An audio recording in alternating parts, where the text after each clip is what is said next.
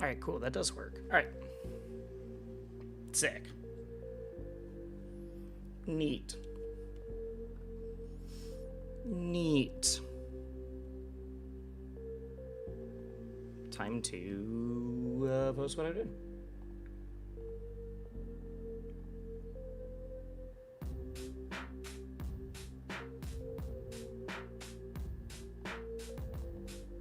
Actually, let me get the video ninja link up.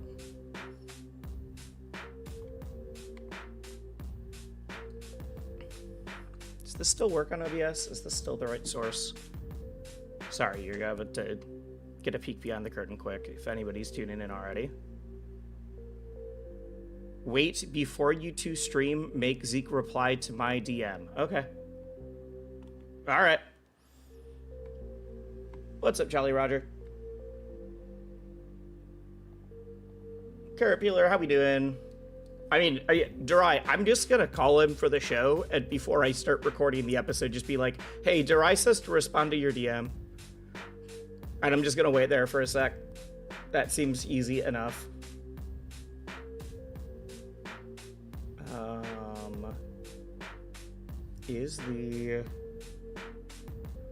There's a spot where I specifically have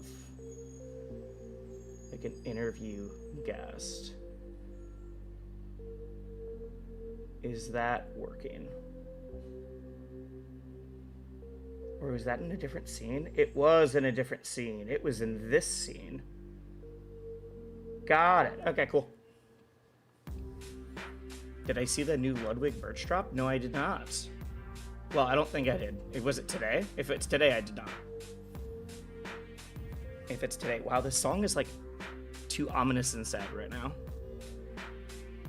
I should probably not have this in my stream playlist. Oh, the Cowboy Bebop one? Yeah, I saw that. I saw that.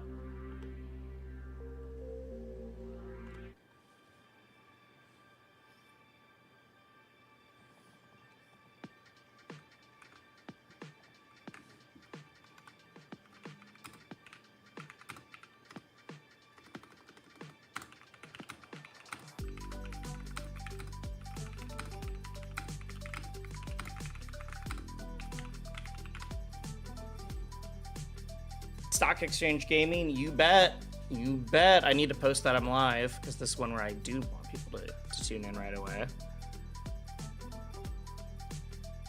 Yeah, today we're going to be doing Stock Exchange. It's the thing that we did with Cake Assault before, where I am doing an interview while we're playing the game. It's going to be with Coach Zeke. I'm really excited. So we're doing Stock Exchange, and then after that, I'll be doing normal gaming, probably playing some Rivals, and then both main and some with ABSA to get ABSA to 50 slowly. And then I want to talk about the EVO numbers a bit. I want to talk about the EVO numbers a bit.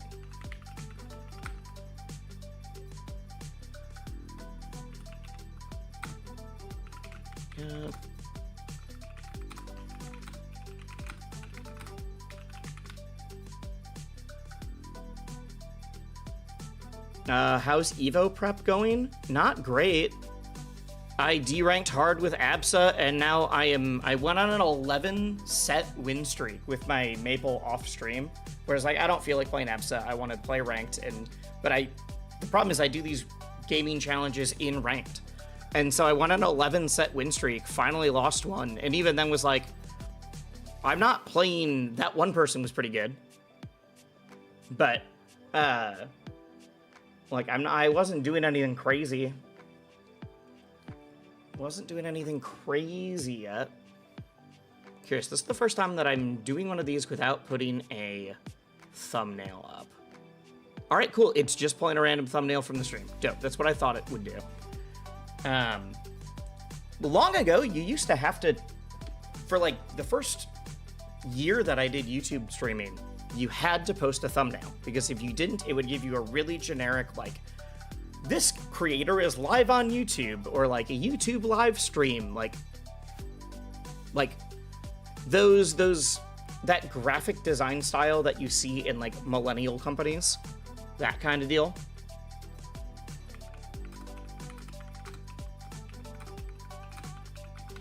And so you had to upload your own thumbnails, or else it would look real bad.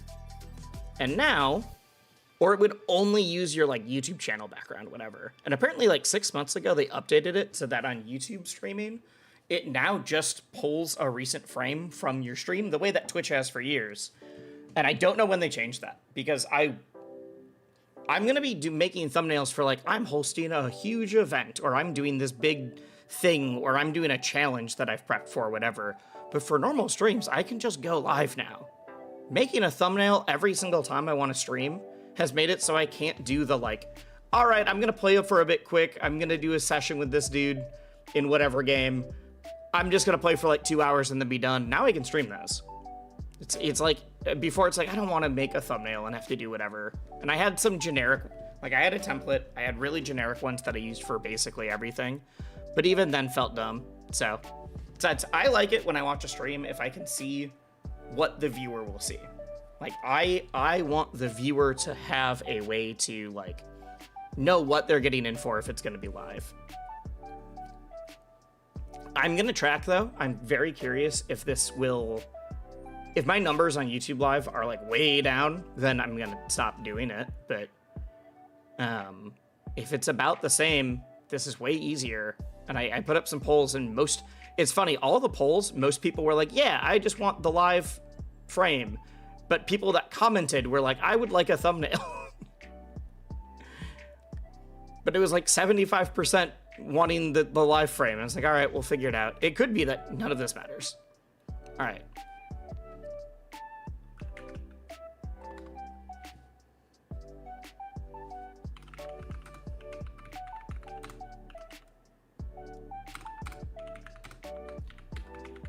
Okay, 1 second. Because we're doing the stock exchange with Coach Zeke, I gotta actually tweet about this one. Tell the folks at home what we're doing.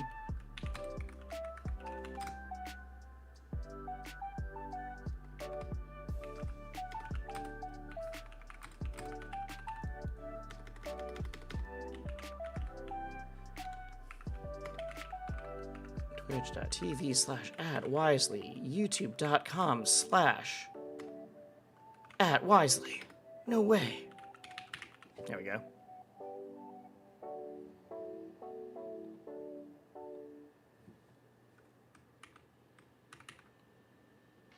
Have you seen any of the clips coming from Hunter x Hunter Net Impact? I've seen a couple of them. I saw the one where apparently the guy can like, I want to call it X Factor. It's not X Factor. It's whatever they call it in that game. Apparently, like, a 3-hit combo kills people, which is... Everything I've heard from day 1 or 2 of that game is that Hunter x Hunter fighting game is absolutely broken. And depending on what you like, you either think it's broken in the best way, or I'm never going to touch this. It is a grimy game for degenerate, grimy people. That is what I'm gathering. I've never watched the anime though, so I wasn't especially interested in playing the game. If people were like, it's crazy fun, you have to, well then maybe, but the like flip side of that is I've also heard that the netcode is terrible on it, which sucks. I don't like it when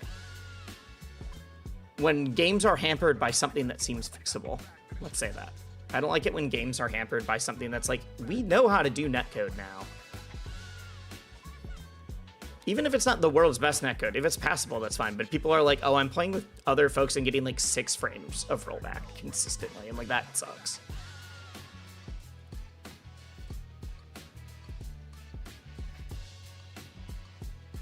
All right.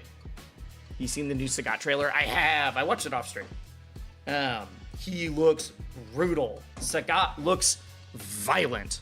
It's crazy.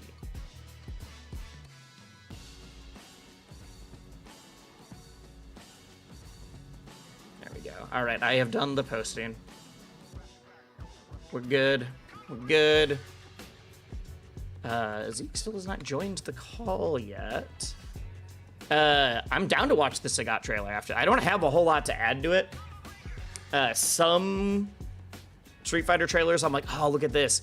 I have not played other games with Sagat in it. So I know what he's supposed to do, but I don't know, like, oh, that's his low forward, that's his heavy punch, that's his Rekka that everyone always knows that Sagat definitely has. He doesn't always have a Rekka, I know that. But, like, that's the thing where it's like, I can't do that, but I can be like, oh my god, he looks like he's killing him.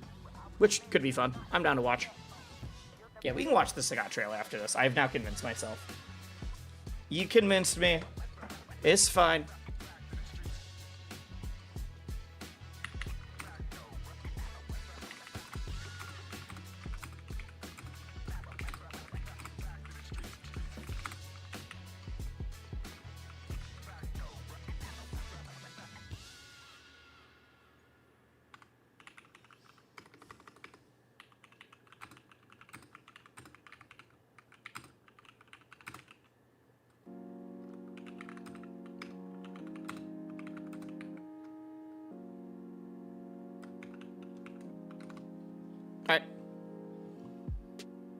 Still trying to find a main. Maybe I'll try him out when he releases. I thought that I was going to try a new character. I was convinced that I was going to learn a new character. In fact, I streamed a little bit of it. I tried Elena. I've tried a lot of different people. There's a lot of characters in Street Fighter that I want to put more time into, but I just don't play enough Street Fighter as it is already. I just want to play the game itself more. And it was this, like, I want to learn a new character because it'd be fun, and I like doing that in games.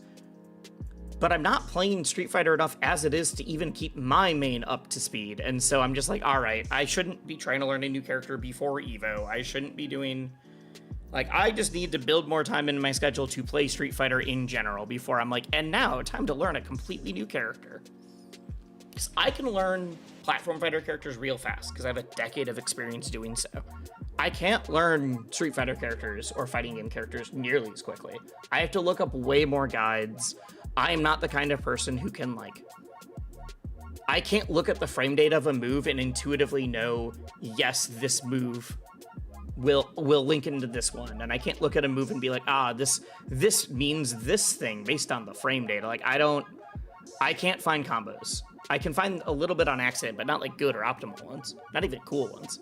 So I am definitely in the, like, I have to see what other people are doing. I have to steal tech. I have to steal combos. I have to do combo trials, and I'm fine.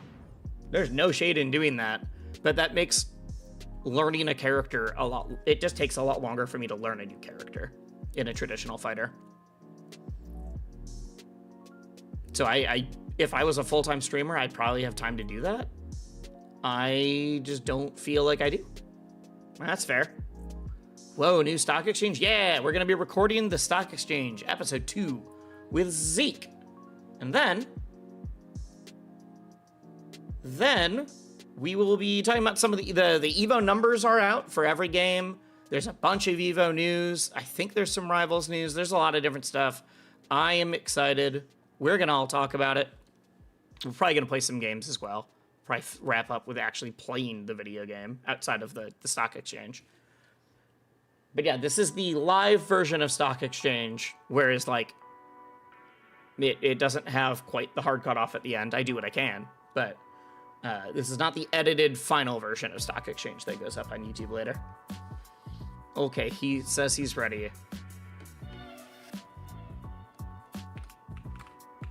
Did you join with your camera? I'm not seeing it. Oh, wait, unless it's hiding. Is it hiding? Do I see a Zeke? Oh, I see a Zeke. He can't hear me yet.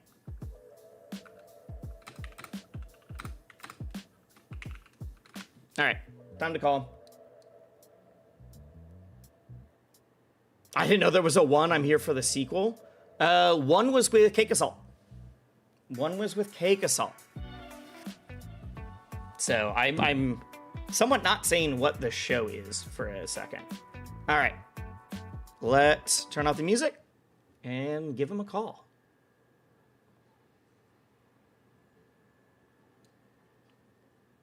Hello. Hello. How you doing? How are you? I was definitely looking for a, like... I had the Video Ninja site up, and it just never showed that you were there, and then I pulled up my other.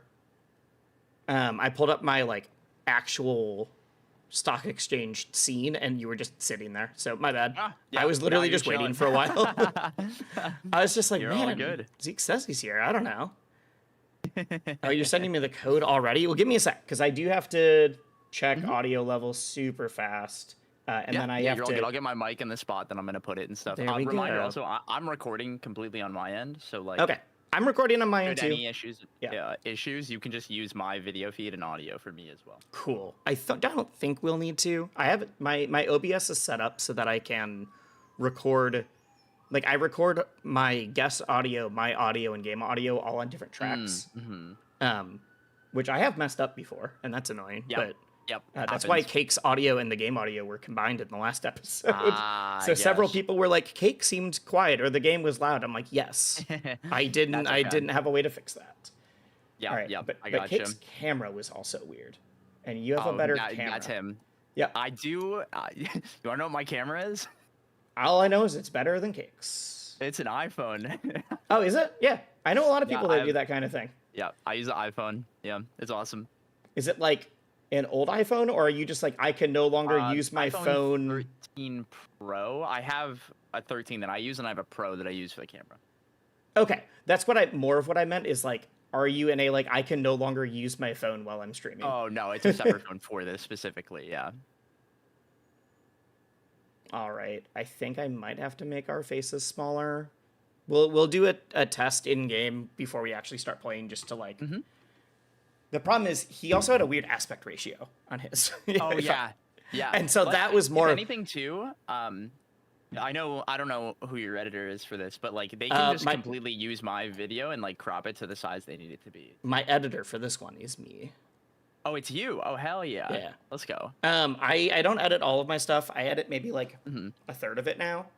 Yeah. But this one is literally one of the reasons that I didn't care that the views weren't amazing on the last episode, but the like feedback was. Yeah. Like the views weren't great, but everyone was like in the comments is just like, this is great. You need to do this more. This is multiple people messaged me, including you, saying like, please, can I be on an episode? Yeah. So like all of that was, so I'm like, word of mouth should help it grow. And Absolutely. The fact that it is a concept that I literally don't have to, all I do for editing is I make crops of both of our cameras separately so that I can like have our cameras pop out when I'm asking a question or you're like, or one of us reacts in a funny way. And then other than that, I'm like, I just start the video when the game, in the editing, the post-production is I started it when the game starts. I end it when the stock is gone. Yep. So like, because there was a small moment of editing where I was like trying to be like, okay, so I can cut this part out because we kind of paused, and it's like, wait, the concept of this video is actually funnier when we are stumbling over our words because we're distracted from playing. So I'm going to keep it instead. Yeah. Yeah, I'm excited. This is going to be fun. I mean, the show is just half. It's half like all of the different interviewed while distracted shows. Like Hot Ones is the biggest one, but there's a few of them. And then a small, not small, but it's not a consistent show that Doug does. Oh. With another creator that I'm blanking on the name of, that they call Friends Till Death, and it is answering questions that were submitted from their audiences, and as soon as they die in the game that they're playing, and it's a new game every time, the show hard cuts at the end. It's the same thing. That's awesome. And so I was like, I can just do that with the games I play, I bet, and just combine them. That's sick. Yeah. Like, that seems fine. My favorite interview show is probably Fortnite Friday. With Connor Eats Pants. I think he has the knack. It's very like chaotic, but I feel like he asks that's the point of that. By far. Yeah. I am getting better at the questions part. So it's hard. I did a test of this off stream that has not gone up. That's the best way to do it. I agree. I have so many test videos that no one will ever see. Yep. Yeah, like this was I did one at LACS actually. With oh my god, why am I blanking? Character? Very good Rano. Why am I blanking? Luck. What is his name? Not Luck. Lives in Canada. I'm remembering everything else except for his name. Strikey the Beast? No, maybe it's not Canada. Maybe it's just like in a hard to get to place. I don't know. Why I don't know any other Rano. Has not been active in a long time, but was active at the beginning. The only one I can think of is Luck. Was a top Rano in Rivals 1. I feel so bad that I'm just totally blanking on the name. No, not Durai. Although Durai would be good for this. Oh, speaking of, that just reminded me. Durai came in chat before you showed up and said, "Before you two start, can you answer my DM?" But he specifically was yeah. to I did you. answer his DM. Yeah. Okay. I was like, I'll tell him that. I don't know what that means, but he's editing stuff for me, so okay, cool. I had to reply to him on it. Yeah. He's edited stuff for me as well. Okay, this is gonna bug me. Now. Why am I blanking? I'm literally opening up my video, video. I don't think he went. No, I'm opening up my video files to like. You're gonna go find who it is. To like who was like, because I have the like, oh, this is where that edit was. This is. Because we did it and we had audio issues, and that's why I think the idea still worked. Yeah. But we had audio issues, so I couldn't do it. I couldn't. Gotcha. Squanto. Oh, yeah. Yes. That makes sense. I was like, love that guy. Yeah, it was a great interview. I really wanted, I literally just want to run it back with him now that it's been like a year. But yeah, awesome. It was Squanto, and I was like, I cannot remember who this person's name is. That's funny. Yeah. He is Canadian. I totally forgot. Yeah. I remembered everything except for, I even in my head was like, it starts with an S, but I can't. He hasn't been playing. In my brain, fun fact, me and him just talk about Yu-Gi-Oh! We actually don't talk about Rivals at all. So I don't even think about him as a Rivals player anymore. At the beginning of Rivals too, he was like one of the top like 3 Ranos. Yeah, no, he's very good. But yeah, that was the one where I tested it. I would have uploaded it if the audio was better, but I also realized while doing that I had to have more. I was really confident in my interviewing skills to like come up with questions on the fly, and that was fine. But I forgot the fact that I am also distracted. It's tough. So I was like, I now have like, for everybody that I'm doing this with, I'm writing down just like 10 questions. And if they say something that makes me be like, no, I want to hear more about that, I'll keep going. Fine. I don't have to ask. People were accusing me in the last one of being like, you saved that question for when you knew you were going to die so that we didn't hear the answer. And that wasn't true. It was actually just the last question I had written down. That's awesome. But that question, for folks in the chat, if you are a YouTube member, Cake just kept answering the question anyways. So that's uploaded as a members only video. Just that final answer. Which was, do you think Rivals 2 is... Like, I explained here's how long Rivals 1 has lasted. Do you think Rivals 2 is the same longevity, or is it dying? And then the video ended. Well, and then the video ended as soon as I finished asking. And so many people in the comments were like, this was scripted, it was planned. I'm like, no, I just died. If he kept answering, I would have done it. Yep, that's really funny. All right. Let me pull up the game. I think we're good on my end. We'll double check. I hosted a lobby. Do you want to play in Chicago? Sure. I live in Midwest and I have fiber, so I almost never actually care what lobby I'm in. Cool.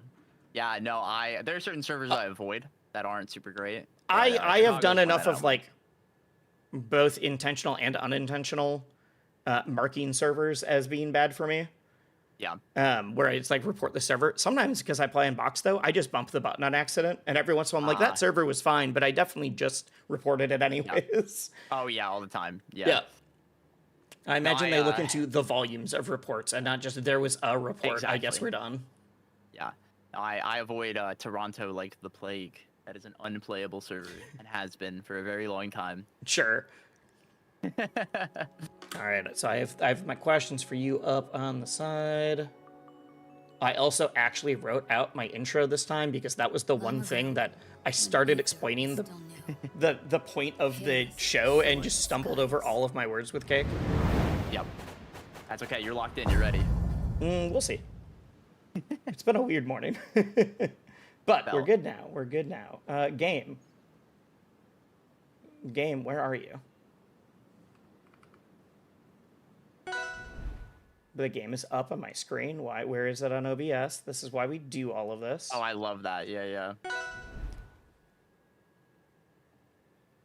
It says that I'm captured. Oh, there we go. It just decided to take like an extra 15 minutes. All right, I'm literally just gonna boot up a like local training thing so that you can keep that lobby up. I will just move our cameras really quick to be like, hey, can we see the blast zones? There are some things that's like, nope, that's just gonna get covered no matter what. Oh yeah, that's okay. I don't think we'll be all the way out there. I think it's okay. Don't underestimate how bad I can be.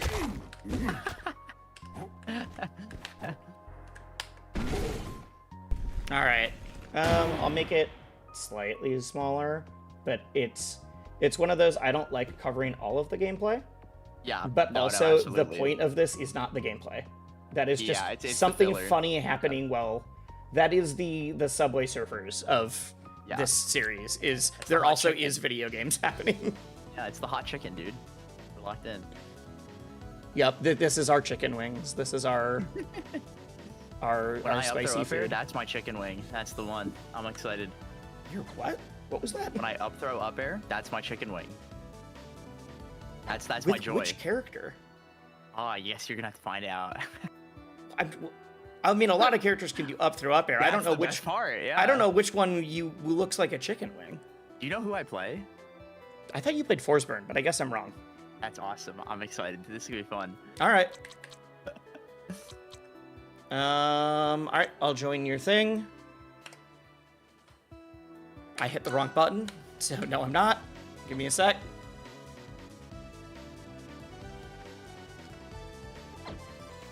Somebody, one of the admins, mods in Wisely's chat, ban loan. Unfortunately, I don't know if any of my mods are on right now. I actually need to get more mods. A lot of my mods are from when I like streamed a couple of years ago before I was taking things seriously. And when they're in chat, that's great. But like, I don't have. There's a lot of people that I'm like. Sometimes I have 5 mods in chat. Sometimes I have 1 or none. Sometimes it's me. I just manually banned someone on the YouTube side. Literally as we were talking. I know that you've started doing YouTube multi-streaming, which I'm glad. You and Zeus are both doing it now, and it makes me really happy. Oh, I've been on that, yeah. Yeah. No, I whenever I do my coaching sessions, it's always dual streamed. Good.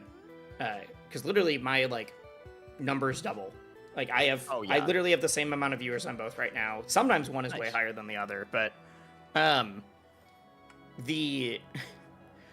don't know if you've noticed that YouTube chat is like normally fine. YouTube, I have it disabled. Okay, the YouTube comment section is usually where it's like some of these are good and some of these are super dumb. The YouTube chat is usually fine, but when it's bad, it's really bad. No, that's why it's just off. I cannot be asked to fucking. I mean, I use a program that puts both of them on for me. I just look at one chat. But it's always, if there's something where someone is just spamming something that is fully unrelated to what we're doing, it's always YouTube. Yeah. I just banned someone because they were spamming, like, this celebrity sucks. This celebrity's, like, whatever. I think a soccer player. I don't know. That's awesome. And I'm just like, how did you find the stream? What happened? What are you doing? Yeah. Why are you here? YouTube bots are crazy. Yeah, they're crazy. But doing that in a live chat's wild. It's weird, yeah. All right. Well, that's the public lobby. I forget that that button exists. I'm now actually curious. If I open a public lobby, does anybody use these? Oh, yeah, don't do that because people can join while the lobby is up, so don't use public No, I'm not doing that. I'm not seeing all lobby. Yeah. I don't think anyone ever uses public lobbies. I think everyone usually the casual players do. That's do they? Usually where you'll see them. I thought they would just it'll be like single digits, but I've seen it tons of times. During like peak hours, you'll see okay. Yeah, just not the afternoon when people should be at work and we're not. Yeah. The unemployed hours. I'm employed. I just don't work my normal job on Fridays. True. What's it called? Ever since they added the feature where you could join a server while it's up, everyone stopped using public servers. Because then, like, anyone can insert themselves into a lobby. Yeah, that makes sense, actually. Yeah.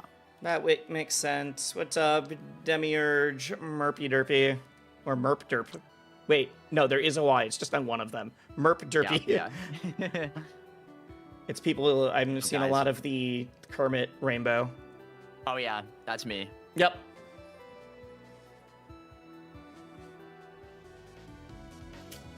All right.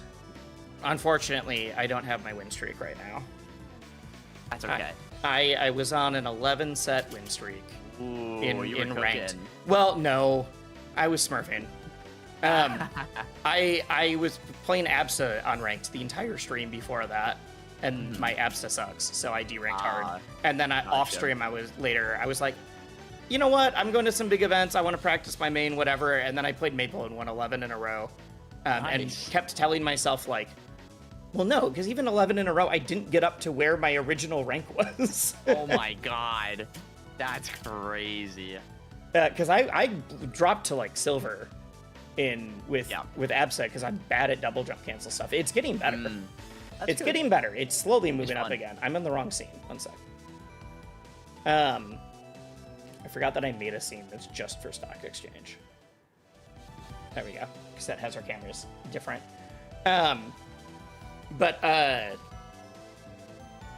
So like, I mean, I quickly got back into gold, and I was in gold for most of that streak. So like, that's fine. It was still decent people, but then I finally lost, and for about an hour, I'd been like, yeah, on the next loss, I'm gonna close and then go to bed. And then I stayed up till like 1 in the morning, and it was my fault. Nice. Because I kept winning. Yep. All right, so I can't think of anything else. I will be doing the intro to the show after, like, as the game starts. Cool. Are we just doing random stage? What are we doing? Oh, Cake and I didn't do random stages. He chose Godai, but that was before it was shrunk. I think he chose Godai literally so that we would both live a little longer for the interview, but I don't know if that's what he did. What stage? I'm down for whatever. I would just say, like, no, I would say let's just go to one of the pretty standard, like if we're on Jules Vale or something. Great. Cool. Yeah, we can do that. I'm down. All right. Ooh, Olympia. All right. Oh, wait. Forgot. Oh, wait, you have to go into change rules. It doesn't let you add enough. Where is it? Match. Game. Hello? What are you trying to do? I need to change how many stocks we're playing on. Oh, you can do that on the CSS here. How many do you need? I can do it. The number doesn't go up high enough. You have to do it in the pause menu to get to 15. Right. I do 15 because it's like kind of like 5 games. Yeah. But also because all the people that I have lined up are definitely way better than me. So I can't be like, hey, we're going to do 9 or whatever. It would be like 3 questions. Yeah, that's fair. Like, I'll probably do 16 stocks when I do this for Melee. I'll probably do, like, a 1st to 5 if I do this in Street Fighter. But yeah, that's when I found out that you can't do the clicking. It goes to, like, 9 and then loops back around. Oh, that's funny. Single digit only. Interesting. I didn't know until I tried recording the show. Oh, is it supposed to have a time limit still? You are right. Thank you. Chat, this is what I have you here for. No time limit. Perfect. We're trapped. We are. If you think about it, hypothetically, I could trap you. You could. You could. At one point, Cake definitely was like, oh, you asked a question and then ran away. I was like, yes. Yeah, no, I'm definitely going to do that. Yeah. Like, yeah. I'm still trying, even if I know the person's way better than me, I'm still going to try to win. Yeah. But there's also times where I'm like, I can't ask this question and fight at the same time. Yeah, so I'm going to camp so that I can use my words correctly. Absolutely. Let me double check. I think cams are good. I think mine is actually a little tiny bit smaller than yours right now, so I'll bump that. I think that's even now. Close enough. All right, I think we are good to go. Cool, I'm ready. All right, let me pull up my questions. Actually, I'm gonna move my questions. Chat, I'm sorry. I won't be able to see you while we are doing this. That's cool. My chat's used to me not talking to them, so it's okay. Normally I don't when I'm doing like a thing where I'm very intentionally filming. Yeah, no, when I'm coaching, try to interact in chat basically like 1% of the time. Yeah, I'm just trying to figure out if I should move my question list to where I usually have chat, actually, because I use a teleprompter. That makes sense. Where that's why if I'm reading chat, it looks like I'm looking directly at the camera. yeah. You're the Elgato one. Yeah. Yeah, that thing's nice. It's super useful. Oh god, the questions don't fit on the prompter correctly. Never mind. I tried. Oh, Back over here. Because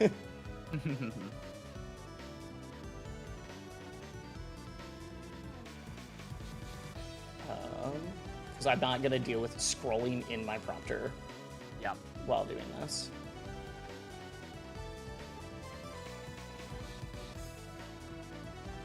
All right.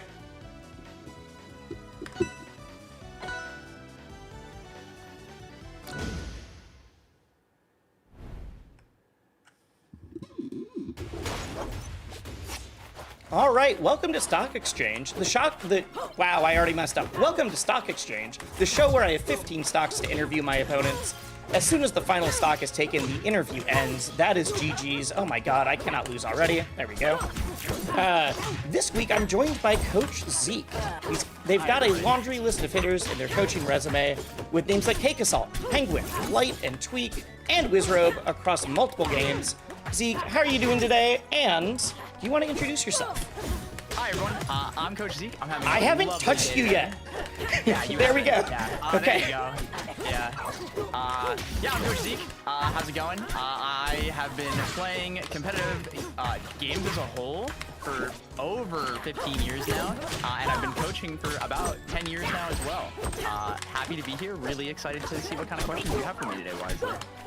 All right. How long have you been coaching, and how did you get into it? I've been coaching, I think it's 8 or 10 years, somewhere between there.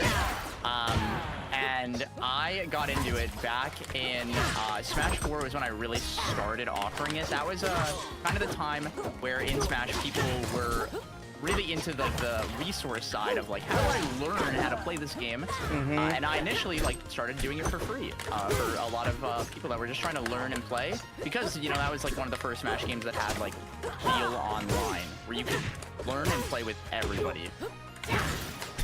By me that any Smash game has real online is a statement, but I know I understand what you mean though. Yeah. You're definitely right on that. The online was definitely never the greatest, and probably never will, but that's okay. We still have fun with it. So you've coached over 2,000 people in dozens of games. What is the strangest coaching request you've ever gotten? So fun fact, I haven't updated that. It's actually 4,000 now. I was just looking at your website. That's it. Yeah, no, I have to update that. It's actually, that is an old metric that I have to fix. I hit 4,000 this year, actually, which is really surreal to say every time I say it. And then the weirdest request I've gotten, like... Either games or like the person's like, hey dude, I don't care about getting better, I just need to beat my neighbor. Like... Yeah. Some of my favorites that stick out is I've had players from like other platform fighters be like, I know you don't know anything about this game, but I would like your coaching. Like that was kind of a big thing for me in like NASB, where I was mostly like teaching a lot of players like how to play neutral correctly in that game and stuff like that for like the first little bit of that game's release. And then one of my favorite like funny ones is back when I coached Mr. MSB in Rivals 1, he came to me and said, I don't want you to tell me what to do better. I want you to tell me what you're telling people to do, and I want to reverse engineer what you're telling them. That also sounds like something MSB... How did I go to the right? That sounds like something MSB would say. Thanks, Trevor. Yeah, no, it is very much an MSB-ism. He loves it. He owns it completely. And then I've worked with players from all the way in the range of like, what do you call it? I've coached the dad who wants to beat their friend. I've coached kids who are trying to just like be the best player in their high school. And then I've worked with some of the best players in the world and like professional like teams and varsity teams. So I've kind of gotten the whole spectrum at this point, which is really cool. I've just discovered that MSB's in chat. Yes, he is. So you've coached like full teams too. I didn't know that part. Yeah. My full-time job actually is coaching Smash Brothers Ultimate varsity team. That's like what really pays the bills. Yeah. Yeah, I've worked with schools. The most notable schools that I've worked with that people might recognize would be Shenandoah, Lubbock, as well as Mount St. Mary's. And I've worked with a couple different high schools as well, which is really cool. Nice. Do you mainly do the school coaching locally or remote then? Completely remote. Okay. Yeah, everything I do is remote unless I'm like at an event. Where, yeah, like, that makes sense. School, like brings me to an event. That makes sense. What is the single biggest piece of advice you give someone that's trying to learn a new plat fighter or fighting game? The biggest thing is to like generally understand what your buttons do and like what it looks like when other people's buttons are being pressed. A lot of people get too focused on the idea of like trying to press the good buttons or the best buttons and trying to like overanalyze everything they do. And the biggest thing you need to be able to do is actually see the game and be able to process what is happening in the moment. And a big part of that is like actually understanding how everything works functionally and what it looks like. A lot of people get really focused on looking at themselves and don't get to kind of use that part of the game nearly enough. I was so scared you were going to get back from that somehow. Yeah, I was like, I don't think Olympia can, but I don't know. I definitely could have. Well, okay, without it like being a forced error kind of thing is what I meant. Oh, yeah. Oh my god. I have a question. Okay, I'm back on stage. You really, I can. Yeah, you want to get back. And I looked at the other side thinking I could do something during the round. All right. You've talked a lot about coaching. We've mentioned you've coached everything from like person that's like, I just want to beat my coworker to world champs. What do you think is the biggest highlight of your coaching? There are a couple players that like I'll never forget their wins. The most notable player that I've worked with like the most throughout my career is probably Cosmos for Smash, Smash Ultimate. There was definitely I had him on the list and I just didn't say his name because oh, that's okay. I was getting beat too bad. He is the player like. There's a thing that a lot of people tend to talk about where it's like a lot of players have gotten coaching, but there are very few cases of player who is like not very good who then gets coaching and becomes very good. And near the end of Smash 4, he was pretty heavily debated to be potentially the best in the world. And then going into the first year of Ultimate was carrying that into being top 10. And like, there were many wins and sets that he played that like I vicariously experienced. And that carries into Rivals too, where like the first time Penguin beat Cake, like, or like did well against Cake even, like I felt it. And those moments are really special. That's definitely something I'll never forget. All right. I imagine that has to be like, for a coach, maybe even more than you used to be a competitor. Yes. Like watching your player do well has to be like the best feeling in the world, even compared to like if you yourself wanted something, like a result or whatever. It really is cathartic is like the best word where it's like, oh my god, like what I'm doing is working. Like it's validation too, where I'm like, I do know what I'm talking about. That's cool. One of us is dead. Nope, never mind. Nope. I've never died. Never in your life. No, never. Oops, that's all I meant to do. All right. I don't know if you know this. Do you know your own stream analytics very well? Sometimes. Do you know that over the last 90 days, you are the largest Rivals 2 streamer? I do know that. Yep. By watch hours. Yep.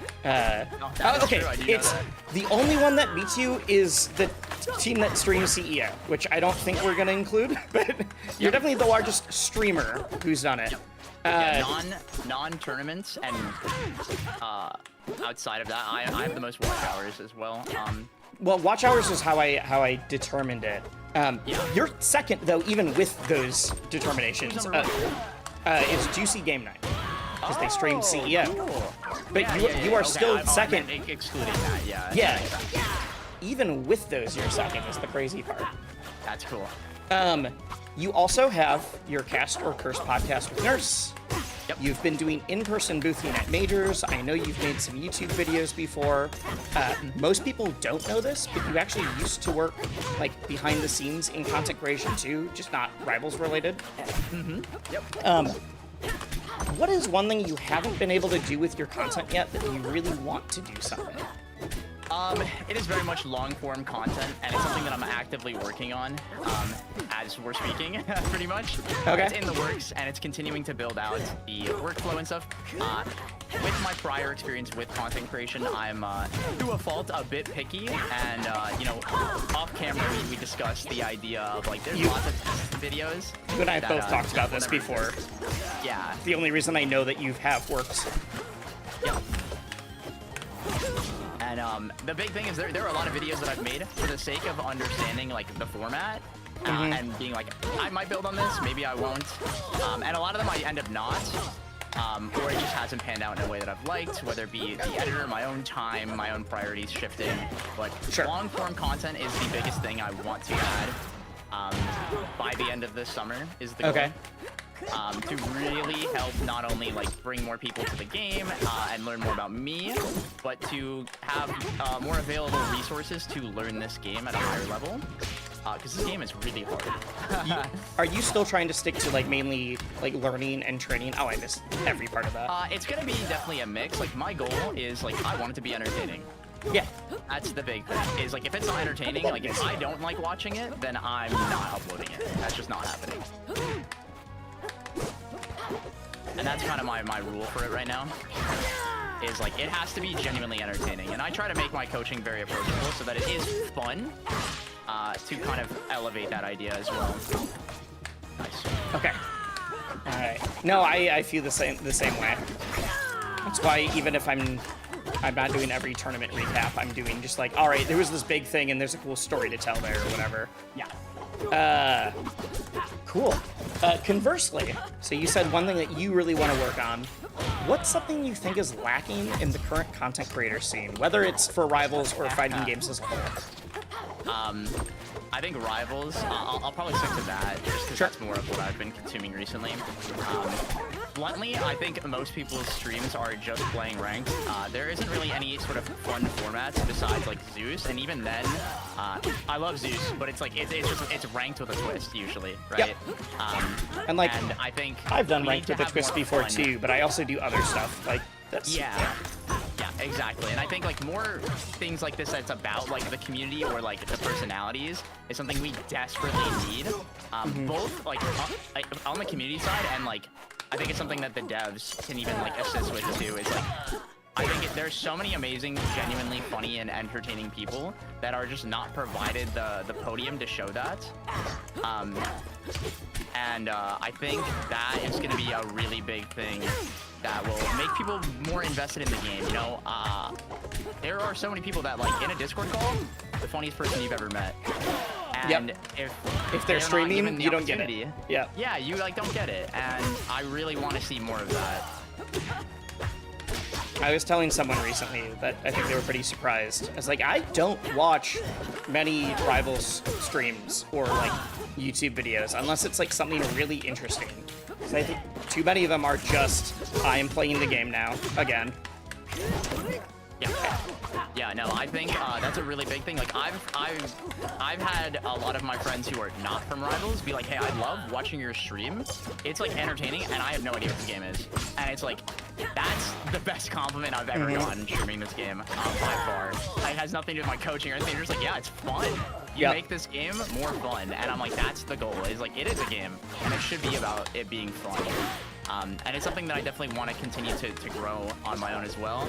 You know, that's where a lot of my time is like trying to cook up, you know, more content ideas that we can then build on once we get past the educational content that builds my like initial brand. Sure. All right.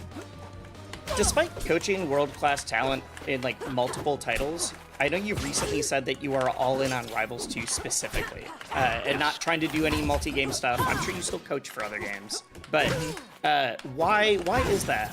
Why do you think? No, please stop. Bluntly, it's the game I have the most fun playing myself right now. I play it every day, and I've always made myself follow a rule that it's like if I don't actually like the game, I don't coach it and I don't make content on it. My least favorite thing is when a creator or a streamer or whatever streams a game that they don't like. And you can tell. It's supposed to be fun. And that shit sucks.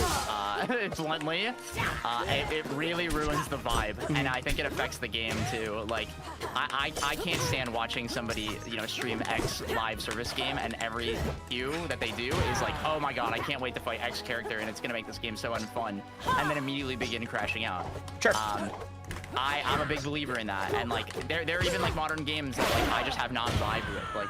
I have bought the latest Street Fighter twice and tried it, and returned it within the 2-hour window because I didn't like it. And it's not that I think it's bad. I love that game, but if you don't like it, you don't like it. Yeah. Exactly. And I'm not gonna sit and stream a game that I was trying to slowly go for it. Gotcha. But I'm super against that. It's a big thing that like I've made the mistake of in the past, just like streaming something that I didn't genuinely enjoy, and it ruined streaming for me for years. Sure. Because of that. So you were saying this for coaching too, though. I thought that was just a streaming thing. I did not realize you don't coach games you don't enjoy either. Yep. Yeah, hard rule for myself. I don't want it to leak over, because the idea is like they're coming to me for answers, and if I'm like, yeah, this sucks, but here's fun. what you got to do. Yeah. Yeah, and it's like that doesn't feel good, and it's not gonna be productive. Like the goal, like I said, with everything is like I want people to like genuinely enjoy and have fun with this, and like that's the energy I'm trying to spread. I've jumped into your forward air so many times. You sure have, bud. Careful, man. Only 3 more stocks. I know. I was keeping it way more even than I thought for a bit, and then it has gone downhill.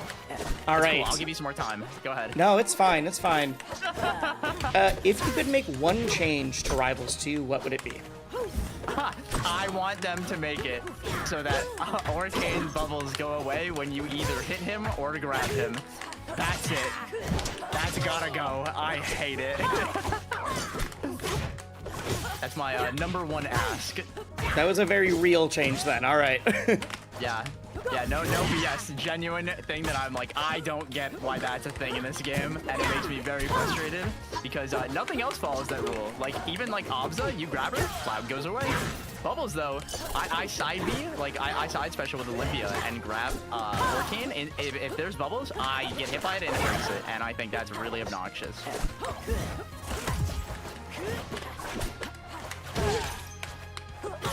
Uh-oh, that should not have hit.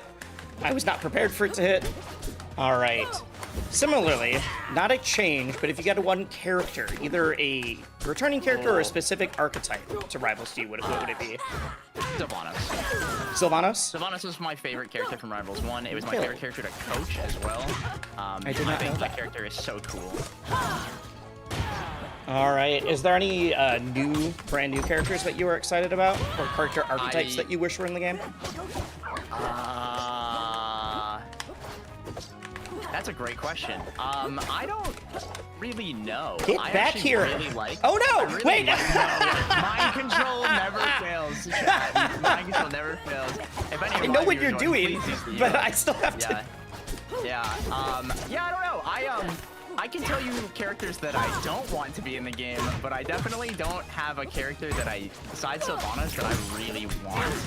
I really like the spread of characters that are currently in the game, and I think they're very fun. All right. Yeah. There's a running joke from your community that's been slowly taking over the whole rival scene. How did Thanks Trevor start? Yeah, so in this game, moves have really egregious reverse hitboxes.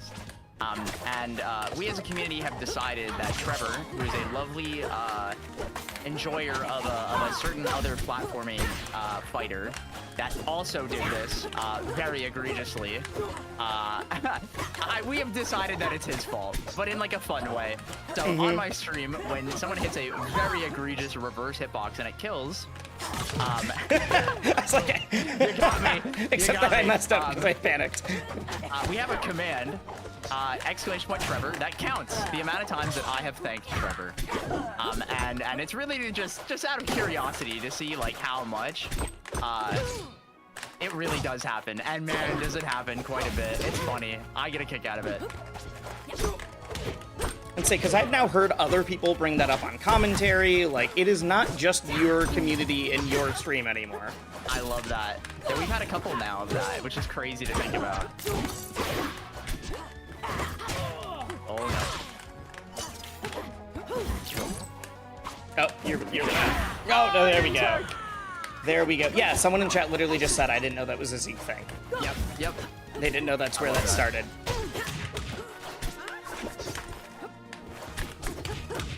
Oh no. All right. Wait, there was... Okay. So, we've talked about characters that you want to return. You said there's a couple you don't want to return. I was actually... That's not a question I've written down, but I'm very curious to hear who that is. I would pay an exorbitant amount of money to Dan directly to make sure Eliana never gets put in the game. Ever. No one has so aggressively camped me in this game, and that includes on ranked. Not even in the interview. You know what? I'm down for one more question. Yeah, but Eliana is the answer. I would pay literal money to keep her out of the game forever. Okay, why Ellie though? I think she is the most unfun archetype that they've created, is a aggressively hard character to balance, and they never figured it out in the first game. No hate to the devs, but they didn't. They did try to rework her like 4 times. Yeah, Jesus, the character is so fast. Yeah, and it's just one of those kids. It's very like Raster, like, oh, it's like Raster, like this kid is just designed to be broken. You can't have a character that zones so aggressively and gets so much value off doing it, and is also able to touch a death to you off of like single hits. You just can't do that, and it's not fun to fight against in any capacity. I didn't sweet spot it. Okay. All right, so Eliana, for sure. I'm very curious. How did you learn about Rivals 1 originally? I think everyone seems to have different answers for how they got into the game, and you were playing Rivals 1 before I was, so. Yeah, I went to, I forget what Genesis it was, and they had a side event for it. And very funny enough, I've told this story to this person. They'll never know. Yeah, I actually went to, am I gonna finish answering? You're gonna finish answering. It'll just get cut out of the actual video. Cool, yeah. So I was at this event, and someone was like, hey, you should try this game. And this kid is really good at it. And it was like really, really young Cake Assault. I just randomly played him in it, and I was like, oh yeah, that's fun. This game is fun. It's cool, and we just like press buttons. Cake has no memory of this, but I remember it. That's so funny. Yeah. Sick? Yeah. Sick. For chat, I saw people saying that the game audio was too loud. I didn't want to adjust things while we were in the middle of playing. I record game audio and my audio and Zeke's audio all independently. So it will all be fixed and rebalanced for the video. Don't worry about that. Don't worry about that. It would have been harder for me to adjust it on the fly and then have to readjust it twice in the thing. Zeke's cam was kind of choppy, unfortunately. I have the recording on my end, so you'll be able to just use that. Yeah, I know Video Ninja, sometimes it's really smooth, and other times it just does that. So okay. Cool. I'm going to throw it on Drive for you, like, right now. So you're sick. Good. Dope. Yeah, you are the first person. I guess it's only the second episode. I wrote more questions for you than I did for Cake. And... because I'm gonna try to, because on Cake I was like, oh, I got to the last one. I like need to have questions go further, and then you started camping me, and I still ran out of questions. That's awesome. So I didn't have more questions. I was just gonna keep thinking of stuff, but like I wasn't worried about not having questions for you. But we got through all the ones that were on my screen. Perfect. That was the goal. That was the goal. Yeah.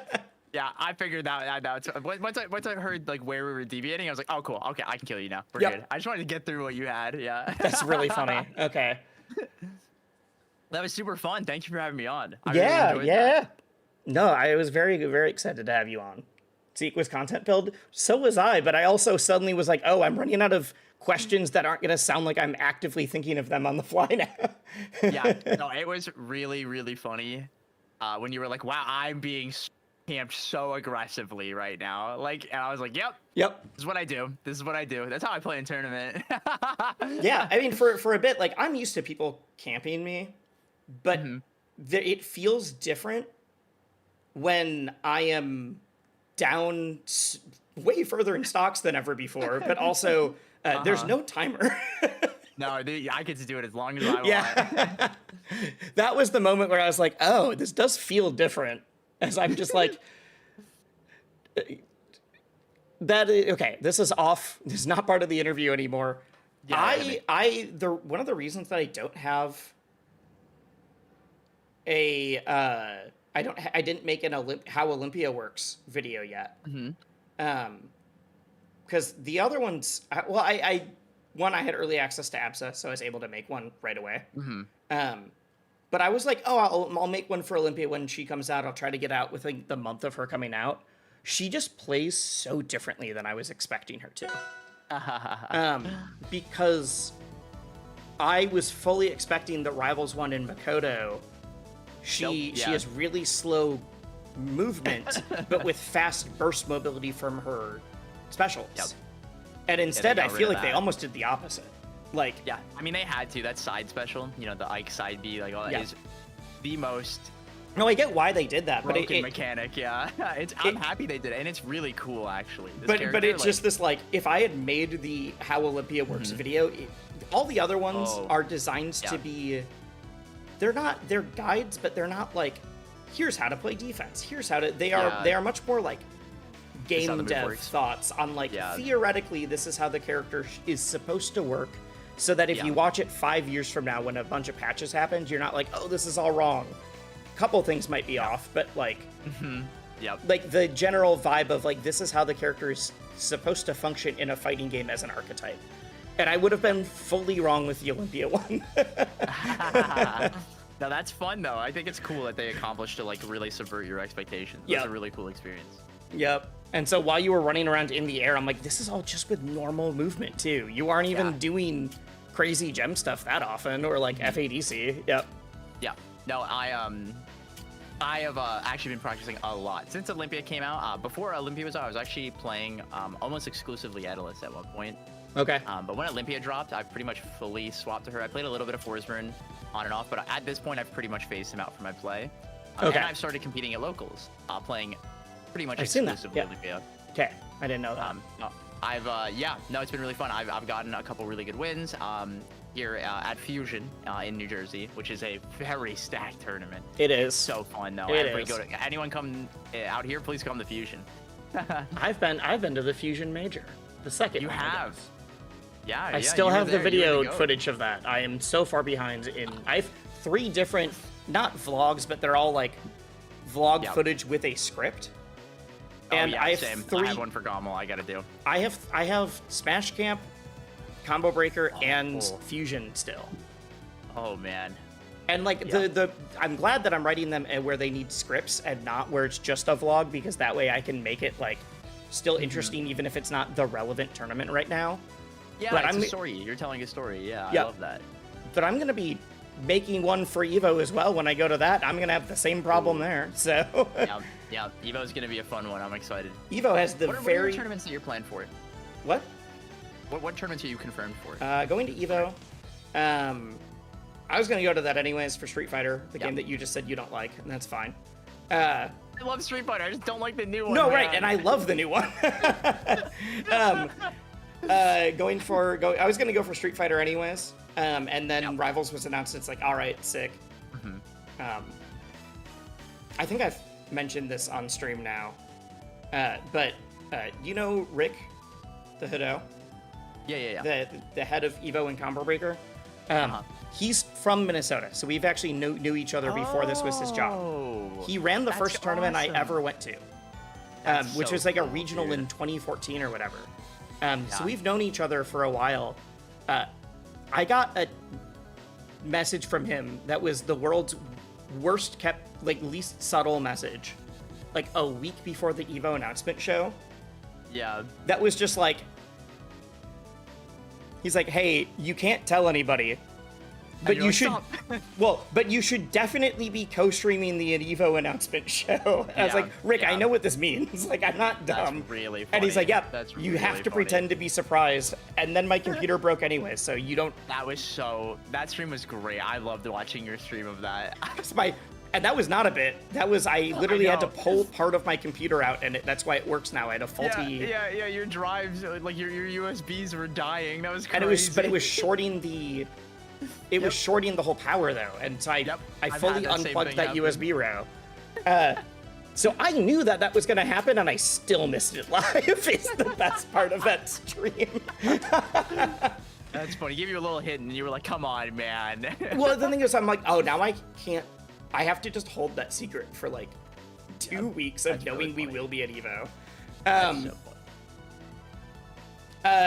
So I'll be at EVO. I'll be there for that. I am talking to Supernova. In fact, I need to message their commentary manager again because it's very soon. They want me to be there. We're just trying to figure out if it's in the budget or not. And I'm at a spot right now where I can't really be super flexible on my budget. Yeah, I mean, especially because you're going to EVO and everything. I'm going to EVO, but also like from a previous job experience a couple years ago, I'm just like slowly paying off a little bit of debt, and it's like I can't be going to tournaments that I'm actively working and then losing money. So I'm like, exactly. I have to make at least this much right now. After Supernova, I don't think I have anything tentative. Okay. You're not going to Riptide? Riptide is the same situation. I've applied. I have not heard anything from them though. That's why I'm not even like saying, oh, maybe. Yeah, I just applied as well today, so yeah, we'll have to wait and see. Yeah, I applied for Riptide. I applied for Collision, but I think I applied for that one way too late, so I'm probably not getting Collision. Gotcha. That's on me though. That is not a like, ooh, it's budget. That is a like, oh shoot, it's They told me at Fusion Major to apply for it, and I still forgot. Yeah, it happens. I applied for it the day that the sheet went down, and I know enough from behind the scenes to know like if you're a certain names maybe that'll work, but others they're like, well, that's when the sheet goes down, but we're already talking to people. Yeah, exactly. What else? After there's no like huge events that are on the calendar after that, are there? I go to Genesis every year, but like that's not officially announced. Yeah, like Heatwave hasn't been announced yet, but it's gonna happen, I'm sure. Hopefully. I've never been to a Heatwave actually. Me too. I'm really one of excited the to few. be my first one. And even before SBS a couple months ago was like, if you have to choose between Heatwave and EVO, go to EVO. It's like, all right, I'll go to EVO then. That makes sense. Yeah. I was gonna go anyways, but I'll go to EVO SBS. Hell yeah. No, that's cool. That's dope. Well, I hope to see you at more stuff. I will not be at EVO, but I will see you at Supernova, hopefully. Cool. All right, I will see you around. Yeah, no, thank you so much for having me on. It was super fun. No problem. I hope you enjoy the rest of your stream. I should. Wait. How do I kick you out of the... There we go. Bye. All right.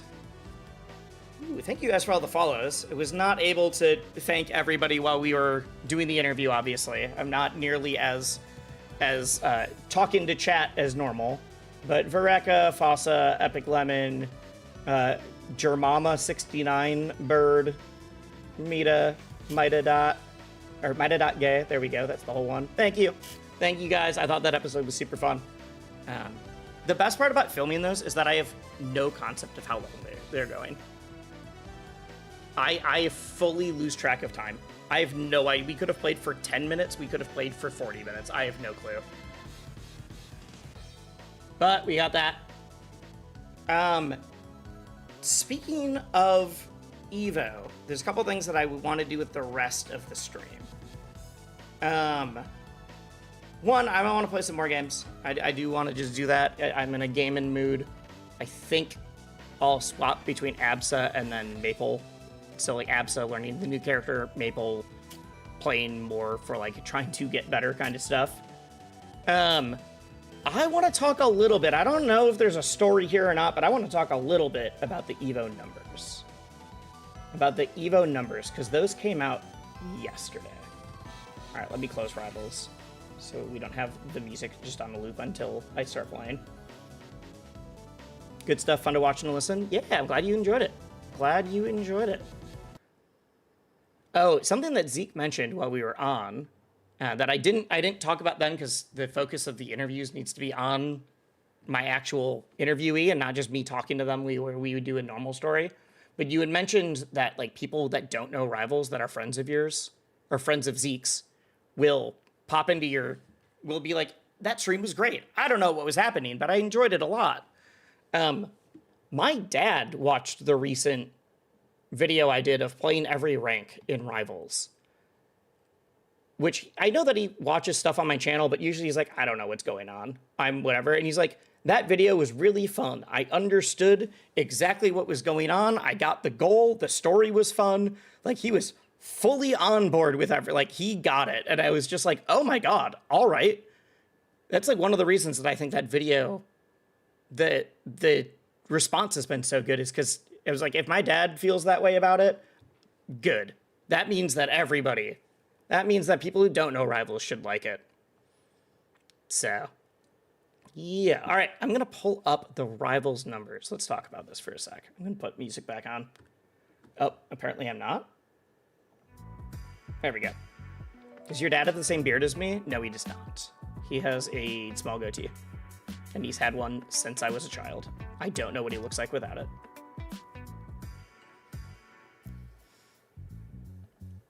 All right.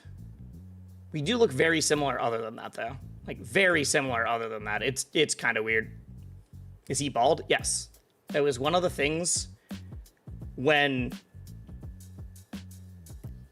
Wait, I watched that live. I'm going to put it on muted in the background for analytics. Wait, if you watched the Play in Every Rank one live, the video is totally different. Like, there's like 9 minutes of like scripted voiceover of me talking about different things and doing whatever in that video as well. It's like a 20-minute video. Some of it is the stream. A lot of it is me talking and doing more. Yep. That is the goal of what I'm trying to do with a lot of my videos. Some things are just me. I streamed it. I'll edit it for video, whatever. I really want to do a lot of, especially things that are like, I did a stream challenge or I did whatever. I'm interviewing these people. I'm something that is like, I don't know what the storyline will be like until I finish it. I really want to do a lot of scripted voiceover work where I'm talking and explaining everything. And it's, my goal is that if you watched any of the streams live, you will still enjoy the video version of it because it's not going to be the same. Yeah, we did a lot of work on that one, actually. All right.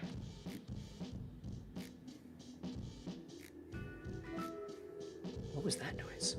That was a weird noise. All right. Cool. Let me change the titles. So we're doing other stuff now. We're going to talk about EVO. EVO numbers and gaming. EVO numbers. I don't even know what to say for the rest.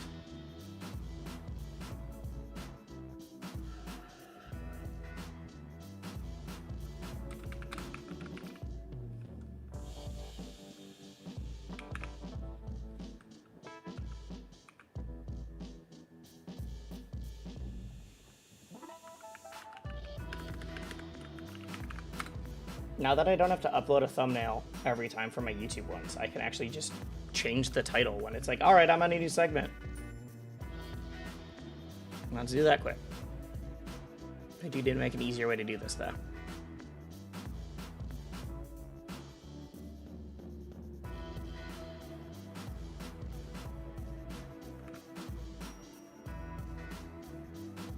Bam, there we go. It has been done.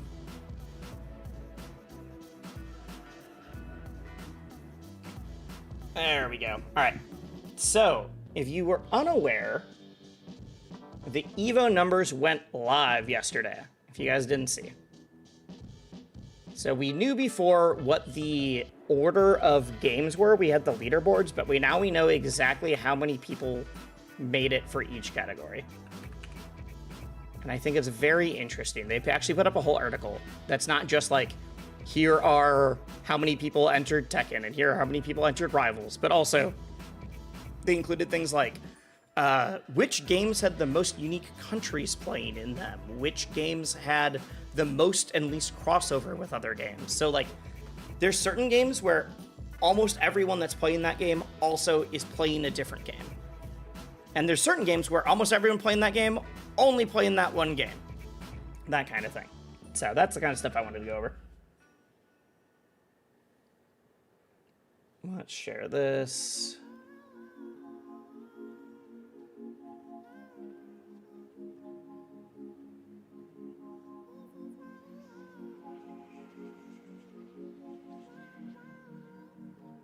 Nope, that's... Why does it always choose the wrong window? It always just guesses wrong. There we go.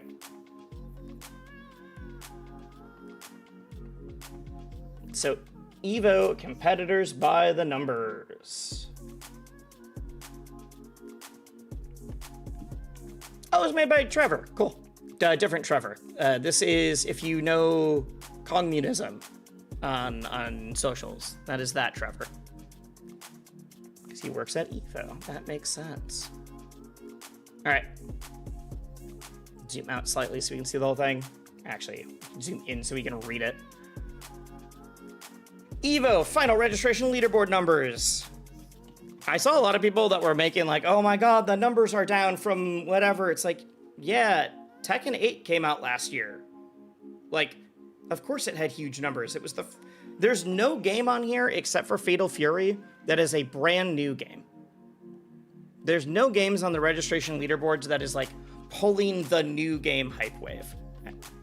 But it's also, I saw a few people that were super disingenuous that were like, the EVO numbers are down because EVO is grimy, because EVO costs too much. It's like, EVO always costs a lot. It's a huge convention. It's always super expensive. Or like, it's because they need to leave Vegas or whatever. I'm like, no, we're in a huge recession. Money is down everywhere for everybody. So, 4,228 gamers for Street Fighter 6, 2,521 Tekken, all the way down to 337 for Mortal Kombat. Biggest jumps are from 570 to 936 for Granblue, and then Granblue to Strive, another 500. Apparently, nearly half of the people, there's 8,541 people in total at EVO this year. That does not include spectators. EVO is one of those events that literally like a third more people also go to spectate.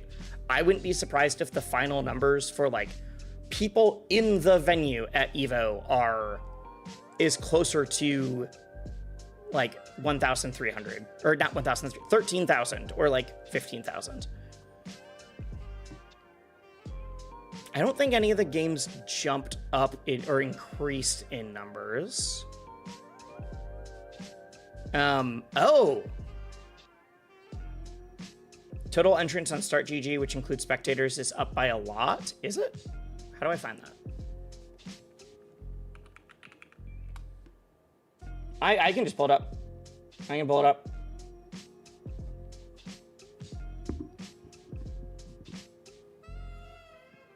Oh god, 13,000 people. Oh, it's for sure gonna hit. Wait, that says 13,000. This says 12,891. I don't know why it's different. Interesting.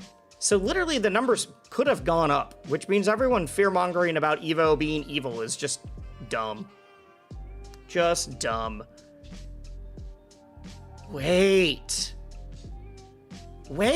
we can see who entered which games now. I didn't even process what I was looking at. Okay, afterwards, we're gonna look and see who's registered for... see who's registered for Rivals at the top. We haven't been able to do that yet. Okay. That's up after we talk about EVO as a whole. We're gonna look at rivals. All right. So these are the 8 games. They aren't the only ones.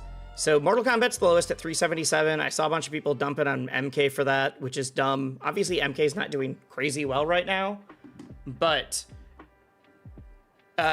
getting almost 400 people out to Vegas is an accomplishment. Plup is registered? I just saw that. I mean, we knew Plup was registered, but it is a downturn for MK in general. But I think people would do that no matter what game is at the lowest. They would just make fun of it. Here are the extended lineup games. This is where Rivals. We knew Rivals was the biggest in the extended lineup. 358. I really thought we were going to beat Mortal Kombat. LA is expensive. Well, it's Las Vegas, not LA, but I knew what you mean. Vegas is very expensive now, and it didn't used to be. So 358 for Rivals. We are within 20. We are 19 away from beating MK. That is we literally could make it if MK has some DQs, whatever. We have a 100 player jump from the next extended lineup game, which is Blaze Blue. And then it's pretty straightforward. Just drops by a few dozen each time until you get to KI. The fact that Rivals has 358 at EVO, yes, I wanted it to be, I was hoping we'd break 400. I really thought we would break 400. I was hoping we'd beat Mortal Kombat or maybe even the next game. I think we had a chance of beating Under Night. The problem is that Fleet Cat, thank you. Supernova is literally the next weekend. And if you are just a platform fighter fan, you are going to go to Supernova over EVO. I prefer EVO, but Supernova was still sick. I still want to go again. I wish we knew what these numbers were like. I don't think if I click on this, it's not going to show me anything, right? For Rivals 2. Yeah, we don't know what these numbers are like. But Rivals getting 20 away from Mortal Kombat the week before the largest, by numbers, the largest Smash tournament of the year, platform fighter tournament of the year, and we're the only indie game on the lineup. It's like, ooh, those are good numbers for indie games. We are the only indie game. I tried to highlight this, and it's just clicking and dragging a photo. KI is made by Microsoft. All of these are by large AA or AAA companies. Especially here. The fact that an indie game is hitting numbers that MK is getting, that NetherRealms and Mortal Kombat is getting, is crazy. We gotta keep things in perspective. Gotta keep things in perspective. Expenses and timing prohibit me. You'll have to catch the VODs and go again next year. I really hope we're back next year. I saw some people saying this definitely means Rivals is back next year. I'm like, I don't know. I'm not a fortune teller. I think these numbers, the fact that we have topped the extended lineup by over 100, I think is a great sign. I think it's a really good sign. The other reason I think it's a really good sign for us is, here. Although they won't be played in the arena, these 8 games will be featured on EVO stages. Their brackets will be streamed on EVO's official channels. Their finalists will receive medals and trophies just like the arena lineups. We're gonna be on the stage. We're gonna have a stream. It's gonna be sick. So here it is. If you include the extended lineup games, there's a total of 13,892 bracket entries across this year's official tournaments. So that means there's 8,541 players for the main games. And then another 5,000 plus that are only doing extended lineup games. That's the part that really surprises me. Because if you did an extended lineup game and a main game, you would be counted in the 8,541. Like, that really surprises me. That there's another 5,000 people that are only doing Rivals and BlazBlue and Capcom and all those. So I think that's a huge sign. The fact that they basically doubled their numbers, or not doubled, but they went from like 8,000 plus to another 5,000 by doing extended lineup, I think means that doing an extended lineup in general was a huge success for EVO. Like, that, to me, that is definitely a huge success for EVO.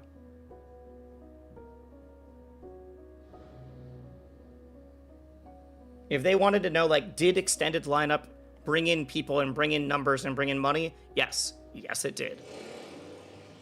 Jeez, there's a very loud car outside my apartment. This, I think, is also really interesting. The entrance games crossover. So this is like, if you played Street Fighter, there are 700, to read this. Let me zoom in there. To read this. There are 740 people that are playing Tekken 8 that are also playing Street Fighter. There's 943 people that are playing City of the Wolves that are also playing Street Fighter. That's how this works.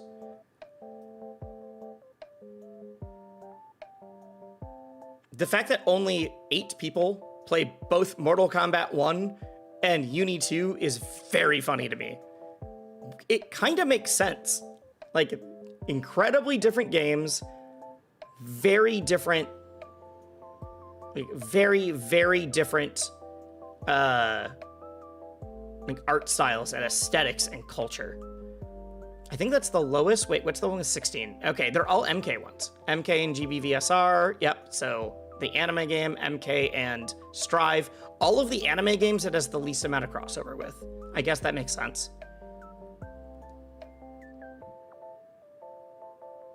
Neat, interesting. Oh, here, you can see how many people that played Street Fighter are also playing Tekken. I think that's how this is, or it's the percentage of people in Tekken that are also playing Street Fighter. So yeah, the lowest percentage is like the 1.7, 1.5. Got it. All right. What's the prize money? I will go over that in a sec when we do the EVO numbers for Rivals. So I can say what I think it is, but I have to do some math. Most entered game by country. The United States entered most Street Fighter, then Tekken, then Strive. Wait, City of the Wolves is the third biggest game though, right? Interesting. So if you were overseas, you are way more likely to enter City of the Wolves than if you were in the US. Also, I did hear that City of the Wolves had 1/3 of its entrance DQ at CEO. I don't know if that's going to happen or not, but we will. I'm very curious what this 1,576 is after DQs. Every game always gets DQs, like sizable, but 1/3 is a huge percentage. Okay. Canada, I'm just curious which one.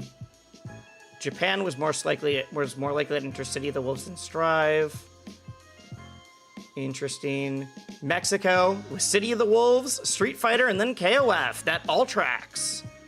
Mexico loves their SNK games. UK and Korea. Korea makes sense. I didn't know UK was that into Tekken. Interesting. I'm also really surprised that no one else had Strive. Puerto Rico has Strive as their top one. And then tied with a bunch. Games that come out around the time Tourney and Evo Reg comes up always have huge DQ numbers. People are excited for a game when it comes out and then drop by the time the Tourney comes around. Yeah. There's stories from when... So there was a year that Pokken, the Pokemon Tekken-ish game, was announced. And it was announced to be a main game at Evo before the game came out. It was on the Wii. And Pokken, it didn't get crazy numbers, but the DQs were absurd. Like, over 50% of that DQ'd. There were people that made it out of pools for Pokken with only playing one match. I believe I heard that there was at least one pool that someone made it out of pools because they showed up. Not saying they made it out in winners, but like there's at least one person who made it out of pools without having to play. That Pokken is like the worst case scenario for this. Is Ronaldo good in City of the Wolves? I just remembered he got in somehow. I have no idea. I do not follow City of the Wolves at all. That game is just not very interesting to me. Everyone tries to sell it to me by being like, if you like Street Fighter, you like City of the Wolves. I'm like, yeah, but I really like Street Fighter, so I'm just going to keep playing Street Fighter. No, and then like the numbers are so low that, which numbers don't really matter, but if like Rivals is getting better numbers on Steam than City of the Wolves, then I would rather play, like I'd rather play more active games in that case. Although I know City of the Wolves is, I'm sure, way bigger on PlayStation and things like that. But there's just not enough about City of the Wolves that has like grabbed me. There's nothing I've seen that's like, oh, that's cool, I want to do that thing. That's what it usually takes for me to play a fighting game. Is like, tell me what's unique about this game, not just if you like this other game, you'll like this one too. All right. I don't understand how Chile has... Oh, they have 2 spots that tied. That's why there's no second. Got it. All right. I can't read this when it's so zoomed in on my screen. Although 90% of EVO's 2025 attendees are from the United States, there will be a total of 64 different countries represented at the event this year. Cool. Countries with the most passes purchased outside of the US are Canada, Japan, Mexico, UK, South Korea. That all makes sense to me. Especially because some places are like, well, France is getting an EVO for the first time. That kind of thing. So they're not going to travel as quickly. For competitors from Mexico, Fatal Fury is the most popular game. Well, the 2 titles are tied in entrance from Chile. Cool. Here, this is, despite moving from the arena roster to the extended lineup, so it's not on the main lineup anymore, KOF 15 maintains its status as the tournament with the highest percentage of entrants outside the US. If you play in the King of Fighters bracket, you have a 27% chance of your opponent being from a different country. That's really cool to me. That's really cool to me. On the flip side, Killer Instinct is the title with the fewest non-US competitors. Only 5 people, or 4.2%, are from outside of the US. That... KOI is like your favorite fighting game player's favorite fighting game. I'm not surprised the numbers are low, but the people that play that game absolutely love it. It is like a huge cult hit fan favorite. I didn't realize it was only big in the US though. Interesting. Oh, there's one thing I saw in here. I need to find it. I think I must have gone past it. Here. Approximately 60% of EVO's competitors are only registered for 1 tournament. And the average number of games for players is 1.63. So, like, I'm registered for 2 games. I know a few people doing 3. A lot of people just play 1, which surprises me. I feel like I like playing more than 1 game. But if you're like, hey, I like playing all these other games, but this is the only one I'm in practice for, I get it. Tekken 8 is once again the game with the highest percentage of single bracket participants. This happens every single year, even when it's not the biggest games. People that play Tekken only play Tekken. More than half of the Tekken registrants are not registered for any other arena or extended lineup titles. When Smash was at EVO, Smash was always number 1 and then Tekken. Smash players just don't play other games, which makes me sad, because they should. The craziest thing about Smash is that they didn't even have crossover with each other. It was like, oh, 60% of people playing Smash didn't enter any other games, including the other Smash games. Like, it was like, if you played Melee, you just played Melee, and if you played Ult, you just played Ult. And then, like, a couple, maybe like, 20% of them played both or played a different game kind of thing. Interesting, 3rd place goes to Rivals of Aether 2 on the extended lineup. We have 358 people going, and 156 of them are only playing Rivals. So, platform fighter players aren't beating the allegations yet, but I get it, it's a different genre. But we're not beating... It's a better percentage than when Smash was there, at least.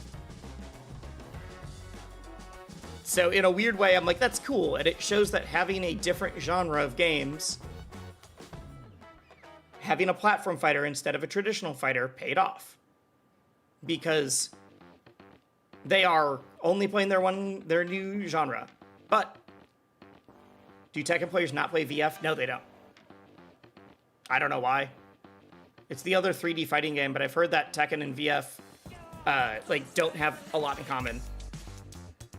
Even it's the same with like people that play Tekken don't also play Soul Calibur, as far as I'm aware. They're different mechanically. Yeah, I know that. I don't think you're telling me that though. But yep. So I am very excited. Let's look. Let's do some quick math. Oh wait, Supernova doesn't have his numbers out. Let's filter this for just Rivals 2. This is the player entrance. It's funny that Hungrybox is big enough in StartGG's algorithm that his name pops up in one of the top players, even though he's not even actually entered for a specific game.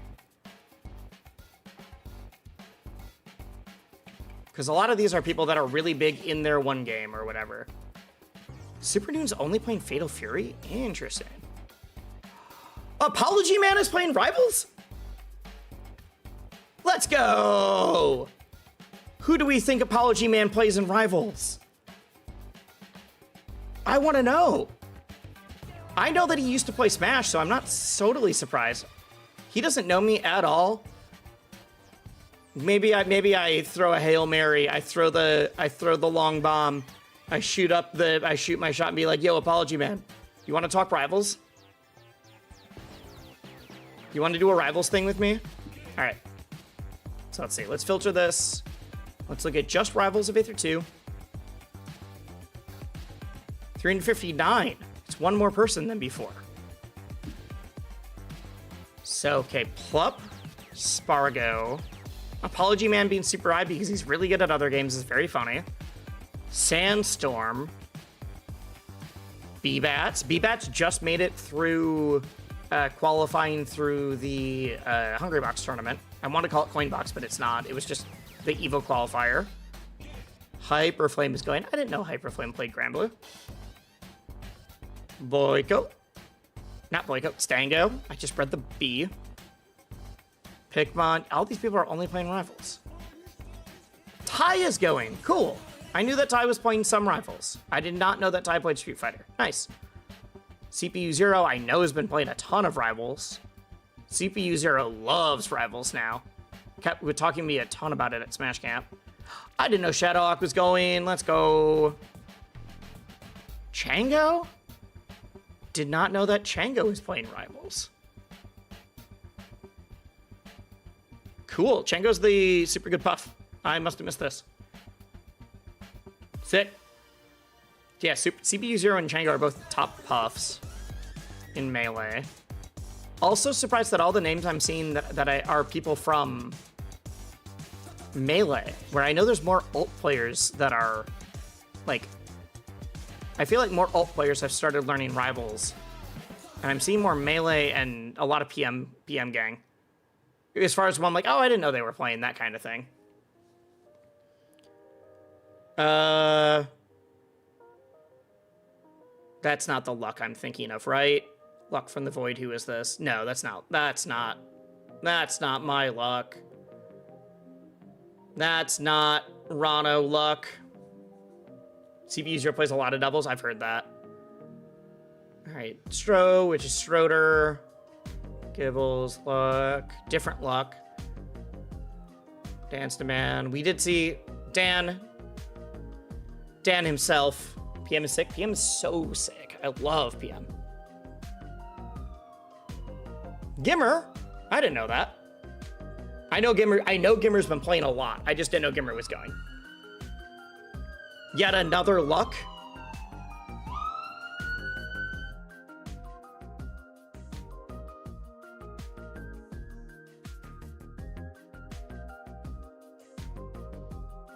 I'm just trying to wait this siren out. All right. Cake Assault, full stream. Okay, I'm gonna just count people that I think have a shot of making top 8. I'm not doing seeding. I'm just going to say people that I have a shot of making top 8. Because I think there's like 20 people here that I could all see in top 8. Plup, Spargo. Sandstorm, because Sandstorm got 9th at a bunch of tournaments recently. B-Bats. Hyperflame. Stango. My heart says Pikmon, but Pikmon's been underperforming a lot recently. I want to say Pikmon, but I think I'm going to take Pikmon out of that.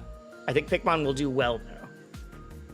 I would love to be proven wrong in this. Heart says Pikmon, brain doesn't. So we're at 6 with Stango.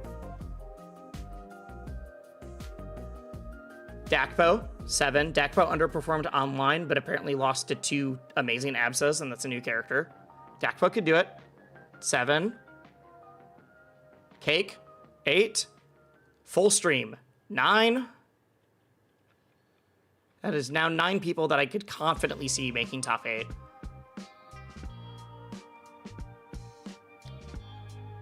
Well, that's good. We're looking at we did a stock exchange. Now we're looking at the EVO numbers. Both, we looked at EVO as a whole. Now we're looking at EVO for Rivals specifically. You say luck and soul? That was the wrong luck. That was the wrong luck. So we're at 9. Bio. Ooh, Bio's a dark horse. I'm going to put Bio in the same realm as Pikmon. I think Bio will for sure get like top 24. I don't know if Bio will be making top 8. Yeah, that was the wrong luck so far. ZB. ZB can do it. 10. Mystery Soul. 11. Youngblood is not going to make it, but that's Trevor. When we say thanks, Trevor, this is who we're talking about. That's Youngblood.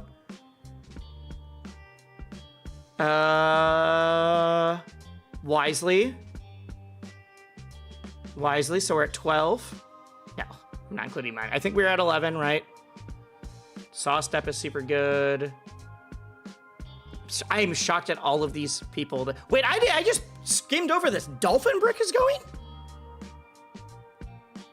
There's 2 Lux and neither of them were the Rano that we were thinking of. No, Chad, I'm gonna tell you straight up, I'm not making top 8. I didn't realize Dolphin Brick was going. I didn't know Dolphin Brick followed me.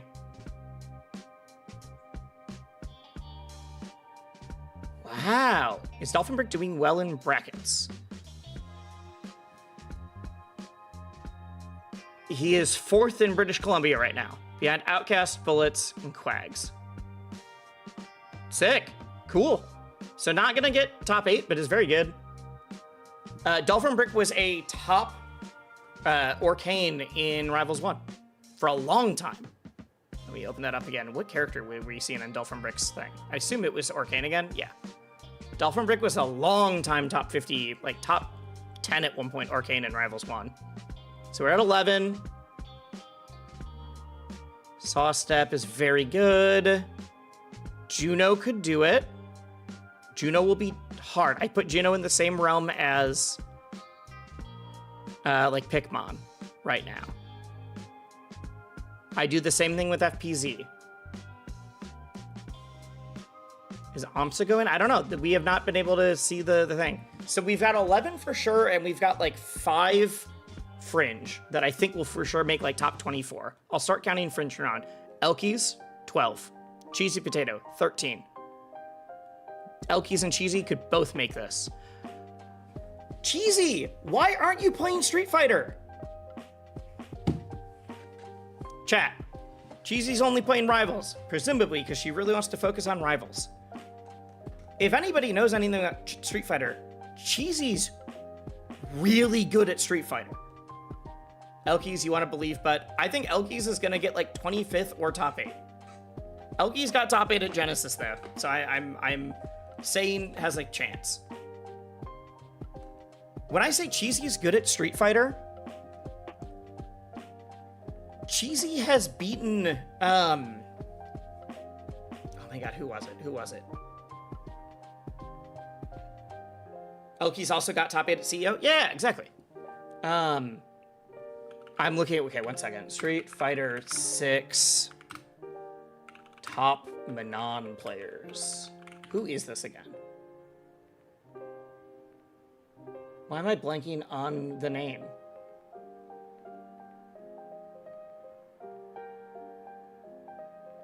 Oh, IDOM. Literally has won Capcom Pro Tour before.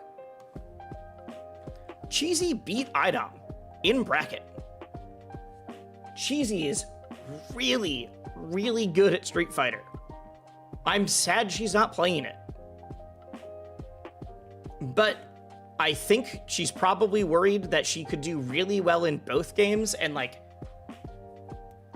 she will be the first person to be like, yeah, I got kind of lucky in the IDOM set, whatever. You don't just beat IDOM by getting lucky, though. So she would for sure make it out of pools for both. Any other big names that we're seeing? Lone, who was in chat earlier. I don't think Lone's not going to make top 8, though. So we have 12. Oh, Mao Fever's going. Cool. Love Mao. Mao has beaten me in Project M. Is this the doctor I'm thinking of? That account does not exist. There's no way for me of knowing. Well, I could do this. I'm wondering if there are PM. The PM has the doctor and doctor. I don't know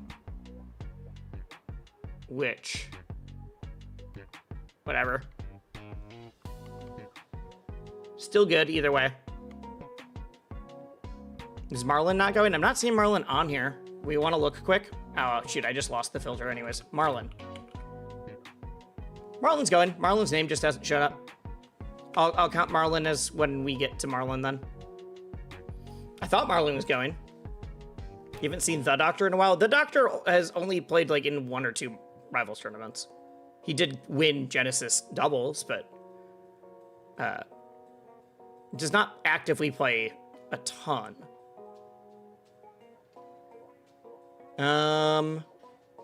Farbonti is great. Oh, Z is going. Cool. You guys don't know Z. Z is a video editor. Little boy. Ion. 13. 13. We've got Ion. Syzygy. Anti I know plays a lot of other games. I love Zora. Zora and I have played at I've lost to Zora a couple times in Rivals 1. And then I beat Zora in Street Fighter at Combo Breaker.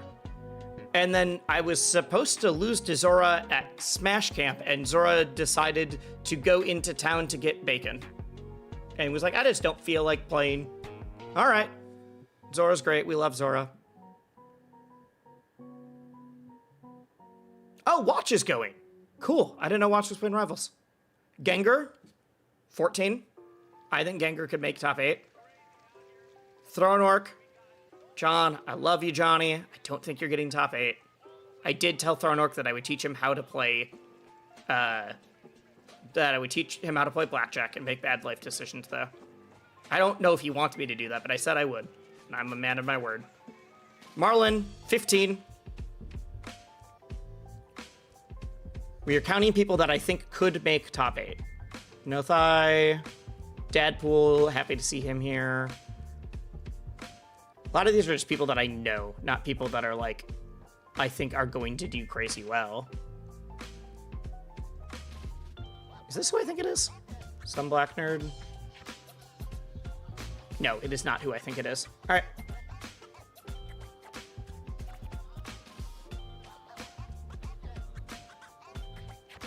One sec. Is this who I think it is? No, and I'm glad it's not. I thought this was somebody that has been banned in Project M and Melee. And I was worried that they snuck in, but it's not them.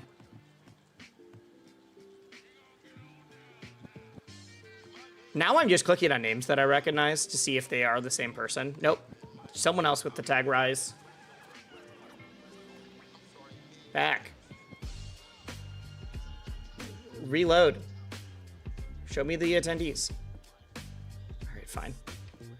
I need to stop clicking on names without pulling up a new tab, because it's going to keep doing that. I think we're on page 4 or 5. Is Leffen playing? Leffen's there, but Leffen's not playing Rivals. Leffen is a like 2 or 3 time world champion at EVO for Strive. Leffen's trying to, and Strive has way more entrants. Leffen's trying to keep that alive. And I think it's also enjoying Fatal Fury a lot. And so both those games have a ton of entrants, and you will make way more money. I get it. All right, we were not on this page. So 4. All right, now back to 5. Okay. Evil Nardwar! Oh my god, I haven't seen Evil Nardwar in forever. Like, on results. Evil Nardwar at one point was the best locks. I don't think I'm going to say is a lock for... I'm not going to go up to 16. I think we're still in 15. If this was demo days, if this was like first month of the game, I would for sure put Nardwar in there though. I think Nardwar could make it, but is a like super dark horse for that. Jordan Man, which is off-brand Josh Man. Speaking of locks, is Nog there? I don't think Nog is there. Oh, cool, AJ. It's someone I know in person. Oh, Kilogram. This is the Kilogram hours that was in my all ranks video. I think. Pictogram? No, it's not. That's a different guy. The Kilogram. Oh wait, no, the Kilogram hours I know plays Rivals 2 and Strive, not Street Fighter 6. I was wrong. There's so many names that as like we're getting less of them, but as I click through, I still see some people. Oh, I need to meet this dude. I've heard that this person plays Rivals. I should meet them. They work for Riot. Or did work for Riot at some point. And I know they're a big like Smash fan as well. Lone Cubone. Ooble! We love Ooble. T. Richard. Okay, we are stuck on right now 15 people that I think could make top 8, which is a lot of people that I think could make top 8. Let's be clear. There's 3 lucks here, or luck or lucky, and none of them are the luck that I've been looking for. Ooble the Goat? Yes. None of them are the Rano luck that I was hoping to see. Nidhogg, the video game Nidhogg is playing.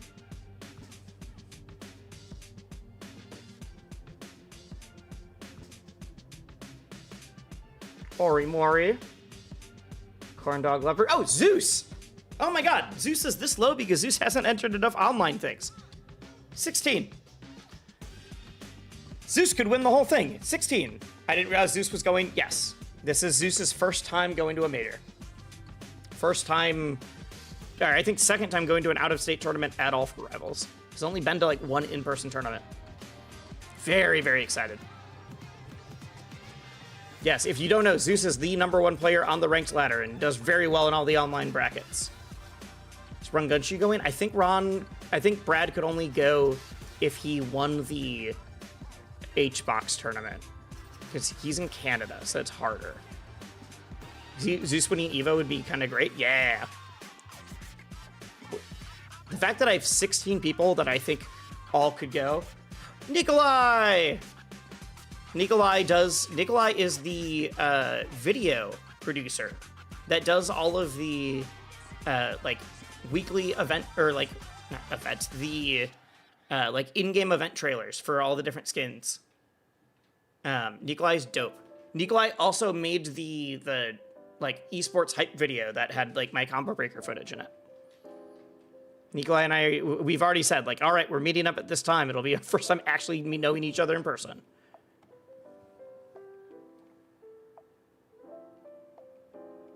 Who else? A lot of dope people. I'm looking for like big Sophie Lowe. Sophie Lowe. Hiding down here. 17. That's 17 people who could make top 8.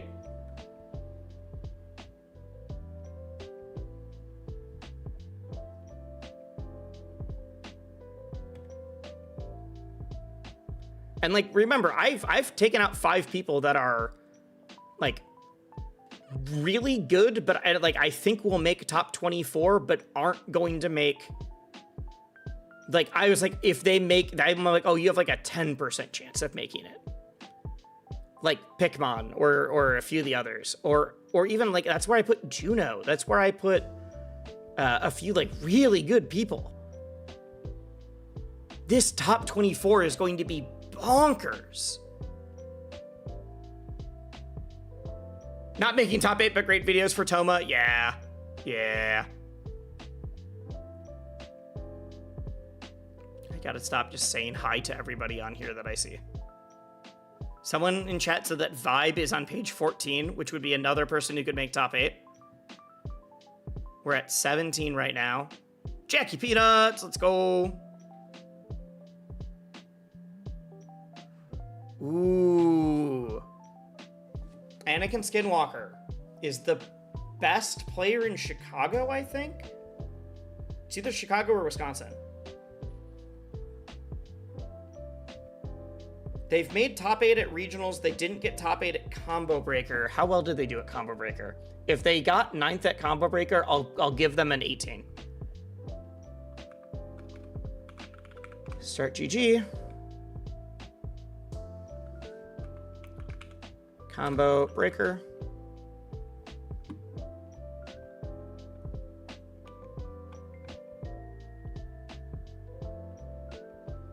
Where is Rivals on here? Rivals of Aether 2. Standings. Gengaring with a top 8 shot? I said so. I said so. Gengar's part of the 17 right now. Yep, that's why I had Dakpo on there. Stro did better than I thought. I didn't put Stro in. I put Hyperflame in. That means I have to put Stro in. All right, we're at 18.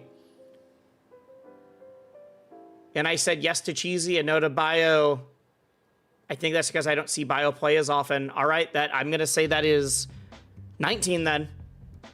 Happy to see you use Firefox. I switched to Firefox this year. Juno, I didn't. I still feel confident in people that got 13th, me saying no. 17th, all right. I'll hold my line. I'll hold my line. I'm putting them as like, again, I'm counting people that I think are not just could make top 8, but I'm like, oh, I would give you like a 50% shot. Even though I now have more people than I can call a 50% shot because we're at 18 or 19. What was the last number I said? What was the last number? I think 18? 19. All right. The problem is people that only play Rivals and haven't entered much in person are going to be way low on here.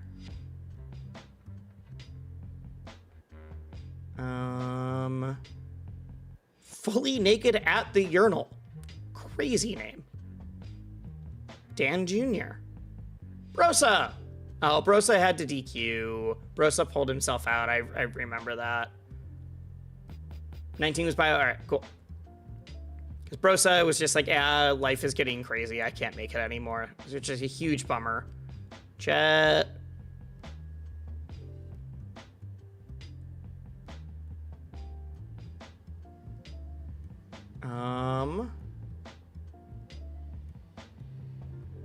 Is this the same Gravy? Is this the PM Gravy? I know that Gravy's been playing. I don't think so. I don't think it is. Carly Slay Jepson's just a great tag.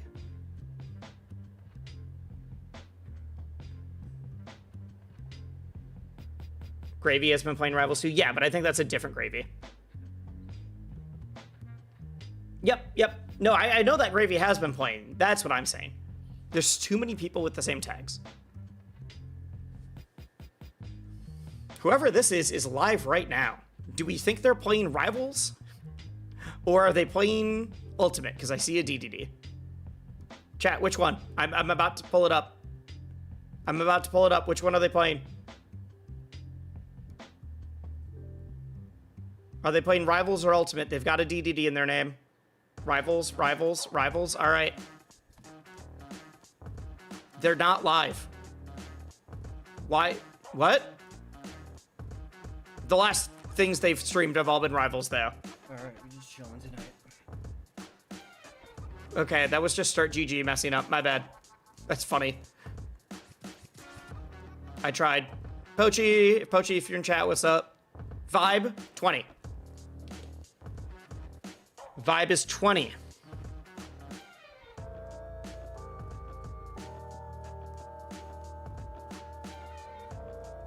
Anybody else? We fell for the secret third option. Wait, Acorn is on this page as well. Wait, am I not? Oh, 15 is the last. Okay. Am I forgetting who Acorn is? Oh, Luke FGC. Has Acorn been doing really well and I'm just blanking? Florida Zetter. I remember the name Acorn. How is Acorn done at top 8 at CEO? Okay. Oh, right. I remember being like, oh, there was a Zetter that I didn't recognize the name of that did really well. Cool. I'm going to pull up their page, actually. Do you think Acorn could make top 8 here? That's the question. Let's look.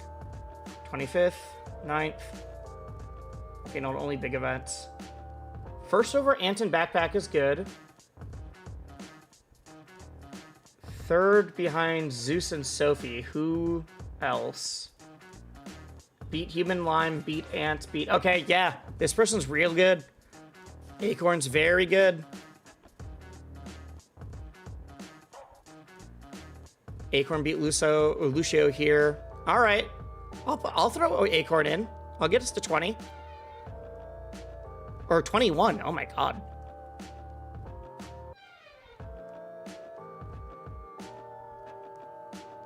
Is there anybody else that I was sleeping on that is like of this skill level? Or do I say fuck it and throw oh my god, who was it again? There's people that were on the first page that I didn't include. Let's go back to EVO.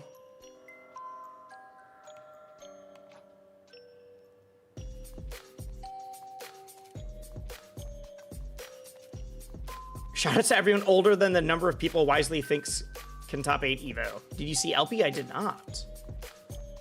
I'm moving to upset someone at EVO. LP is not here. No. What are other names that we didn't see but maybe we missed?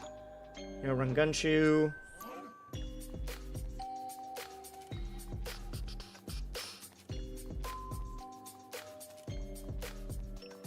I'm scrolling up. So we're at 21 right now. No Boyko? Yeah. No Boyko. Just Tango Boyko. Can you pause stream? I need to use the bathroom. Yeah, sure. All right, chat.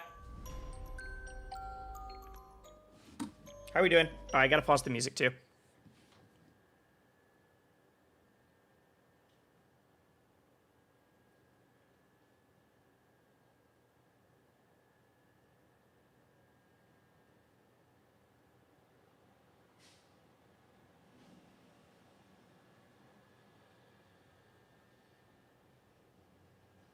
Am I allowed to, like, get water while chats while we're paused? Does that count? I had a viewer ask if I could pause stream because they have to go to the bathroom. No one's done that. You guys could have been asking me to stop the stream at any time for any reason, and I would have listened. This is the content you look forward to in the Wisely stream? Yes. What a time to join Wisely staring at me in silence. Hey. Wolf asked to use the bathroom and said, can you pause stream? Everyone, this is now bathroom break time. Can you unstop the stream because I'm back with water? Were you going to the bathroom? I'm going to get water quick. One sec.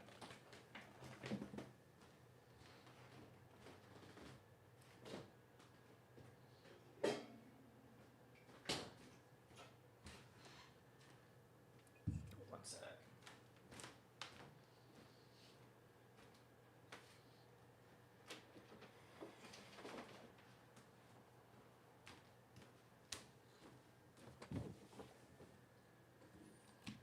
Chair stream, going to the bathroom, streamer gone, everybody panic. They always do. They always do. My numbers have gone up since I've paused the stream.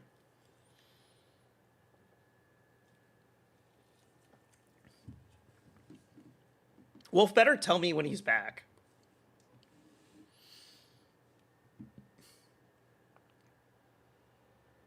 When they're back.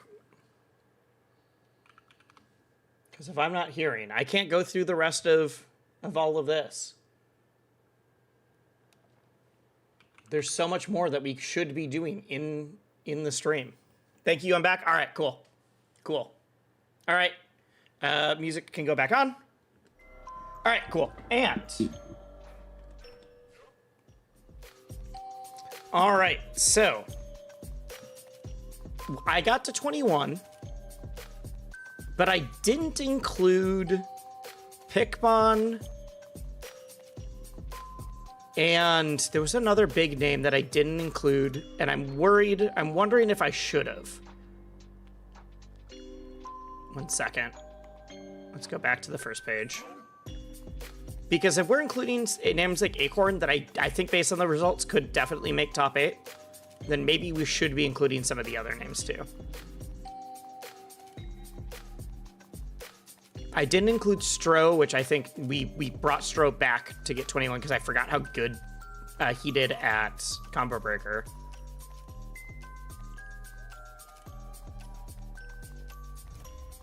Who was it? Why am I fully blanking on the names now? Generous streamer to pause the stream for a chatter to use the bathroom. No one's ever asked before.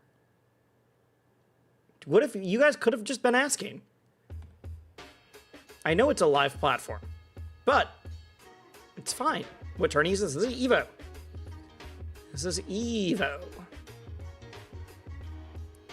And right now we have 21 people that I all think have a solid chance of making top 8. Not like, oh, you've got a 5% chance, Dark Horse. Like, I could easily see making top 8. And the fact that I have 21 is scary. Okay. Pikmon, let's pull up your results. I know you've been underperforming to what I know you can play at lately, so I'm curious if I will put you in or not. I'm upset that all of these lucks are the... How many people with the word luck in their tag are there? 3, and none of them are our friend, the Rano luck. Just luck. Didn't Pikmon get 9th in EVO qualifier? I didn't think so. I thought I saw Pikmon tweet that he, like, super underperformed. How many entrants for Rivals Melee ult? Well, 0 for Melee and ult, because they're not there. 359 for Rivals 2. We are the highest game on the extended lineup. We are 20 away from the lowest game on the main lineup. Alt 2, yeah, EVO is owned by Sony. EVO is owned by Sony, and ever since then, Nintendo will absolutely not play ball. You will never have a Smash game at EVO again. Although I doubt it, I hope Apology Man surprises us all and make top 8. You know what? We're pulling Apology Man back up. My new goal for EVO is to do some form of content with Apology Man. He doesn't know me. He doesn't know that this is the plan. But I think doing a crossover thing with Apology Man would be so funny. I love Apology Man. All right. Oh, the other one I didn't include in making a top 8 was Juno. So I thought that Juno's results have been low lately, but then I saw like 9th at a bunch of stuff. Juno, FPZ were both it was Pikmon, Juno, and FPZ were the 3 that I was like, my heart says that you can make it, but my brain doesn't. So I'm pulling it up, and we're going to do our due diligence here. Is there anybody else that was in that category that I forgot? No, I don't think so. All right. Pikmon, how have you done recently? No, not view more. Just pull me up your page. All right. Pikmon's also the #1 player to play with Project M as on their clothing or on their tag, which is always funny because commentary is not allowed to mention it, but we always appreciate it. We always appreciate it. Okay. Results. recent. Let's filter it for just Rivals 2, or else we're going to see a lot of...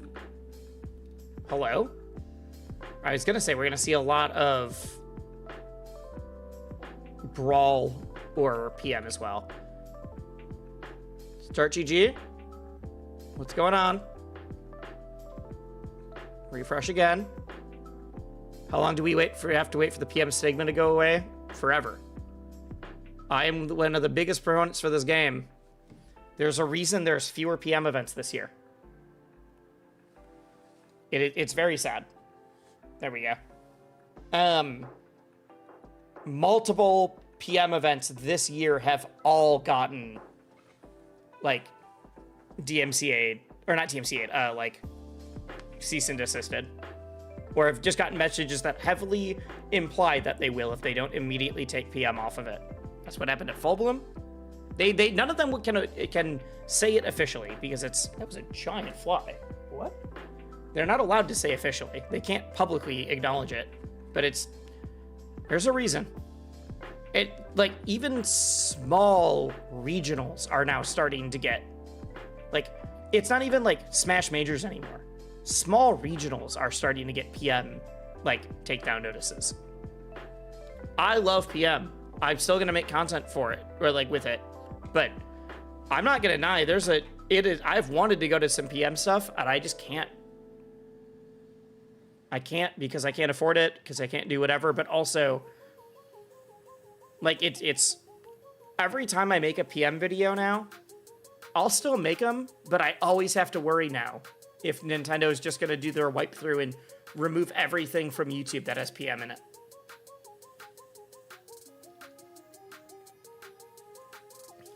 Because I don't want a chance of I'll remove a video if I have to. If they're like, hey, you got 3 strikes immediately because of this, your channel's down. You don't have a channel anymore. That's the kind of stuff that makes me super nervous.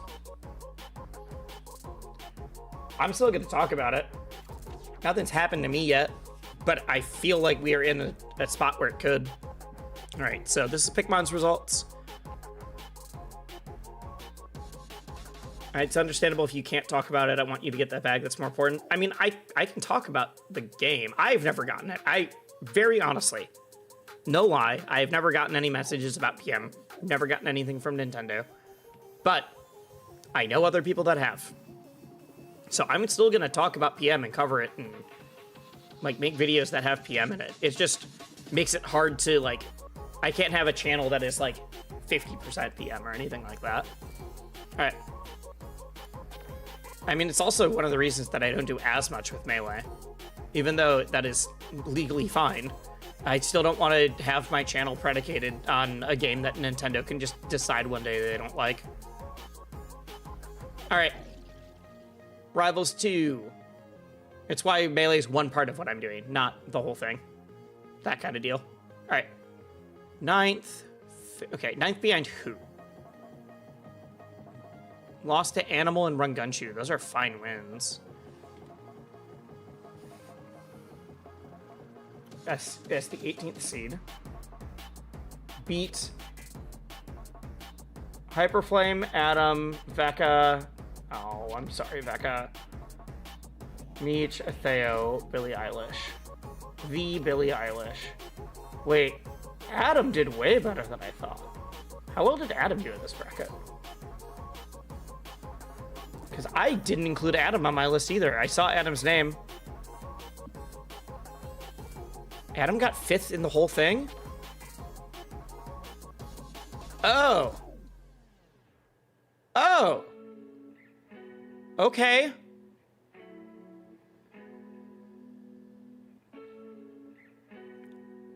How? I mean, good for you, but damn. Beat Zeus, Elkies, Bio, Ham, Barking Frog. Okay, fine. Adam, you get to go on the list now. You get to go on the list now. Dakpo, which makes you really happy since you got a win on. We love when someone that you get a win on also then gets a win on a bunch of other people. Or when someone that beats you and you lose really early goes super deep through the rest of bracket. Yeah, I didn't watch the HBox one. What are your other results? 3-2 with Sophie. Lost to Human Lime.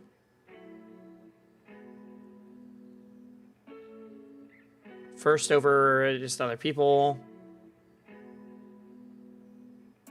25th, losing to St. Pat, who's in chat right now. All right. So, St. Pat, you have given Adam his worst results in a very long time. All right, I think I have to include Adam. Also, I remember seeing Piggy G down there, too. They might be someone that I've been sleeping on.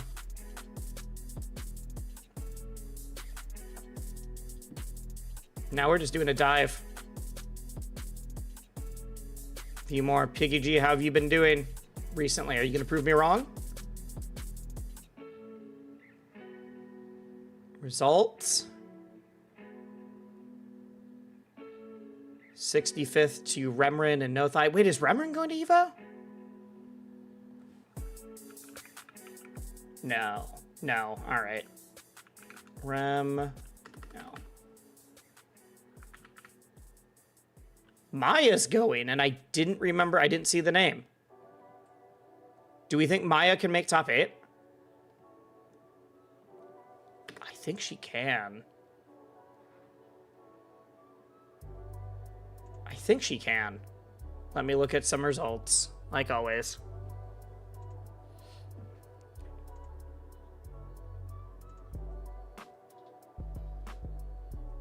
Yeah, no, I think Maya will make top 24 for sure. That's why I'm cutting this to top 8 for people. Beat Genger. I'm cutting it to top 8 for people. Because I'm already at 21 people that I think can make top 8. So now if I get to 24 people that I think can make top 8, and then I have to also include people that I think can make top 24. Oh my god. 13th at Gommel. I'll throw Maya in there. So 22.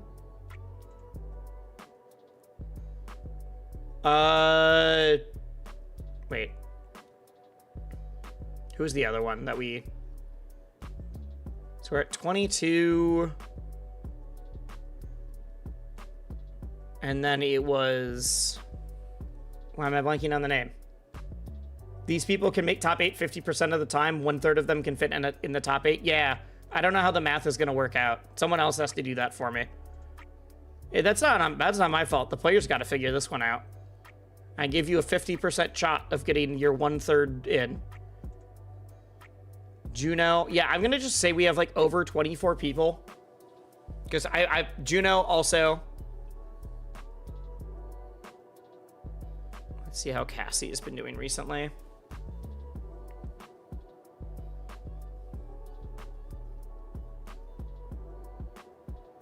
Beat Waterman, beat Luca. No, these are all pretty small.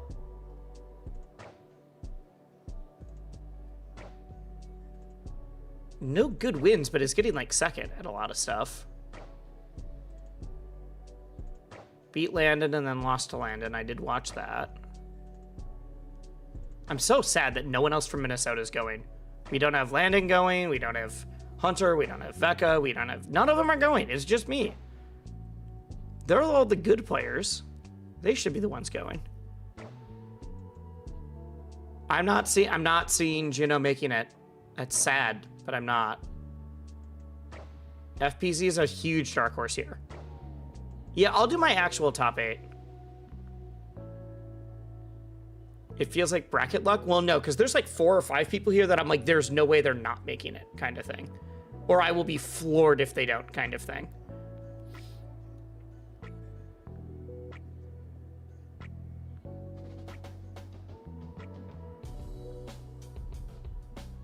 Um, 65th, lost to Pokey and Ron. First over Raven King, which is a big... Raven King and Frosty, that's big. FPZ beat Derai, that's big.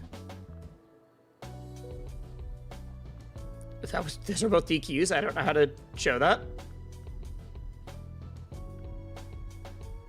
Upsets happen in all games. Yes, they do. All right. Anyways, okay. We've narrowed it down. Let's see who's going to actually make my predictions. Okay, Plup, for sure. I think Plup might win. Spargo, for sure. Sandstorm, maybe. B-Bats.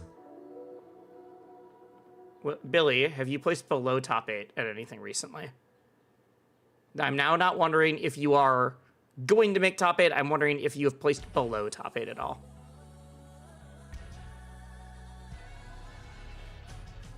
First, DQ'd. We don't count those. First. These are all fusion, but they're fusion over like Solar Beam and Hampolo and Nard and very good players. That's HDR. DQ'd. First.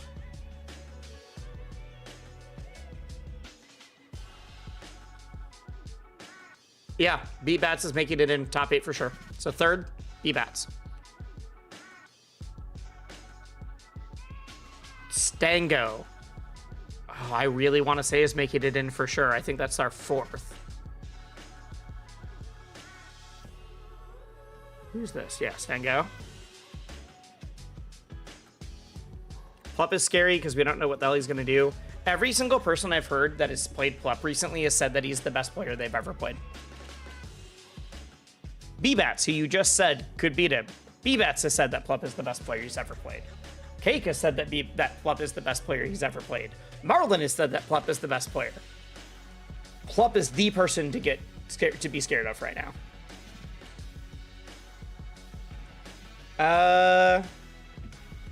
Can I ask you an honest question? It's seriously something I think about often. Why take sponsorship money or your own wallet if not sponsored? Go to a national and then DQ. I mean, could be health issues, things like that.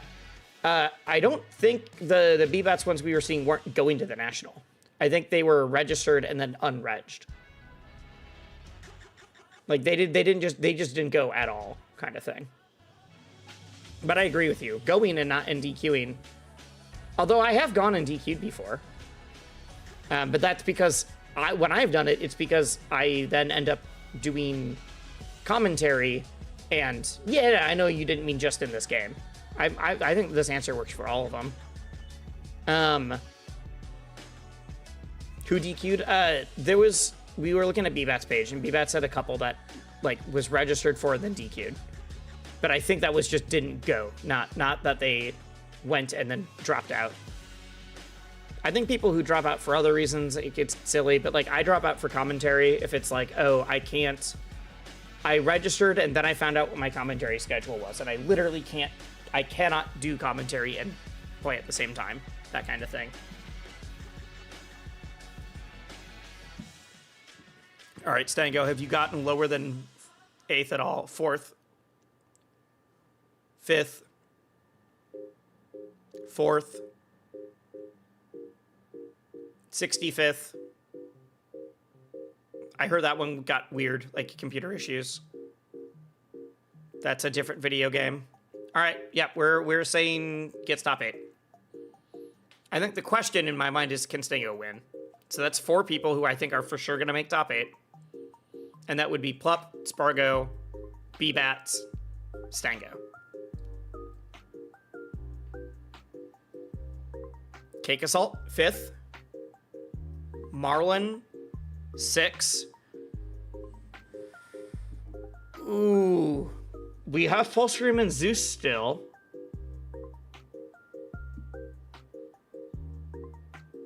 My heart says Elkies and Cheesy, but I think they're too hit or miss. I think this Wisely dude can make a big run. ZB's the same thing. ZB, I think ZB might be my 8th on here.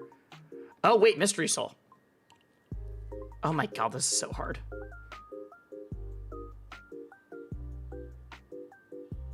This is so hard. You brought this up in the Fizzyvax? Ooh, I need to hit him up again. I need to sneeze up. I was considering doing some like stuff. I think I think doing a chat. So if you guys know what Frizzy Brax is, it is a weird slang. Fizzy Brax stands for fantasy brackets.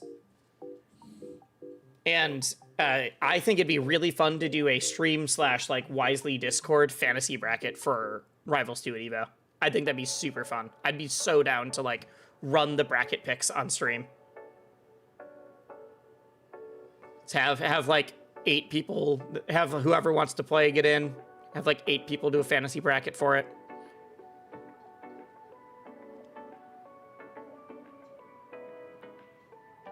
Is there any names I'm forgetting? How Mystery Soul didn't enter for a bit. How has Mystery Soul been doing recently? $10 to enter a pool. Oh, I just meant free. I didn't know that it was a paid thing. I just wanted to do a free one with my chat. I didn't know there was a paid version. Or is it always paid?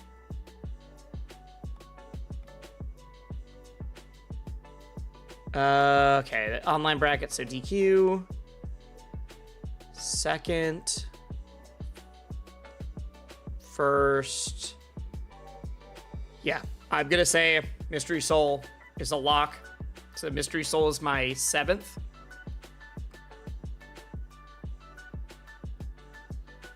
Who's my 8th? I think it's Full Streamer ZB.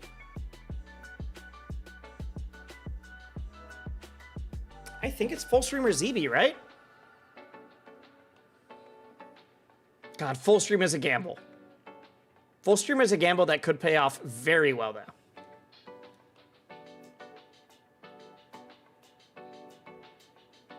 Full Stream, don't enter. Shit.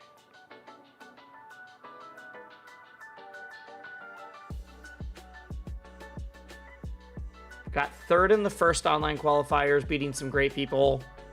1st, and then 9th at Genesis in February. 5th at Champ of the Beta. Like, how did this play out? How did you get 25th? Who did you lose to? It's also online. Lost to Remrin, who I would put in making top 20, Lost to Remrin in losers? Oh, PK! Dang, okay. Let's go, PK. Wait, PK, are you going? I met PK at Genesis. PK's dope. No! I love PK. All right.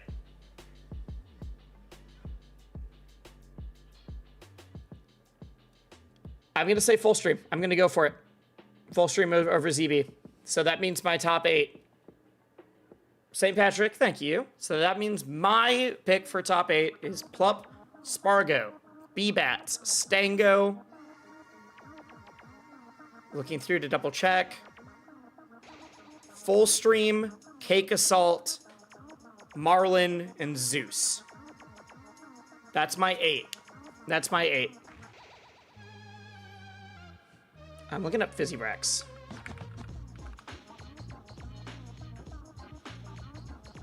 To run one of these. Fizzy Brax will always be free to use. Oh, it is free. Okay. You guys just enter anyways for the $10. If I'm doing this with my stream, I'm gonna, oh god, nope, night mode. If I'm doing this with my stream, I would be doing it I would for sure be doing it in, like, free to enter. Maybe I'd make it so that only subs can join. Good top 8. Dude, the top 24 is gonna be free to use, not free to enter fantasy. But can you make it free to enter is what I'm saying? I assume you can make it free to enter.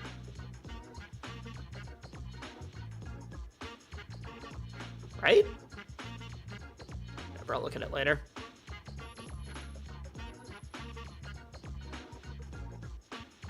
But yeah, I wanna do this. I think instead of paid, I would just make it so that it's like if you're a Twitch sub or a YouTube member, that I think you can do it. I think that's fine. Dope. All right. Oh, final thing we got to do. There's so EVO attendees, 359. Got to do some math. Let's switch this to display capture.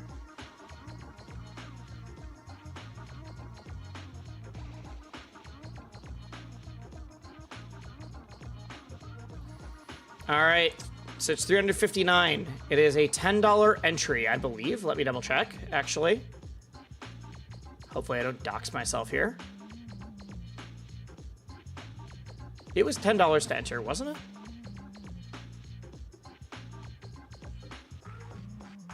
I'm seeing what the prize pool for Rivals 2 is going to be.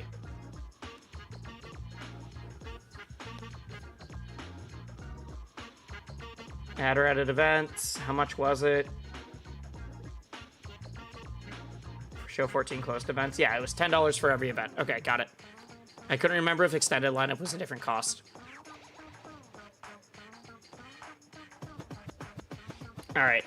Yep, I'm doing this, and then I'm pulling up the EVO skin. So 359 times 10. So just from players, it's $3,590. But there's also the EVO skin. EVO in the level 1 shop. That is at 13,023. So plus 13,020. I did that wrong. I hit the button at the wrong time. Oh no. Go back. 359 times 10 plus 13,023 equals $16,613 for the prize pool of Rivals 6. Rivals 6, I combined Street Fighter 6 and Rivals 2. $16,613 is the prize pool for Rivals 2 at EVO. I have one more thing to check, which is... it's probably on the EVO website, actually, not on here. I'm looking for their rules. Event rules. Yeah, it's on the website. Rivals 6 confirmed POG. That's top 8 payout. That's what I'm looking up. That's what I'm looking up. I think EVO only pays out to top 8. Oh, got it. Why is it? Oh, it's because I'm zoomed super far in from when we were reading it before. Coaching, whatever. Tournament rules.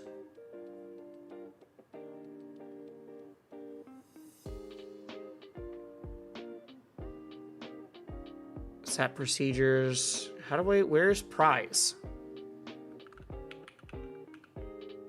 Okay.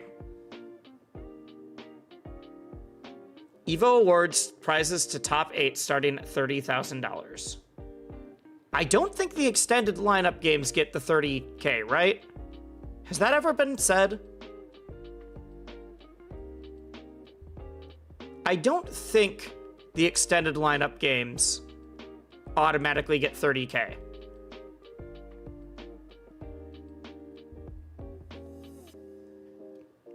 EVO awards cash prizes to the top 8 places starting at $30,000.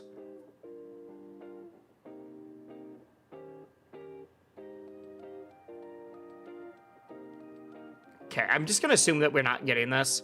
I will use this as the split. 40, 20, 15, 10, 6, 6, 1.5, 1.5. Individual games may receive extended breakouts, whatever. I'll look that up later. I think that's important for us to know, actually. I think that is important for us to know. So the winner, if it's 16,300 or 16,613, the winner will make 6,645. Loser will get 3,322 for second, and then it goes all the way down to 1.5. I'm really curious. What happens if you get 7th at EVO? Times 0.015. $249. All right, that'll cover your flight, maybe. For an extended lineup indie game, I'm dope. That's down. That's down. I'm down. That's dope. That's what I was trying to say.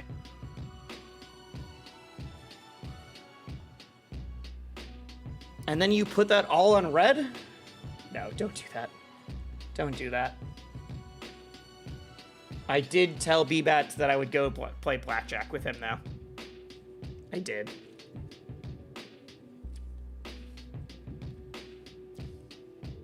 And unfortunately, I am actually doing really well lifetime in blackjack.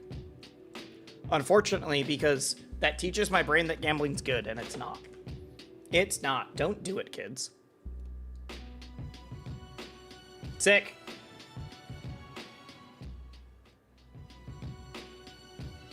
Yeah, there was an EVO where 2 years ago, I got stuck at EVO because my flight was canceled. And so I was just, and most of my friends started to leave. I was literally stuck there for an extra, like, over 24 hours. I think it was 36.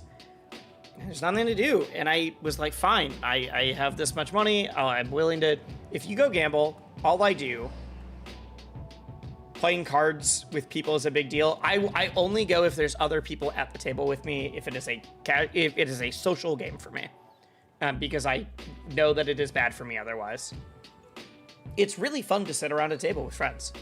It just straight up. But it's also not good. It's bad for your brain. It's not, gambling is not a thing that I want to promote, but it's fun. I always start with, like, here's how much money I'm willing to lose. And that is my, like, what I spent on entertainment for the weekend. And I usually start with a pretty small amount because I'm not willing to lose much. It'll be like, all right, I'm willing to lose $150 because I'm at Vegas. It is the thing to do. If I lose that, that was just my money to have fun around the table. They get bigger tips. Yep, exactly. They'll tell you exactly what to play if you ask. I started with $150 and I made over $2,000, which is insane. It was strictly bad for me. Yes, I made a lot of money.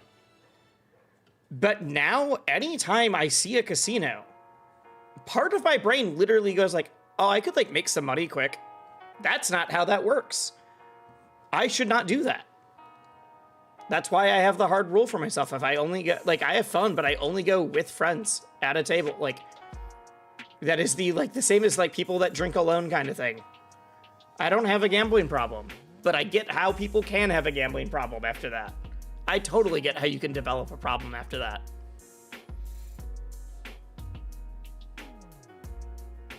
It's one of the things they say is that actually, like, being really successful your first time gambling is one of the worst things for your brain. It wasn't my first time, but, you know, that idea.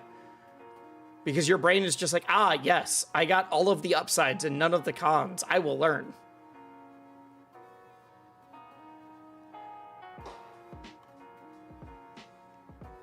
All right. All right, guys. I want to play some video games. I want to play some games. We down for some rivals? We down for some rivals? I have done everything on stream that I wanted to do before this. We did the episode. We talked about EVO.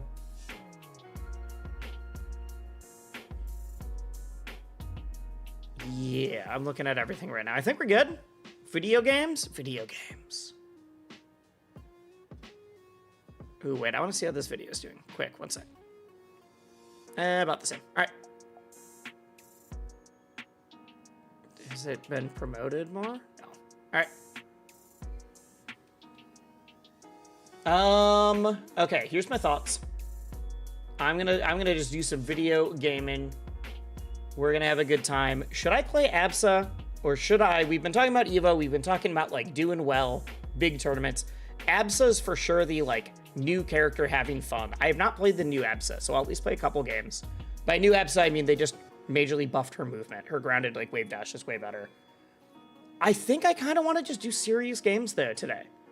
Instead of learning a new character, I think I kind of want to just play Maple and see how high I can get on ranked right now. Like that kind of games. I could also see playing ABSA being really fun. I usually don't stream my, like, I'm just trying to be good at the game right now stuff. That's almost all off stream for me usually.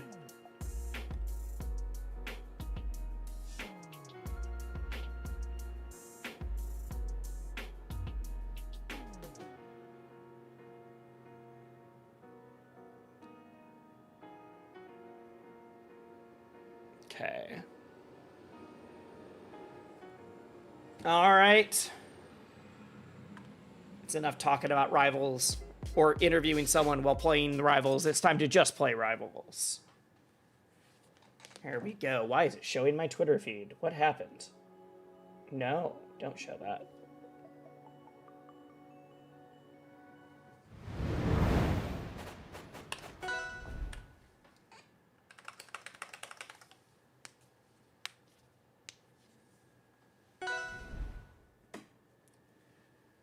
All right. All right.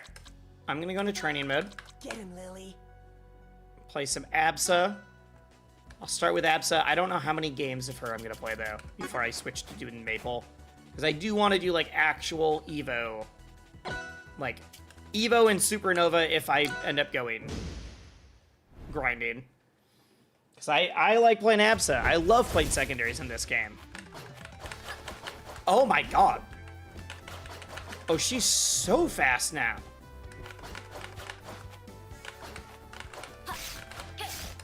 What? All right. That's crazy. All right. We'll start with Absa Gaming. We'll see how it goes. If it's going well, Switch, what's up? Wait, oh my god. Switch, we were just looking at all the EVO stuff. Are you going? All of the players are out for EVO right now. I don't think...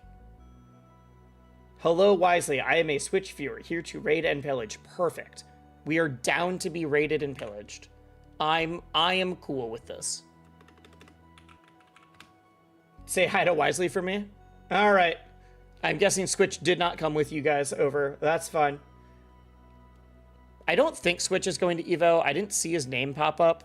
But now I'm curious because the search function is... people are just in weird spots. So now I'm looking up attendees quick. How are we doing, gamer? We're doing well. We did an episode of Stock Exchange. Filmed that with Coach Zeke. Talked about all the EVO numbers, both for all the different games. And... like all of the different games, as well as like Rivals specifically. Went over like the prize pool, all that kind of stuff. No, Switch is not going to be at EVO. All right, no Kyle. I was hoping to hang out with Kyle. And we have finally got to the end of all the planned stuff. So I'm literally just starting to play some video games. I have not been playing video games except for in the show that I did, but that's secondary to the interview. Do you think they're going to do any releases or announcements? I'd be really surprised if they don't. I think we're for sure getting a character announcement. I assume you mean for Rivals specifically. But we're also just going to get a lot of announcements for a ton of other games. I'd be really surprised if we don't see anything for Marvel Tokon, because that game is owned by Sony, and Sony owns EVO. Now that we know that game exists, we know that, like, Sagat and a bunch of, like, new characters from other games are going to be playable on the EVO floor. We know all of that stuff. Like, there's going to be a ton of game announcements. I just don't know about EVO specifically.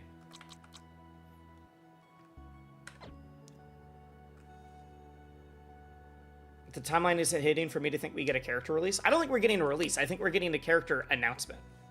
Because it's been about 3 months since we found out that Absa was going to come out. And it's seasonal. But EVO is big enough that I predict that we're going to get more than just a character announcement. I think we'd get an announcement and maybe something else. That's what I'm hoping. Do you have any leaks for us? No, I don't. All right, I'm down to... We can keep asking questions, talking. I'm not as good as Switch, so I look at chat more.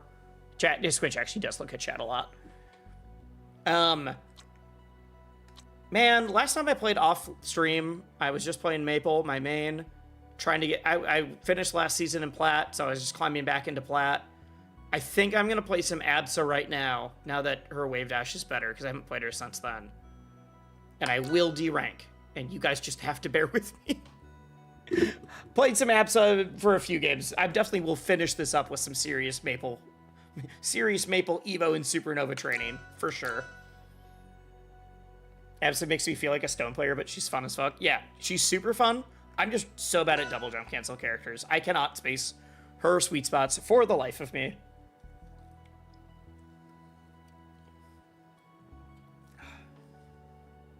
They added Wisely to the roster. I'm already in the game. I'm already in the game. We love Maple. We do love Maple. Six Step, thank you for the follow. I almost went and just clicked on Maple anyways. But I'm trying to get every character to level 50. So Abs is the current one. And one of my rules is that when I get characters to level 50, I have to do it in ranked mode. For just the only reason that I'm masochistic and it makes for a more entertaining stream. If I was not a content creator, absolutely no way I'd be doing this in ranked mode. But here we are. Oh, God, I don't know. Because even if I wasn't a content creator, if I was only doing commentary, I still would probably go, like, get every character to 50, because that's the bigger reason. I'm trying to get it for, like, commentary knowledge. But also, I still could do that in casual play. Oh, God, I can't DI that down. All right.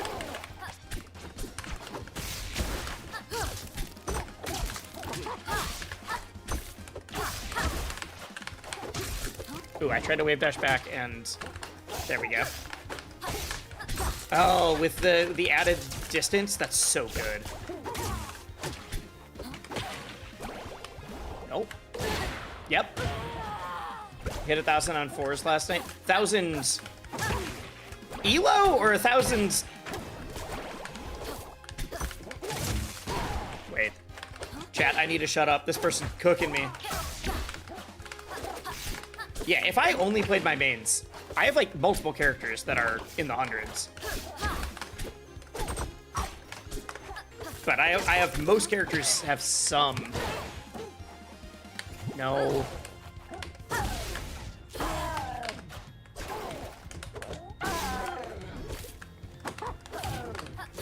There we go. Oh, that's 2 sweet spot attempts in the row. Who is he?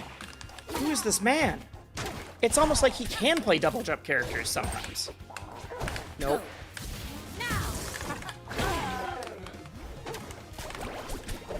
It's less masochistic. It's not because I start with my mains ranked. So I spend the first part of learning every character just hard D ranking, unless they click instantly for me.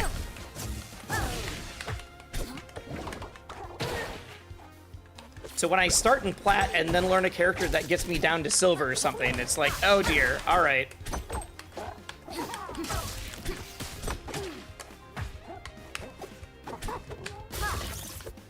After D ranking, you should have a better time? Yeah, but I could just play in casual mode.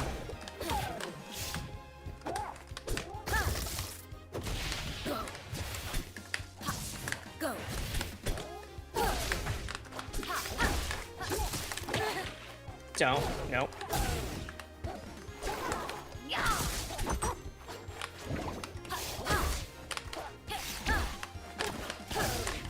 Literally just the movement buff, I feel like I'm playing this character so much better. And I don't know how much of that is placebo effect, but we'll take it. I'm also finally hitting all my sweet spots. I was the king at dropping every sweet spot because I would try to do them too early because I'd basically be trying to like hit with like just the edge of whatever my attack was, the way you do with most characters. But that's not what the sweet spot is. Go.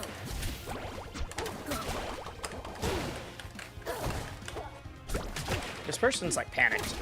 You can tell they're moving real fast and jittery now. That could still beat me. I tend to lose to like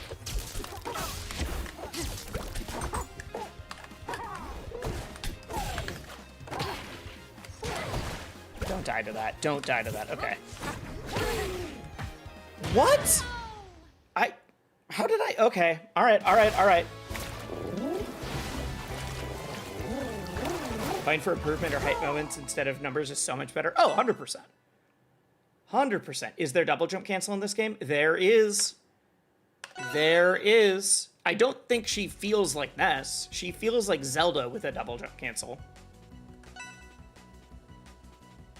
I'm bad at double jump cancel.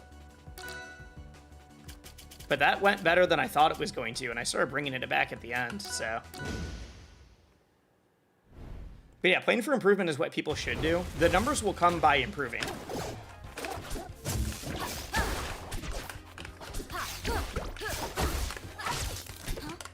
Oh, I'm just getting, like, raw grabbed a lot. No.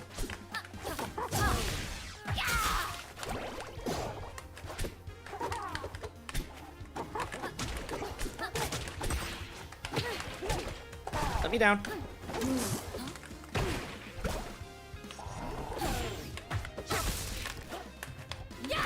Yeah, I know that, Astastic, the PM player, people kept telling him to try Absa, and then he did, and he's like, this doesn't feel like Ness at all. I'm like, I don't know why anybody told you it felt like Ness. It's just double jump.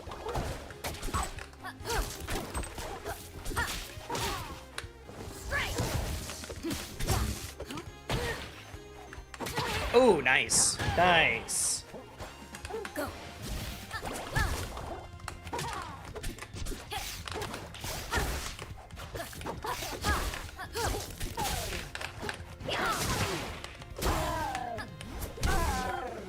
Don't tie off the top yet. All right. Go. Oh, you just held out on back throw. Okay. That is not Ness back throw. That is not a real kill move, but it is good.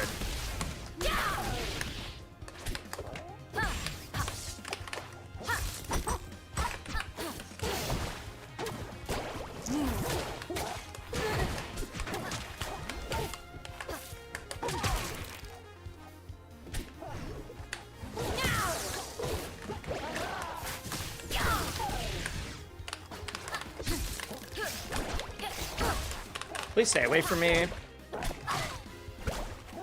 I thought they were gonna try to grab me. I DI'd it really poorly. Yep. Alright. Nair straight Mewtwo. It's not quite the same because there's no, like, float to go along with it. So, like, the uses of it are a little different, but effectively.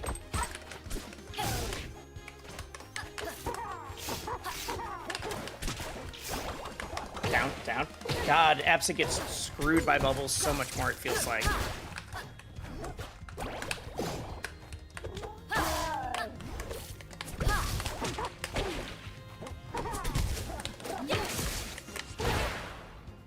Yeah, alright. Alright. Oh, I think I'm gonna keep playing Absa for a bit. She feels real fun right now. But if you could hold A to do Mewtwo-style Nair float, no. No. No. This character's already good. She's just hard. We don't need to give her more tools. Please.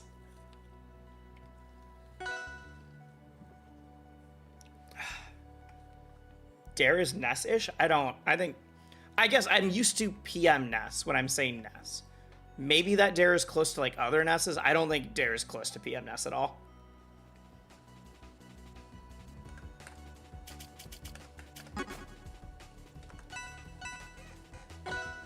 But no, we need to stop giving the devs evil ideas for making broken characters. We already will be getting Palm. Palm will exist someday. We already will be getting Peach Mewtwo. I don't need Peach Mewtwo and Zelda.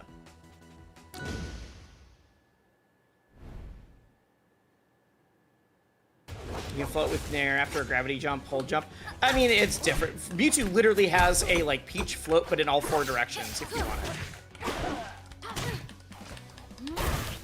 Oh, I tried to CC that. Oh my god, what? Calm down. All right.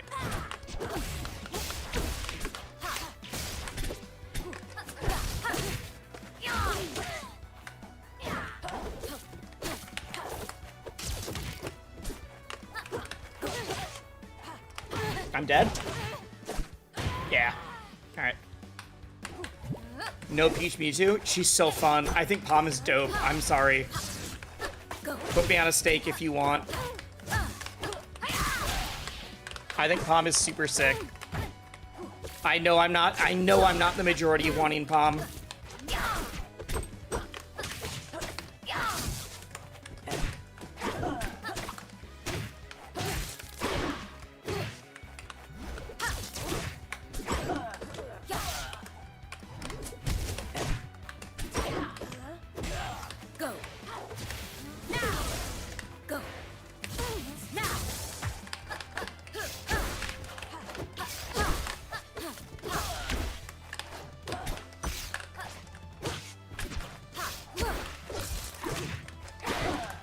I know what I can do. I know how I can start beating this.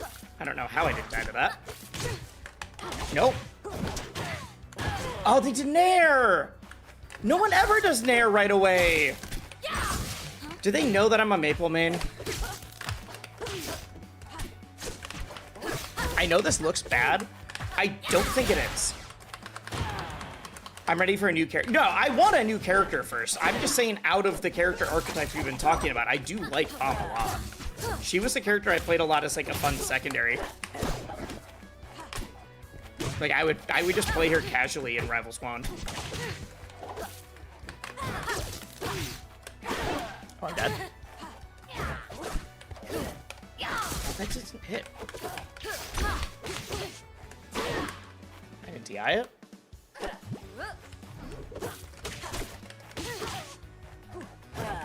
I feel like Maple does really well as a Maple main. I feel like Maple does really well into this character, and I now feel vindicated in thinking so.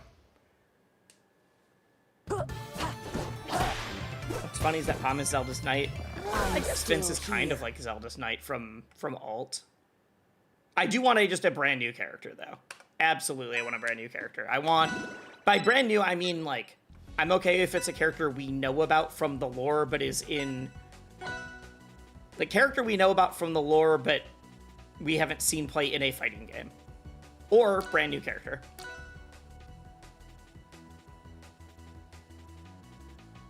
Master Kai, Slade, Artemis. There's a bunch of good ones that I think would be real fun. Or brand new. I'm an Absa main, and Maple feels so painful to play against. I'm a Maple main, and Absa feels... I have lost Absas, but...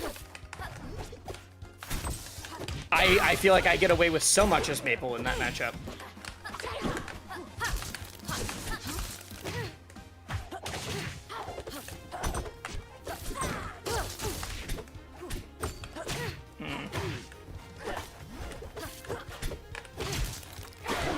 Because Absa doesn't get down fast enough that you get like easy wraps.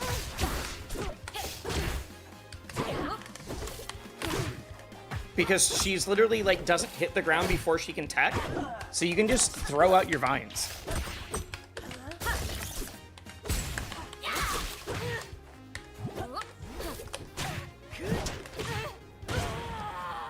Okay, I gotta do the other DI now. The one that will kill me if they up air.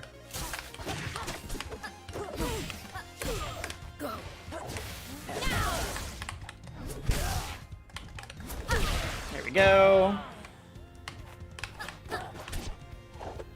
Had it on stream, or what? Had what on stream?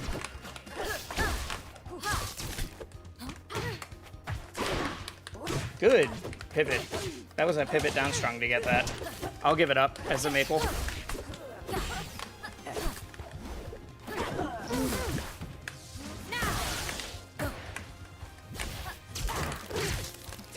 See, I didn't even land so that I could tech to get away from that.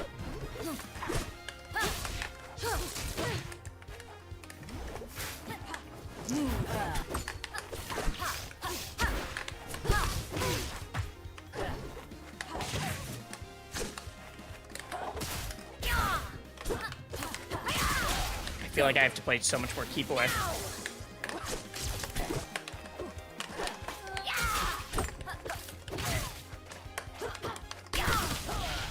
We can do it, though. Oh, I thought that would hit.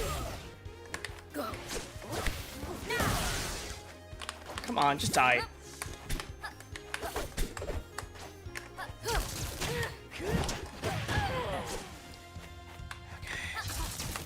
I keep holding up.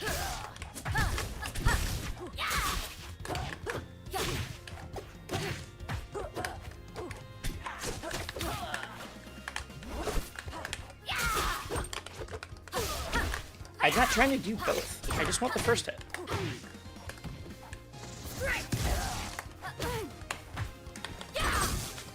Nope.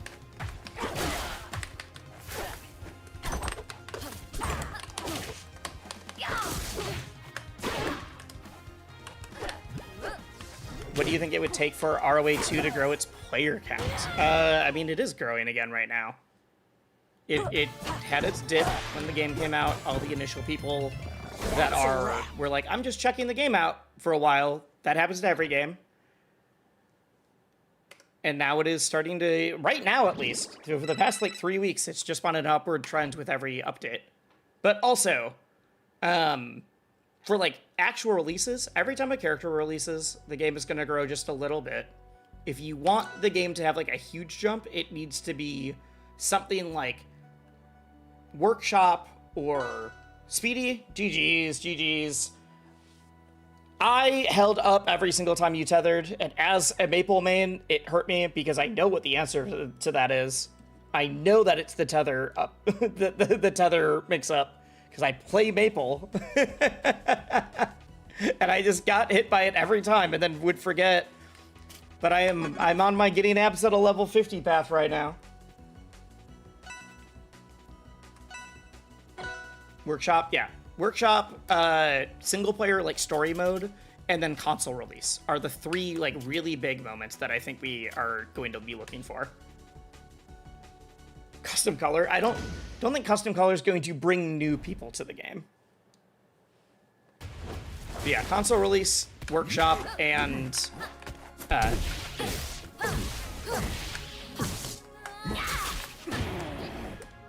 oh my god, look at their pig.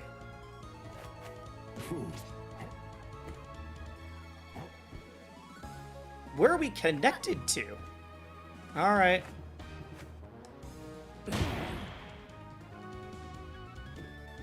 I've never seen ping like that. I saw Absa and I was like, thank goodness. You literally were like the third person I've played. I was doing other stuff on stream earlier, and it was a, like, right before you, I was like, guys, should I be doing more Absa? Or, like, I'm going to EVO and maybe a Supernova. Maybe I'll play some serious ones. And I literally was like, I'll do some Absa and then I'll switch to serious ones. And then I got hit by that. I don't have the real one. Why does that one just say I went to Genesis? Ronald would save the game? Unfortunately, yes. Not that the game needs saving, but the Rivals devs have been very clear that Workshop and like how popular that was is the reason that Rivals 2 was able to come out. Love your videos, so glad we got to play. Hopefully I'll run into you with my main later, but thank you. Thank you, that really does mean a lot.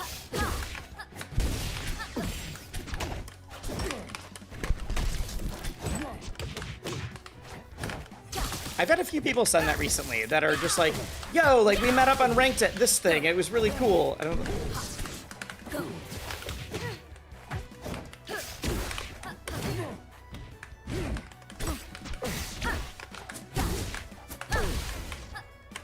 Jumped?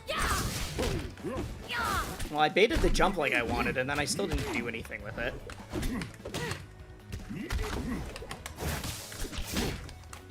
Yeah, I'm dead. I'm dead.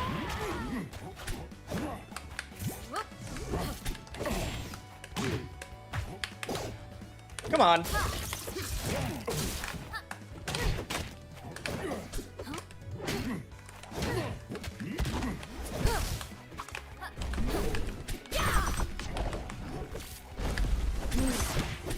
I don't understand. I need to look at what the hitboxes actually are for that move. Okay, I thought this person was going to be a lot harder to play than they are. Maybe it's the ping. But I feel like I'm keeping up, and my Absa is definitely not plat ready. Oh, I missed my jump.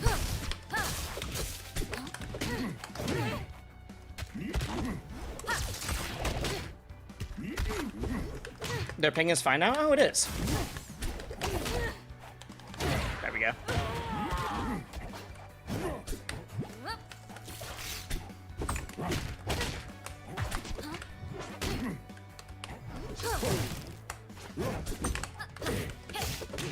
My ABSA's, though, is significantly better now that I can actually sweet spot stuff. So whatever change or thing I did the wrong thing. I tried to do a maple movement thing. I just autopiloted so hard.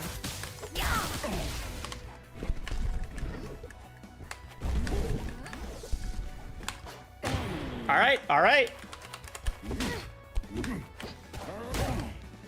Don't die, idiot. This character can. She's the lightest character in the game.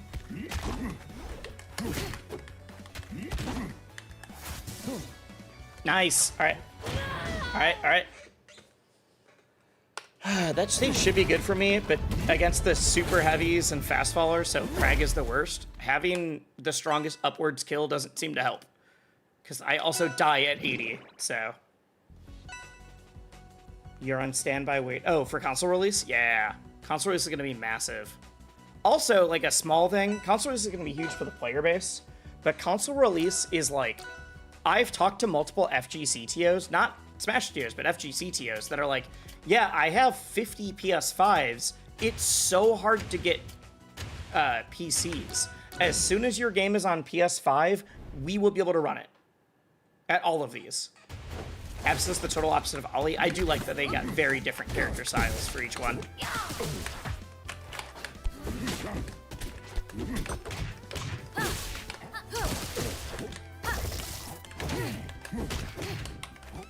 Oh god, let me land.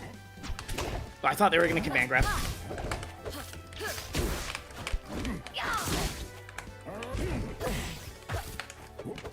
Up throw into... That should have hit, I just missed space.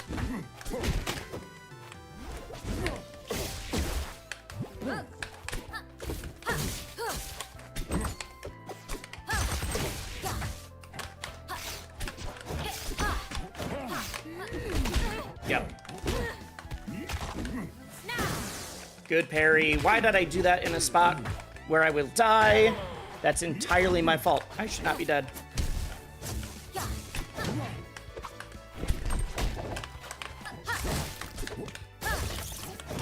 I'm gonna start just using regular pummel.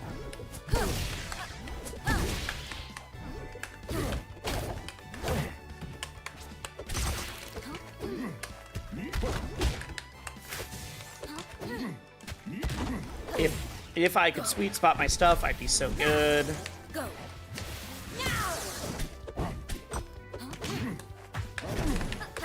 There we go. There we go, there we go, there we go.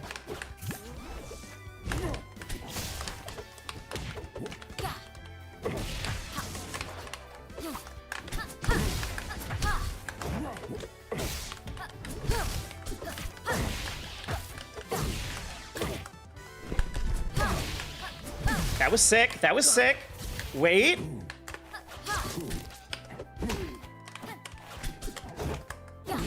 Go. Now.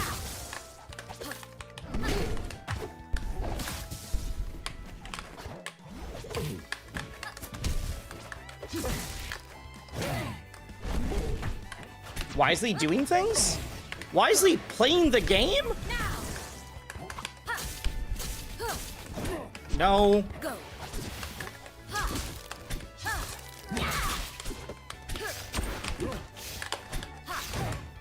Okay. Yes. Yep.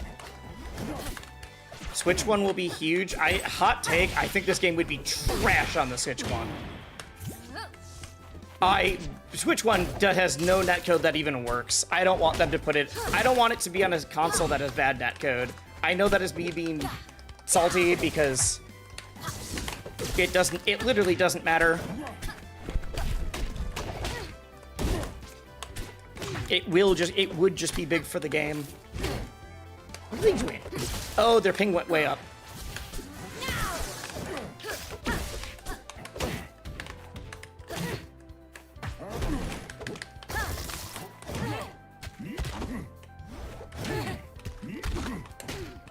dead? I'm dead! All right. I jump right into it. Considering my Abso was in bronze, or not bronze, silver 3 days ago, I think I'm playing pretty good right now.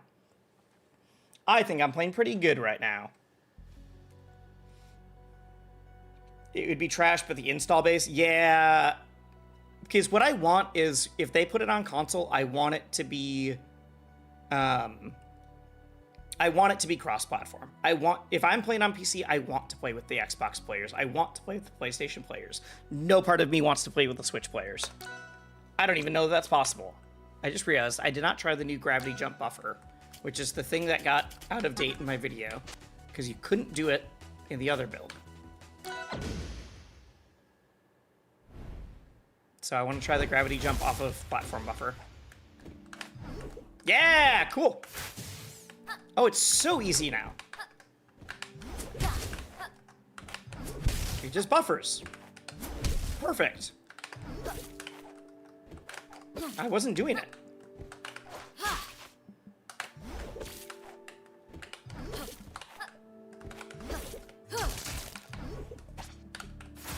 That was in the recent update. They made it so you can, because this is how the gravity jump buffer works in Rivals 1. You can buffer it by pushing down and then holding the jump button, dropping through a plat. Absa's so hard to play. Yes, I think this character, there's a reason that there's a lot of dedicated Absa mains and very few like, oh, I have an Absa secondary people after like the first couple months. But she's a character that people love and that is fun. Like, undeniably very fun character. Can be very frustrating, but that's fine. Every character can be. I don't know what I don't want to play in the mirror. If you up behind a ledge and then up, you can act afterwards. I'm really bad at sweet spotting the ledge with this character.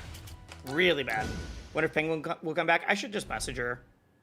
I'm sure a lot of people have, though. I'm gonna guess not. I don't think her heart was in it as much as we want her to be.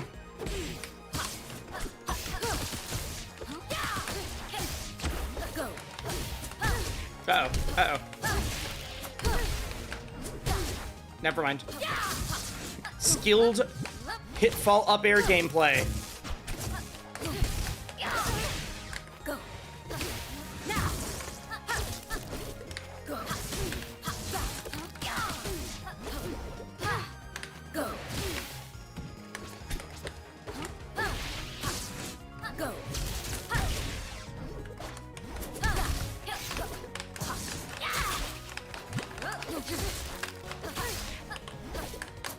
There we go. That felt sick. That felt sick. Okay, you want to pick up Raster as secondary. I think Raster is more similar than you'd think to a lot of characters, but also, I thought I DI'd that well. But Raster's just weird for everybody. It's not just Forsberg that he feels different to.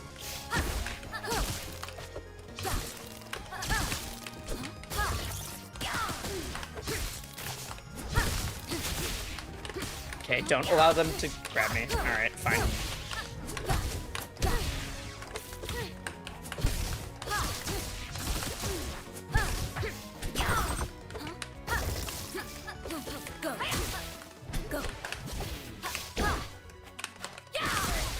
Oh, I thought they were way higher percent for some reason. I need to stop doing the second one. I just want the first hitbox.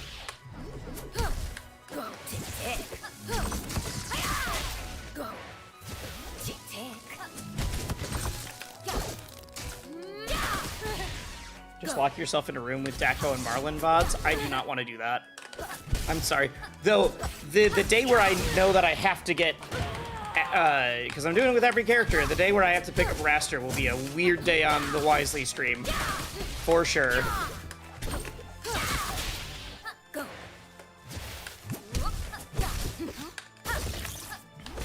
I need to stop doing special pummel. He gets people at first.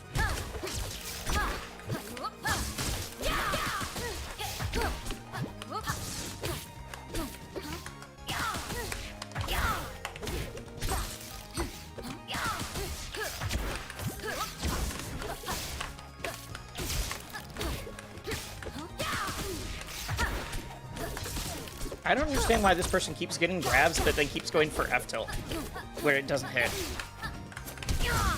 Go. Go. Now. Now. Go. Now. Go. Go. Tick. Now. There we go. Easy. Yeah. Easy. There we go. What's Epsa's best option out of shield? I actually don't know what her fast is. I assume it's jab. Overrated.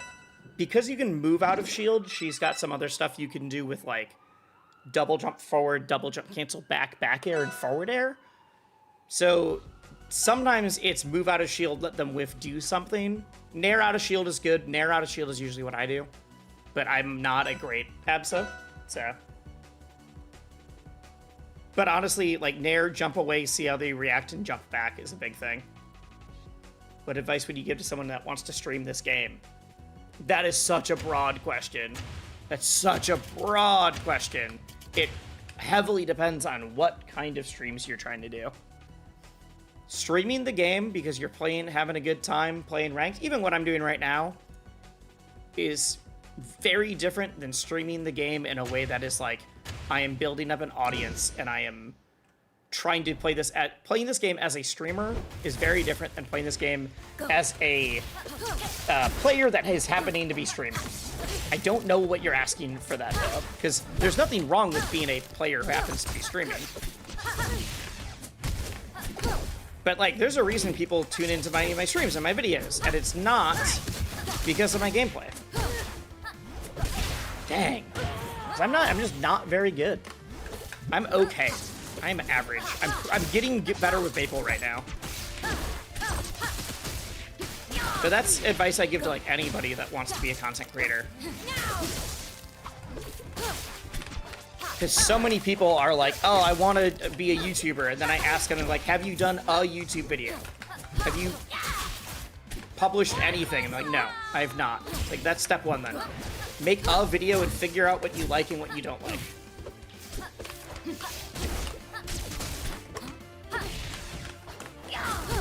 But like I said, big difference in streaming of I'm trying to play this game. I've never done this before. I've never put the backpack on purpose. Yeah. Ooh, good forward air there. Don't put yourself down. I'm not putting myself down. I'm in plat. I know where that is in the skills.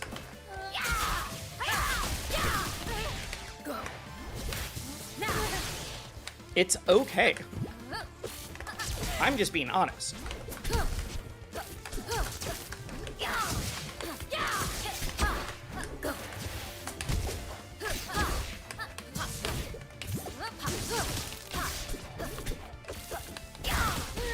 Okay.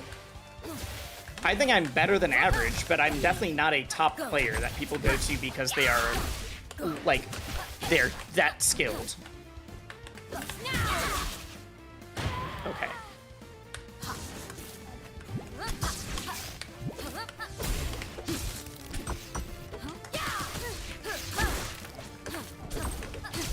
Oh, dang. Let's go down. Nope. Go. Go, go. I thought they were gonna do a move.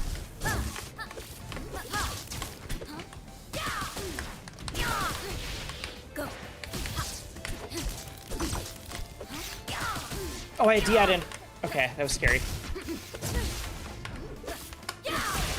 I thought I hit that one down air. Honestly, I'm okay with that. I'm okay with that. Love your recent video, probably my favorite video of yours. I think it might be my favorite video too. Maybe like some of the like bigger production videos I've had, but I think it's my favorite as far as like figuring out what I want to do with storytelling and like using stream footage to make another video, that kind of thing. I think it might be my favorite video, at least in the last like 6 months. Because a lot of the like guides or things are just like, I'm making it because it's a thing I want to make for sure, but it's Like, I just gotta make one for every character kind of thing. Whereas that one is like, ooh, I have a cool idea and I want to do this. Float around 1,200. Your goal is to hit diamond. And I'm gonna go to a major. Nice. I was in plat last season.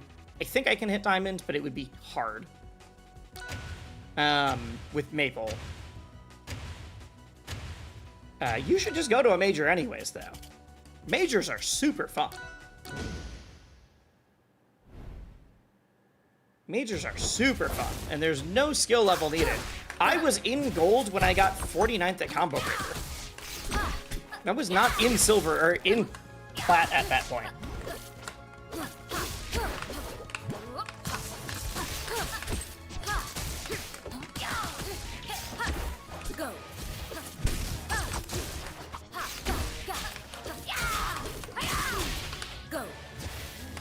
Oh, right.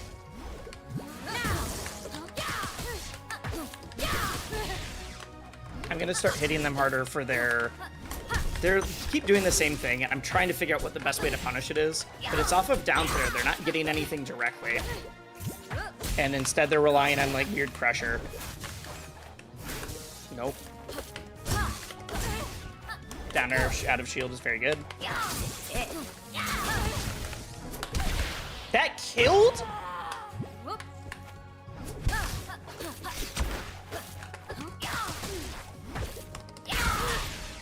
Go. Now. Go. Oh, I D-out the wrong way. Oh my god.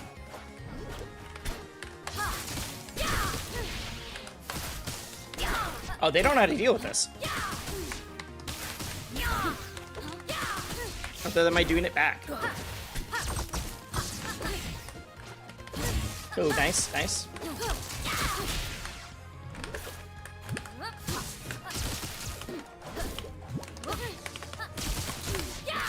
I was trying to be dragged down into the strong. Go.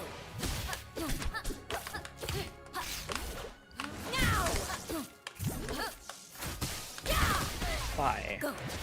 Tick.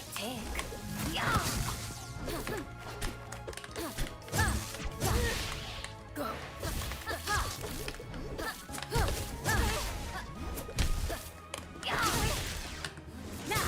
That's not what I meant to do. It's also not what I meant to do. Nothing like summer rain. I didn't mean to taunt! How did I taunt? That was supposed to be jump up air. Go.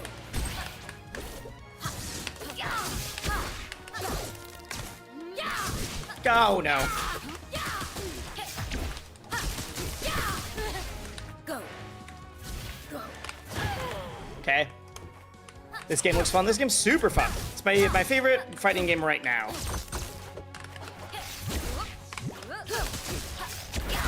So I play Melee and PM, Rivals 1, but I also play a lot of Street Fighter. I'm in Masters of Street Fighter. I played Strive in the past, but this is my favorite one right now. No. Don't die. Don't die, don't die, don't die. I wasn't expecting the second one. Yeah, I know. You're taunting me because I taunted you. My taunt was on accident, though. I would have really liked the kill there.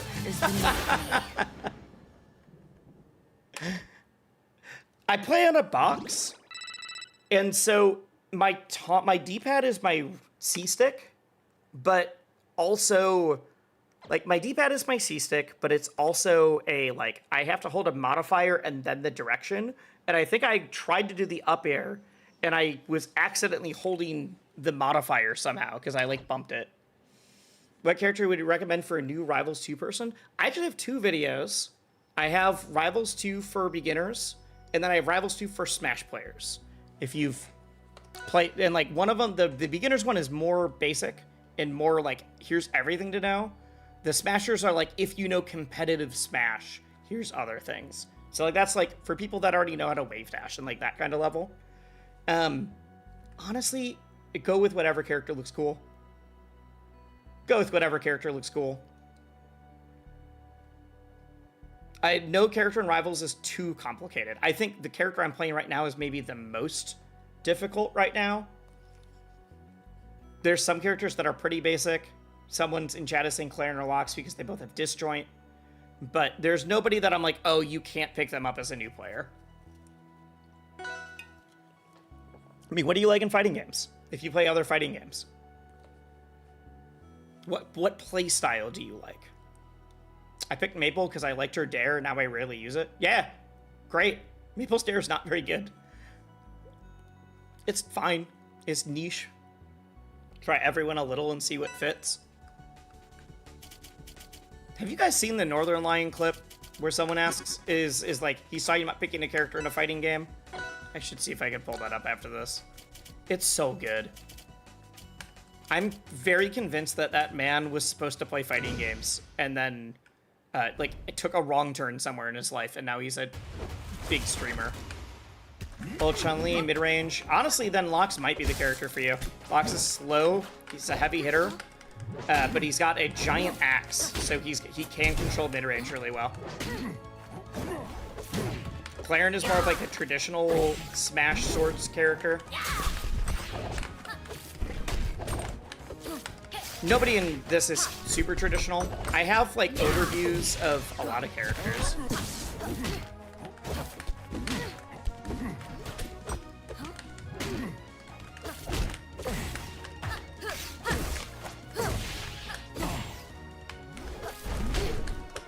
No. Played Melee a long time, played Falco. Falco's not mid-range in my mind, but if you like Falco, I think you might like Olympia. Olympia is the most, like, rushdown character in this game right now. Not a Spacey. The Spacey is Zetterberg, but he plays more like PM Wolf.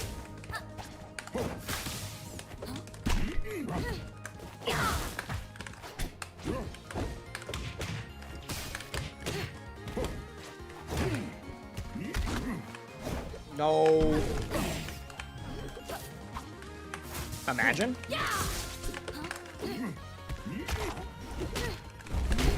Thank you for saving me. I was actually dead.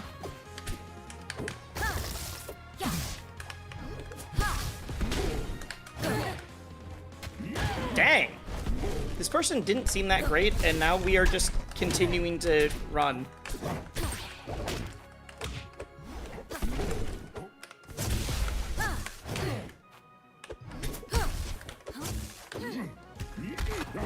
Like, I didn't think they were that good, but they're running me right now.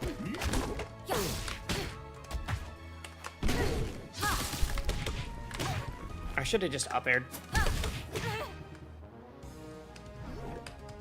The character you recommended was Olympia? Yeah, she's like super rushed down, high APM.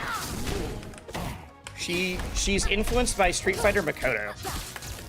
Although it has a much better movement. Her, like, design is more Makoto inspired. No.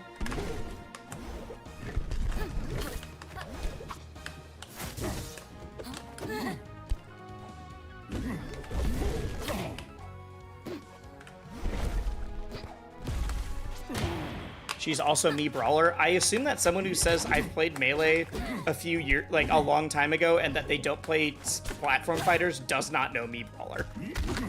Exactly, yeah, what's that? There's...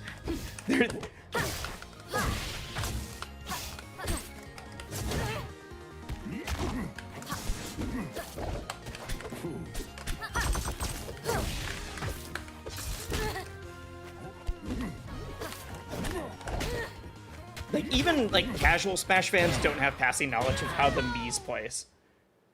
Like, casual, everyday Smash fans that just play Ultimate at parties probably don't even know that Mii's are real characters they can play.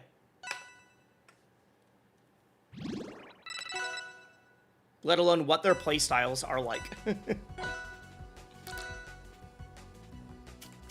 Yeah, Makoto is more of the slow moving and then has like the quick dash.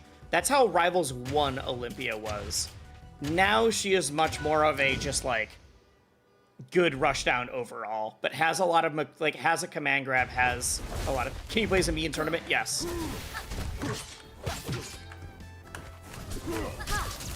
I'm also a, like, Melee PM Rivals 1 person before this game came out, so, like, I also only have a passing knowledge in ult. But my passing knowledge is way more than the average person.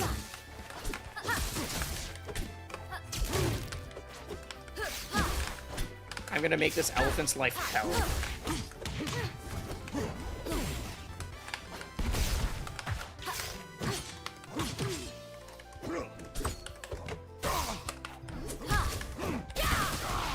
Go.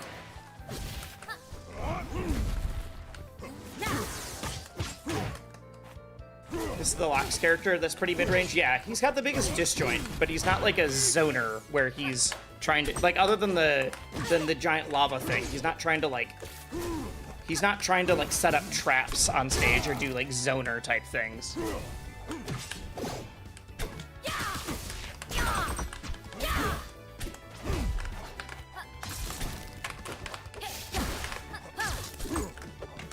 Honestly, Abs is kind of mid-range, but she's tricky. Are there zoners in this game? There's a lot of like half zoners. Or not a lot, there's a few like half zoners. There was more in Rivals 1, but Rivals 1's engine didn't lend itself well to zoners, and so I feel like we are not getting like true zoners until later. Go.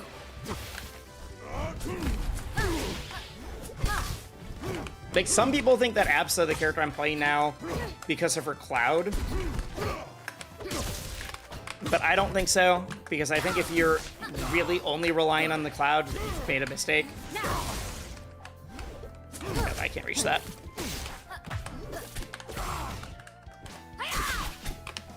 There we go. Sylvanos and Eliana Sorta. Sylva's not a zoner. I don't see that. Hit me. No. I don't see Sylva as a zoner. Malo, yes. But that's a lot of characters that just aren't in the game yet.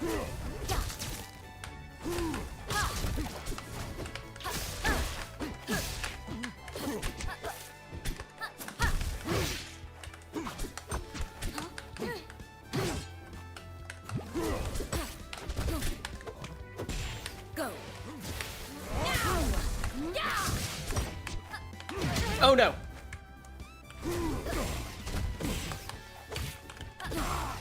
I'm so sick.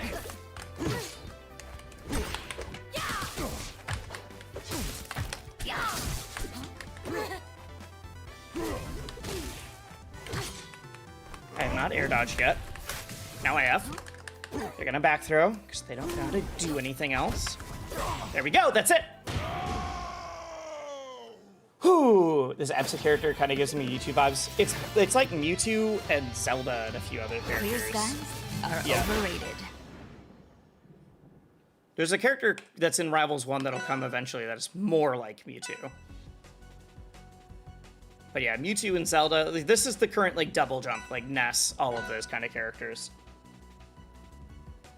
You tried Malo and they were so cool. I'm so happy you had a good time. Because that character, is this person playing random? Or are they rotating on me? I think they're just playing random.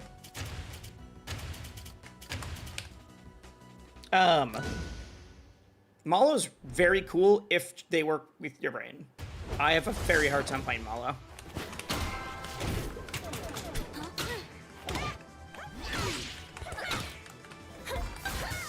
Oh no! All right, we can bring it back.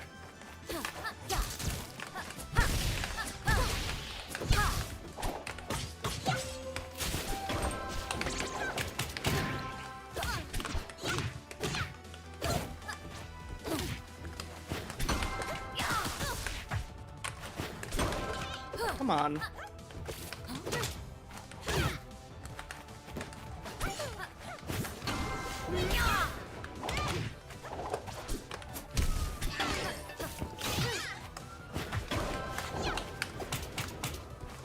My dash is not quite as far as I was thinking.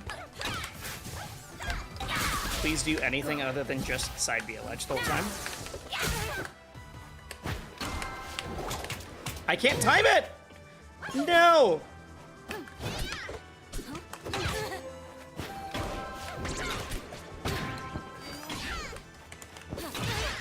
Alright, I gotta bring this back. I SD'd at like 20, and now I'm just being embarrassed.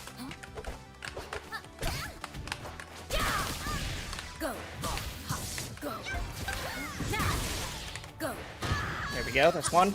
Go.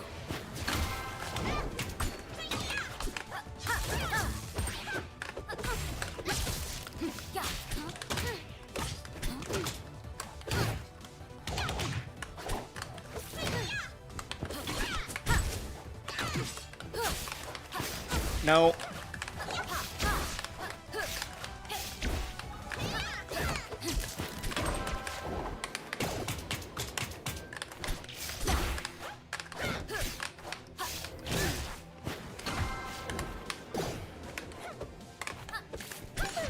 Go.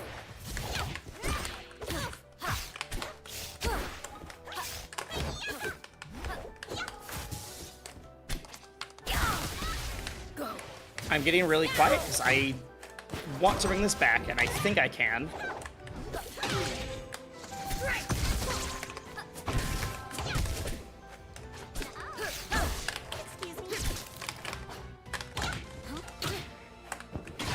Oh god, I thought I was going to the ledge there. I didn't realize I'd be on stage. All right. All right. I mean, that person was able to beat me with 2 different characters and keep it close with a third. They're definitely better than me. It's just hard when they are unranked, which means they have not done their rank placements for this season.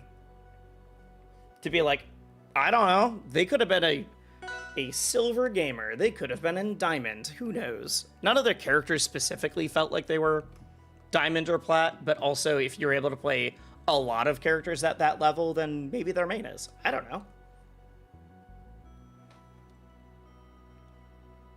X is very cool if they work with your brain. It's about how I feel about half the characters in Rivals 1. I think there's like a quarter of them that I'm like, you are much harder than everybody else. I'm trying to figure out how long I want to play Absa before I switch to a little bit of Maple for the evening. What time is that? How long have I been live? 3.5 hours. It's longer than I thought.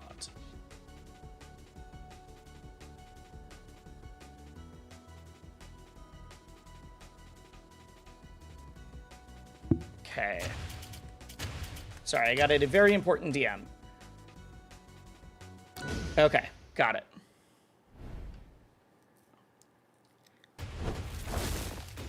Can I use a leverless controller? I'm literally playing on one right now. Go. If you mean like a fighting game leverless controller, it's a little harder. Smash leverless controllers tend to have more buttons. But like leverless as a concept, yes.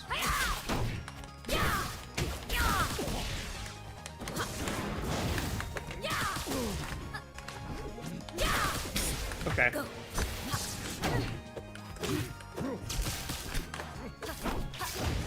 God, this is still, despite losing, still so much better than my early streams with Absa where I couldn't get the double jump cancels. Okay. You could have done so much more to me. I guess they are in...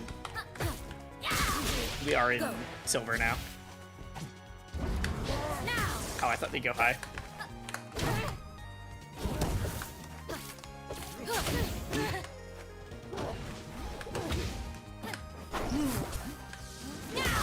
What are you doing?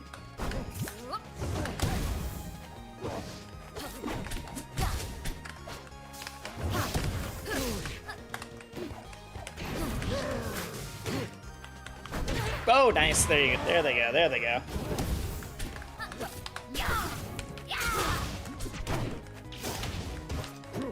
Please stop it. Ooh, the pause.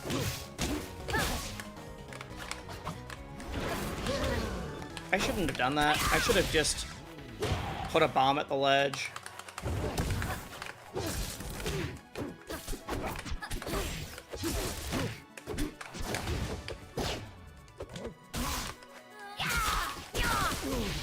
Come back.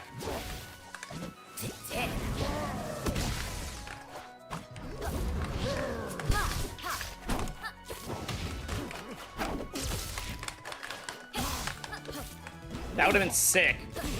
That would have been so sick. I messed up.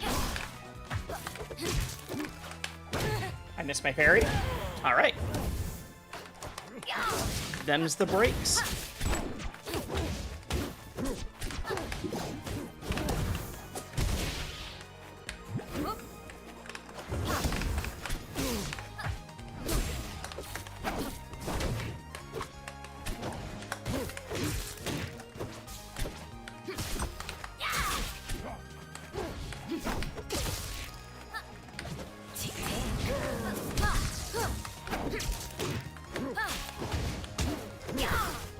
No!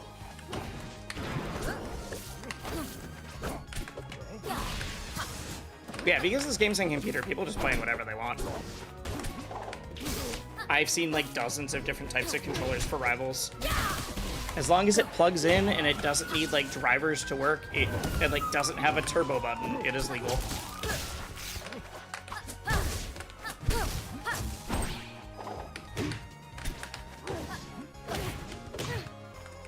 There's a few more regulations than that, but not many. I tried to parry that.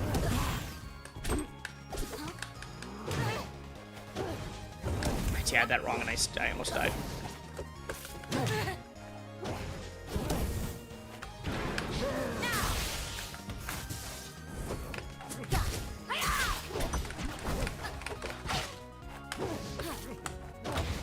Nope, I'm dead. No!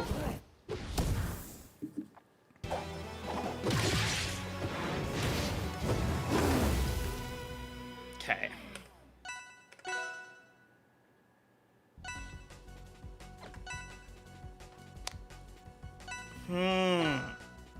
That felt weird. So I don't feel like I was getting outplayed, but I definitely was, and that means that I have a problem. Usually I'm just like, ah, that's how I got beat. And this time I was like, I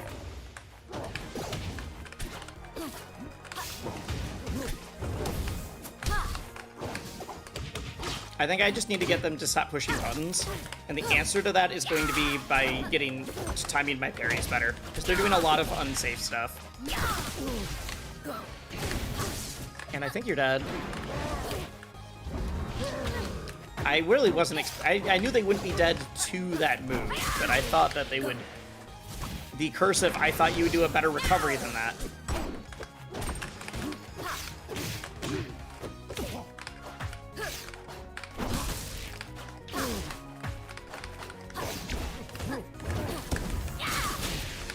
Alright, I just gotta play safer. That's it. They're just gonna keep throwing things at me.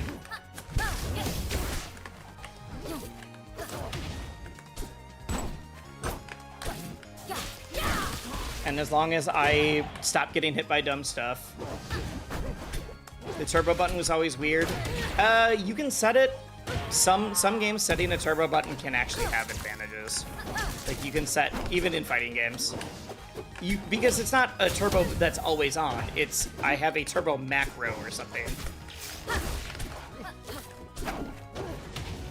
I mean, that's the other thing, is that you can't have a macro.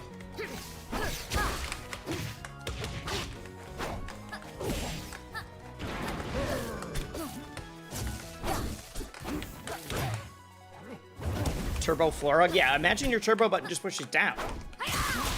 Go.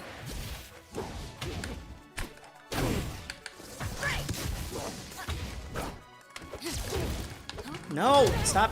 The fact that it's just laser into, or not laser, fireball into grab over and over again makes me feel like when this game came out and people thought this was amazing. I was holding down because I was trying to hit a move. Go. Now. Go. Now.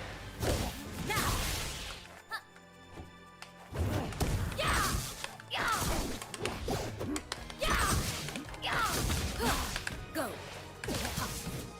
Go.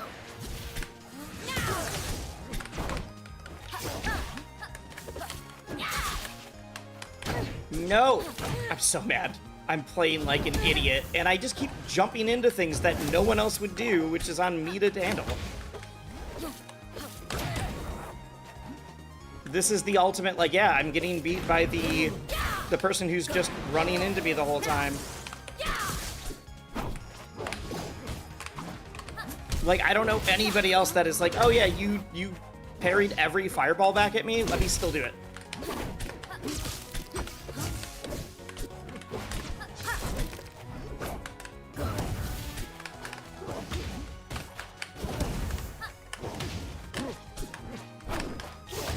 No, I'm getting grabbed!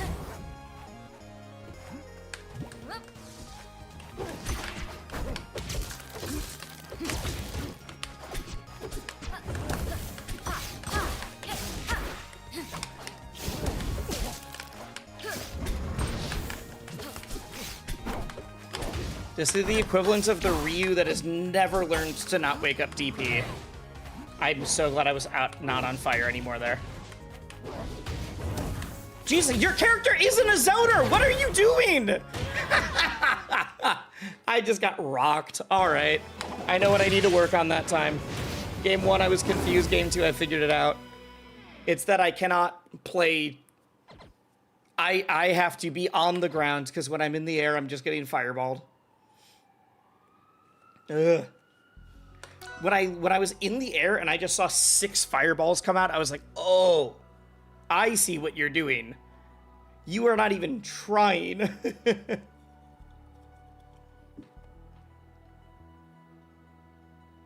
You're not trying to play this correctly, and I need to stop approaching you and hitting buttons assuming you are trying to play the character correctly, because that's why I'm getting beat.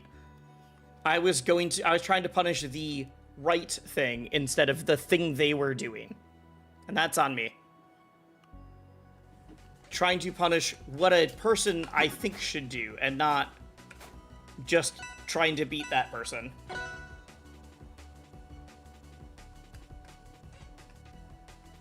All right. I think after the next time I lose with Absa, I'm going to switch to Maple. I think that's going to be the plan. Next time I lose with Absa, I'm going to switch to Maple. And then I'll do some Maple gaming after that. Play my main.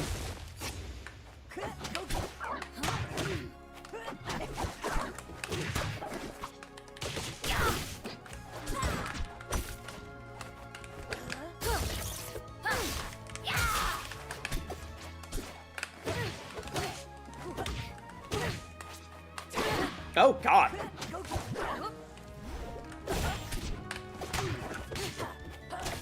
I do think that Maple kind of rocks this character. My Maple, my Eps is not amazing, but... Go.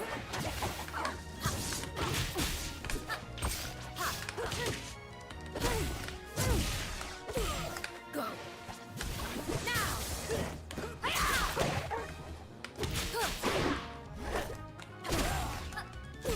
There we go. That killed. Jesus. All right.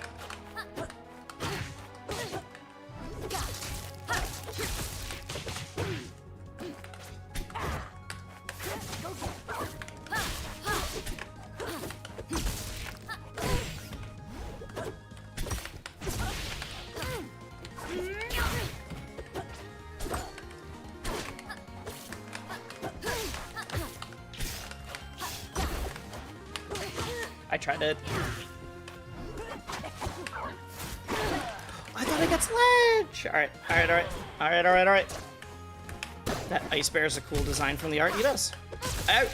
Rivals is great character design. Rivals has great character design.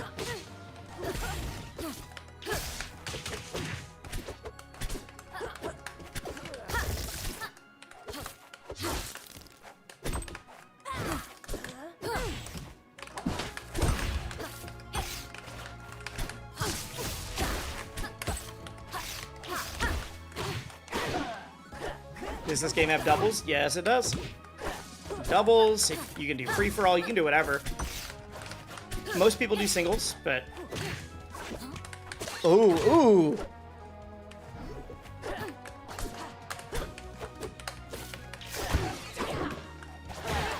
Don't die, don't die, don't die, don't die. Oh, I messed up my up B. Alright. A lot of tournaments had doubles as an event, yeah. I'm still here. I think this game's doubles is very fun. As someone who doesn't love doubles in Smash, I think doubles in Rivals is very fun.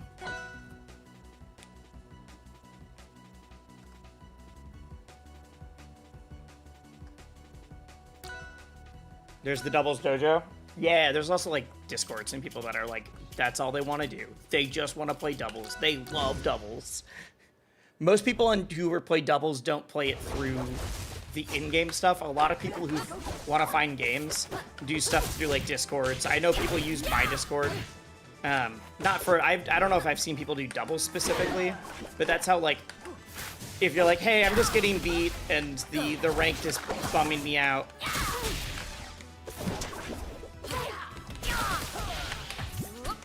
this game is a Discord fighter. It's not. I'm playing through ranked mode right now. But there are a lot of people that are... The bigger problem is that this game is kind of hard for new players sometimes. Because a lot of the people that play it are people that have been playing, like, Melee and Ultimate and other games for so long.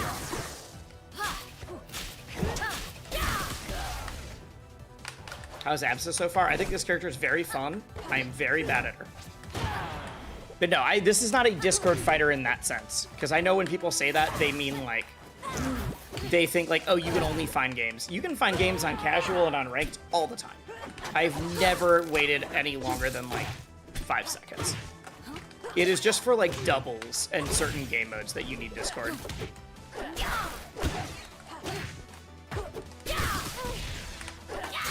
Or there's a lot of people who use it to, like, oh, all right, I want to practice whatever. But that's in every game. Go. Go.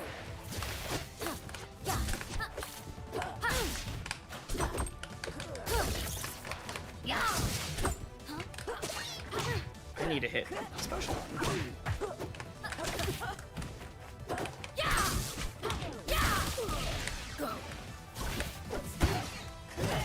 If that killed me, I was about to, like, clap. That was a wild setup.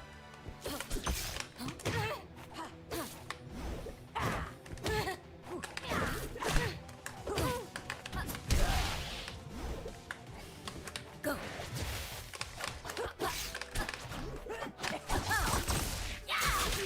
Oh, I'm dead.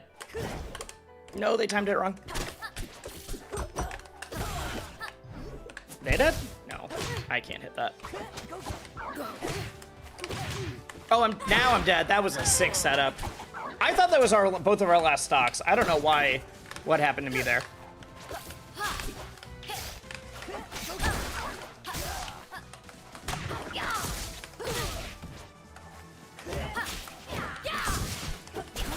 At some point, it had more players than Call of Duty. It never had more players than Call of Duty.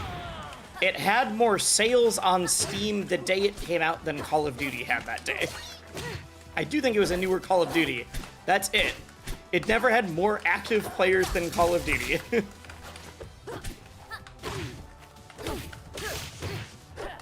It's not... But it legitimately had, at one point in the day, more people. Ah, there we go. They were the soft platform fighter area at CEO this year. Oh, I didn't get to go to CEO. That's a wrap. I did not get to go to CEO. It's the biggest, so for EVO, it is the biggest, all right, I'm switching to Maple now. I didn't realize that was game 2. At EVO, it is the biggest extended lineup game. It's within 20 of Mortal Kombat from the main venue, or for that main venue, but the main lineup. And it also has Supernova the next weekend, which is going to be an even bigger tournament for them. So we have like 358 at EVO, and I'm gonna guess we're gonna pass 600, or like not 600. I'm gonna guess we're gonna pass like 400 or 500 at Supernova. It's the biggest Splat Fighter EVO. Also, technically true. We love that. We love technicalities. Just like the Call of Duty thing. Like for Banestar, I outside of Rivals 2, I am mainly playing Street Fighter now. Like, I don't play a whole lot of Melee or other like PM anymore. I do want to get back into playing Melee more consistently again. But like at Combo Breaker, it had more people. It was like the 8th biggest game there. Like for an indie platform fighter that is at these events that most people only play regular fighting games, it is doing great. All right, time to play the Wisely Maple. It is time for the main. Let's see if I can get back into Plat. After playing you. Wait, was that you? I didn't know that. When you said GG's, I thought you meant just like GG's to whoever I beat. I didn't realize that was actually you. Cool, GG's. GG's. Yeah, I think I can make it to Diamond with my main if I'm not distracted. Oh, wow. Crazy. Your current one is KOF? Hell yeah. I have not played KOF, but I know people that love it, so that's all that matters.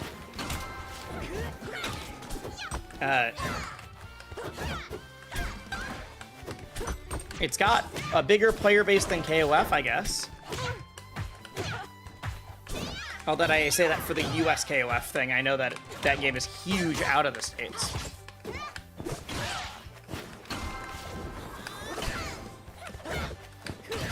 Oh shoot, I missed time.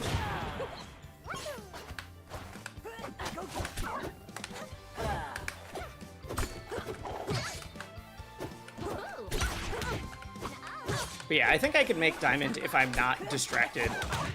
Like, I just always play a little bit worse when I'm not streaming. Or when I am streaming, sorry.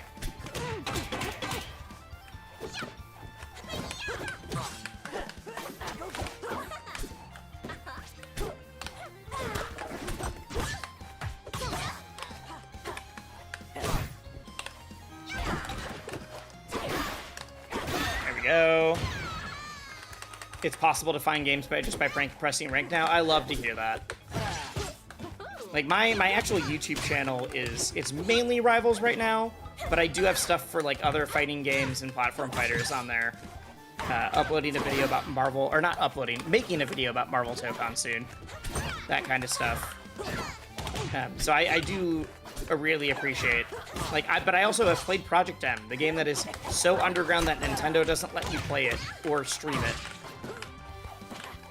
So, like, I've been on both sides of the coin. And I really appreciate when games see new life because they get an update like that.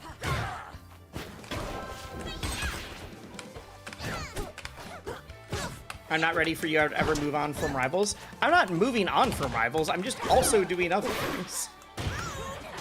If I upload a video about Street Fighter, which I'm writing one right now, or if I upload a video about whatever, that doesn't mean I'm not doing Rivals.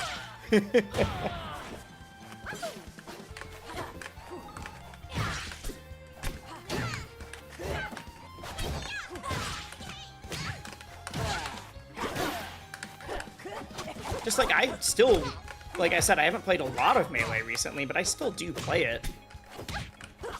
And I still commentate it. I love that game still. I have not moved on from it. Pinky promise or no cap? I mean, I'm not gonna promise that I will never stop enjoying a game. It's like, there's just a chance that they put out a thing that I'm like, wow, I really don't like this. I would be very surprised if they do. Where they say that and it's not a, like, oh, they did a weird balance thing. There we go. There we go. But, like, if there's ever a day where I actively dislike Rivals, I'm just not gonna play it or stream it, and I'll be doing other stuff, but I also don't see that happening, assuming they don't, like, totally change how the game feels at a core level. Like, if they're like, all right, for our next patch, it's gonna play like Ultimate now, then I'd be like, well, GG's, I'm out.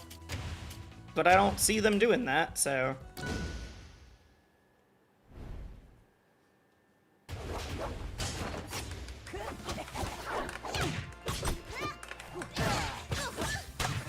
It's like, I also played Rivals 1 for a long time. Like, I was super active in Rivals 1, but because that game was smaller, all my Melee friends didn't know. I didn't hide it. But yeah, at one point I was actively competing in Melee, Rivals, and PM at the same time, and doing commentary for all of them. But now that I'm doing content, I literally just don't have time to be as, like, actively trying to improve. There's times where it's like, I could make a YouTube video, or I could get better at ledge dashing. Like, I'm on my Maximilian, like, I'm gonna play the games that I'm having a good time with. I like the other ones. I know that I will probably never be as good at PM as I used to be. And that makes me sad. But I think it's honest.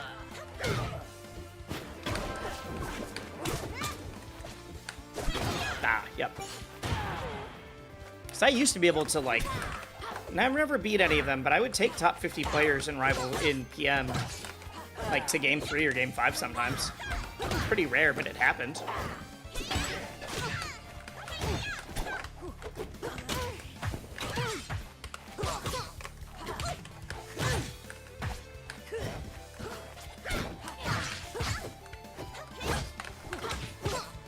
What's your favorite thing about this game?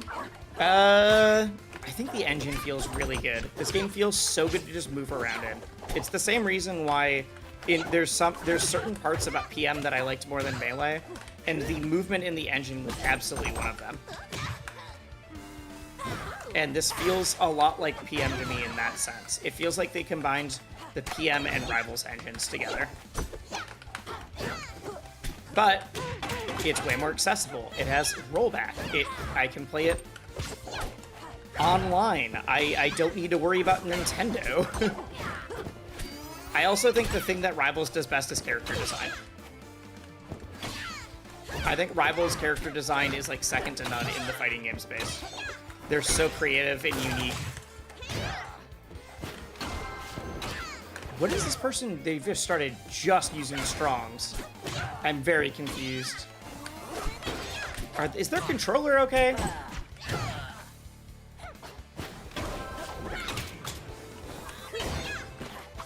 They're also doing it in the wrong direction a lot. They have started spamming the control stick.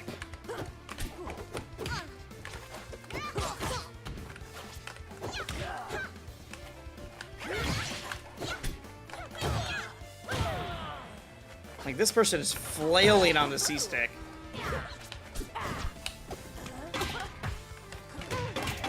Huh.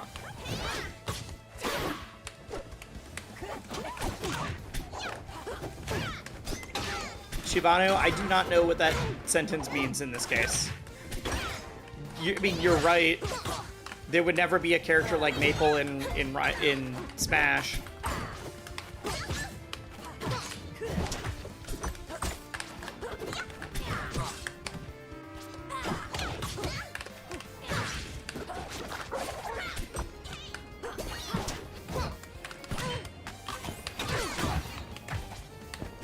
Oh, am I dead?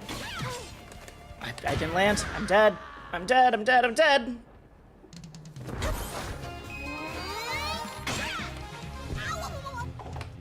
I don't miss. Okay. I feel really dumb about how I lost that. I got really overzealous. Instead of playing neutral, I just tried to force stuff, and I threw. Let's make no life help. I need to get more comfortable going to this stage. It's really good for Maple and for Absa, but it's in my, like, ooh, I don't like playing here, though. But it's a good counter pick for me.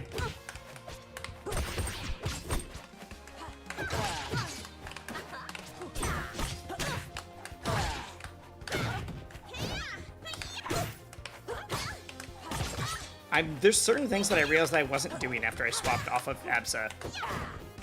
That it's like, oh wait, I wasn't using Maple's side B at all.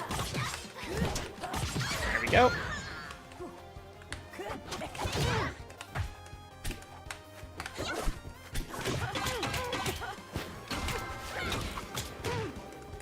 Wow, that nair was so good. I was trying to get down to the wall. Excuse me.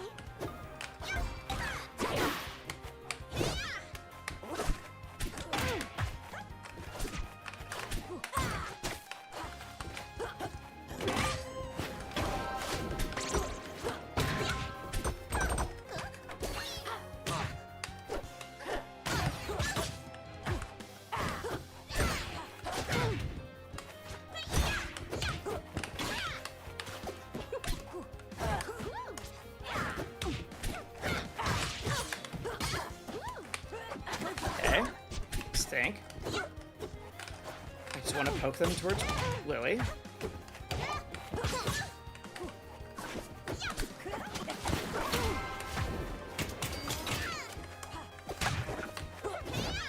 I love when people go to parry Lily and they just mess up.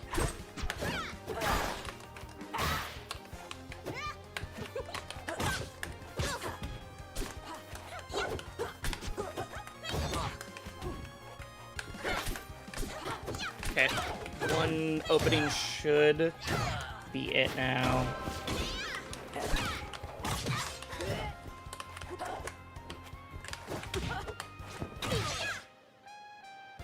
Oh, wow, that killed.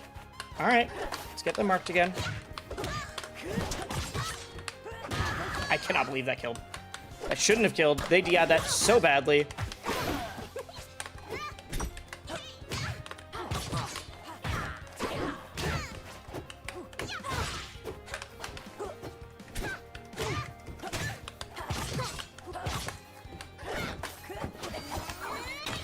I'm not getting hit by that all the way across the stage.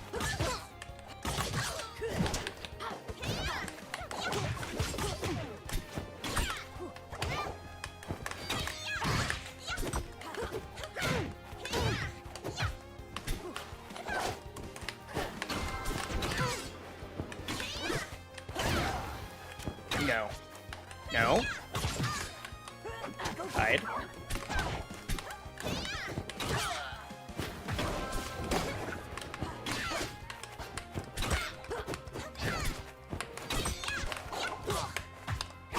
Oh my god. Whoa, okay.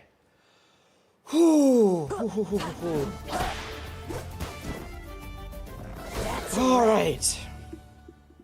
I did not want to lose that. Oh my god, I didn't want to lose that. Makes you wonder if Sakurai is aware of Rivals and if he likes it.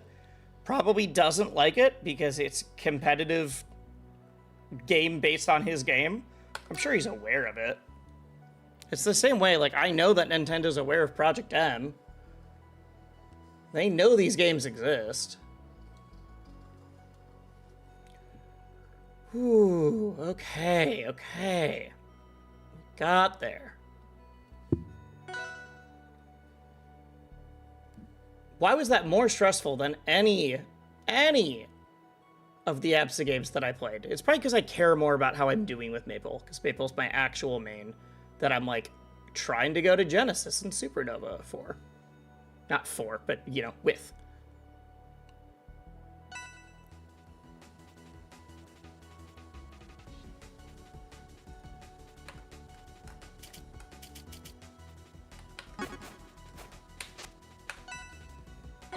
So I got all the way from, like, whatever I was at from, I got from, like, 850, because that's where I was at with ABSA, all the way to, like, in the thousands with Maple and an 11-set win streak off stream. So if we can do that again, I'm just going to down to say, like, I'll play until I lose. In fact, it's 7 o'clock at night. I think I might literally say I'm playing until I lose. Chat, that's the new goal. As long as I keep winning, you guys keep getting a stream.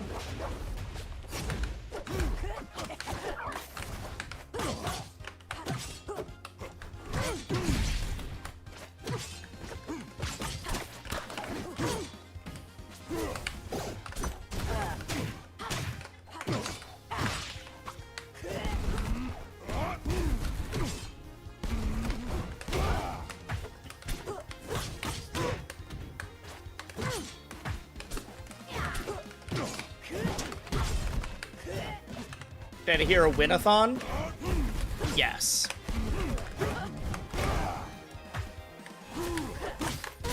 Good. So I will play super lame. Alright, yeah. I knew that's what they were going for.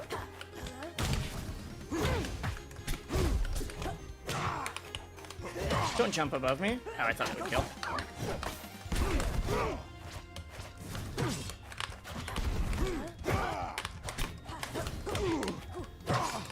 I could have killed off of that.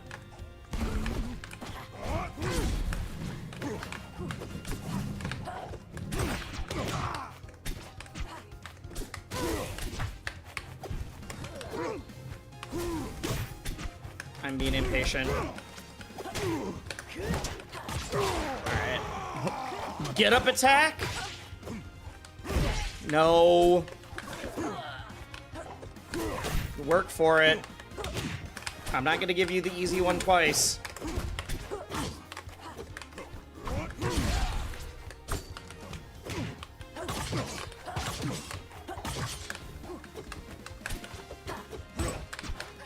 I'm not letting him stomp me again.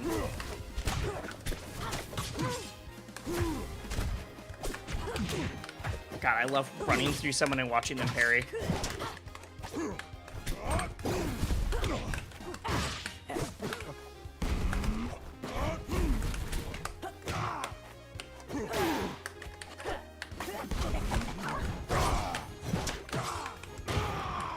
Wow, look at the gamer go, and then I got back aired.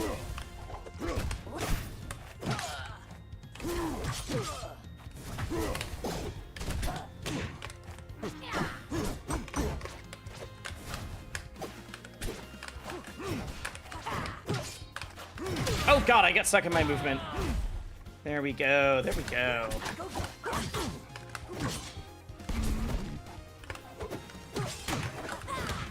I missed.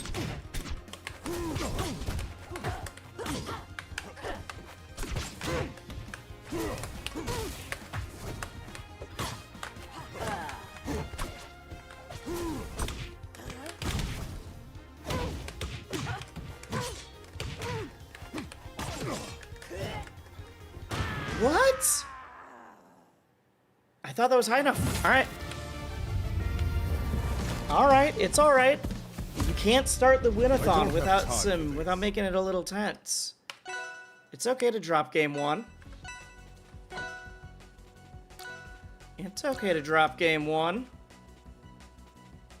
Let's go here.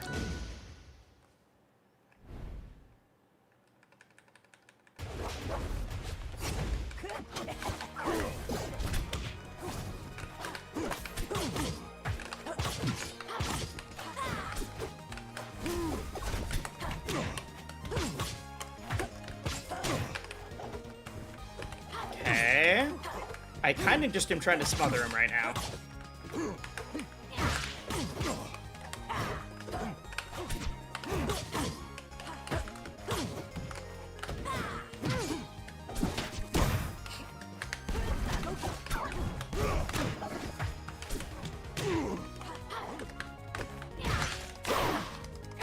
12%. There we go.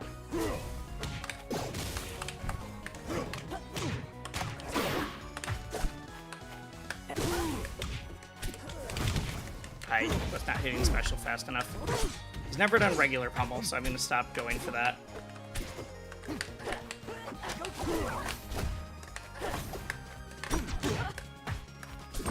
Okay, we're getting turret locks. Which, I have the lead, I'm willing to play for a timeout right now. If that's what he wants to do.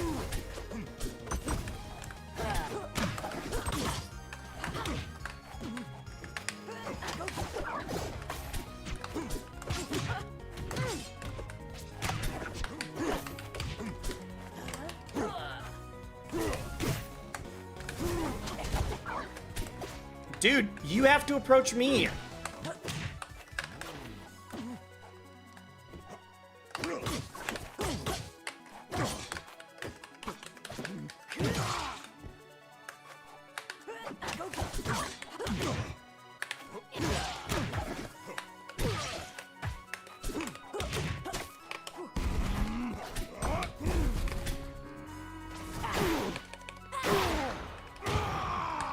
Please try to run at me. Do something. I'm over here. Thank you. There we go. Okay, okay. Yeah. Dude, you shouldn't. You're the one. If I have the lead, you are the one camping. I know what why you're taunting me.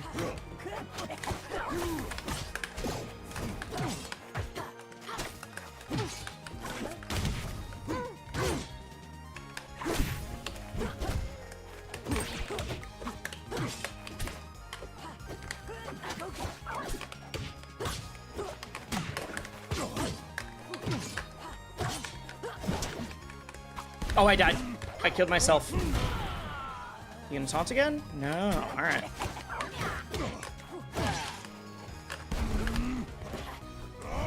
There we go. There we go. That's a wrap. Yeah, watching someone fall apart when you stop running at them is always a very weird thing. and it's like, all right, I have the lead. Please do something. Nope. I'm gonna sit over here. Ooh, they switch characters. Interesting. Let's get rid of that and that. Do we think it's going to be a better or worse character? Or do they think, like, oh, I can approach now? Because I promised they could. Oh, it's because they think I'm going to camp. But I don't care if they camp. They're like, ah, I can put out smoke. That's, like, the reason.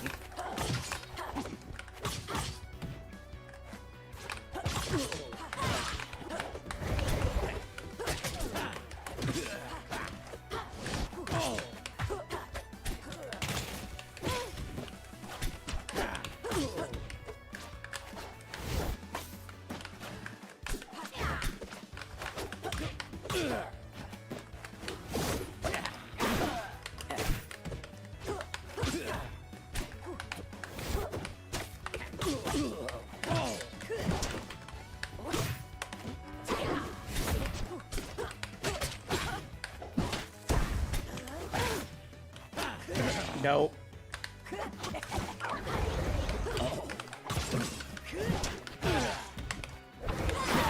Come on! Come on! That was cool! Oh, no way. You're gonna run away and try to grab me again? Like you did with Locks? I'm so surprised.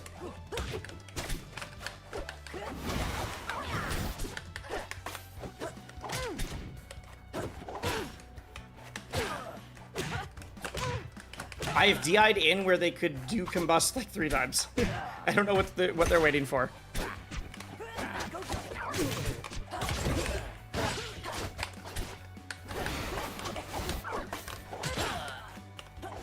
They're not even trying to edge guard.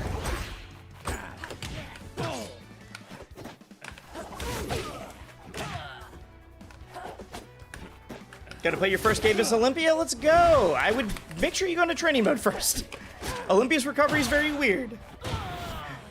Shibadu, thank you for the sub.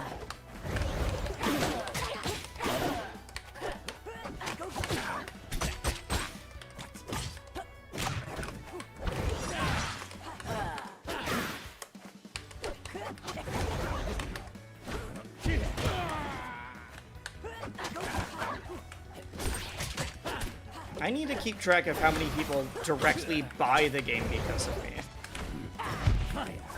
So I know the number's high. I should be like, I need an extra part of my creator code, please. I need game purchases to count. Dude, stop trying to run away and grab and then thinking that I'm the one who's camping.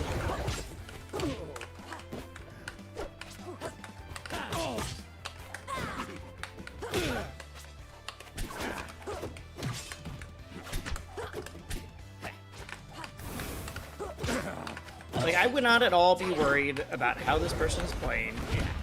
It's fine. There we go. Easy. Like, I don't yell at people for their playstyle.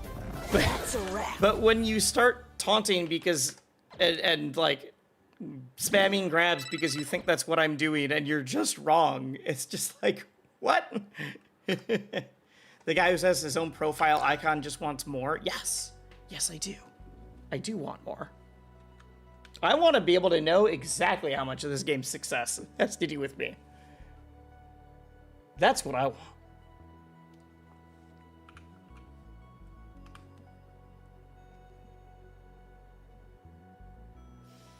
All right, the win-a-thon continues. We got the 2.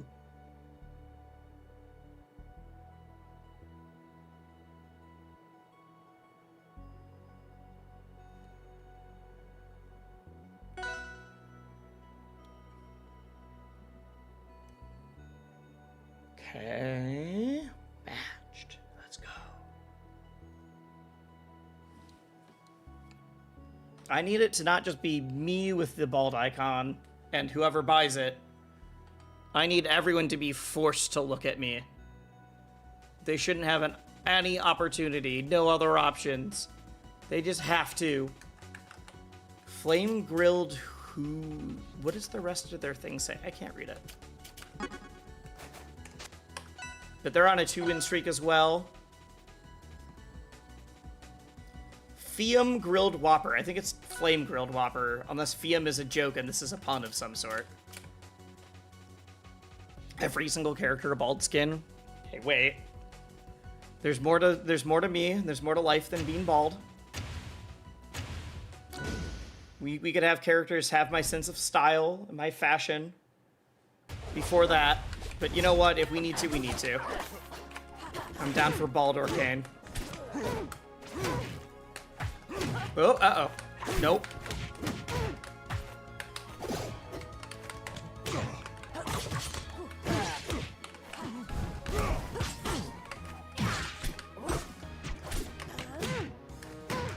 I'm dead? No. Bit slight DI in the end there.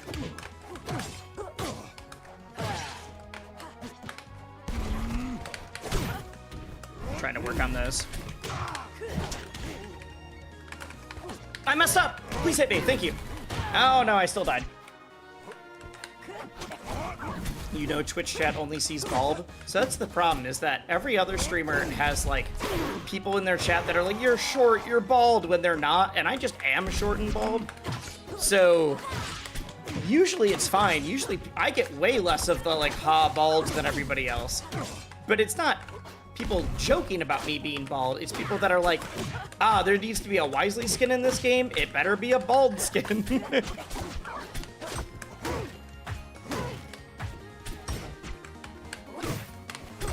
Uh-oh.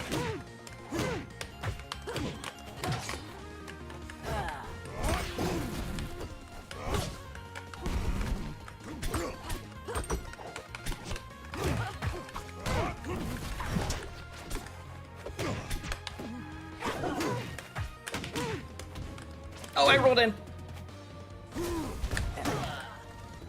Okay, let me focus. Let me focus. I can't lose.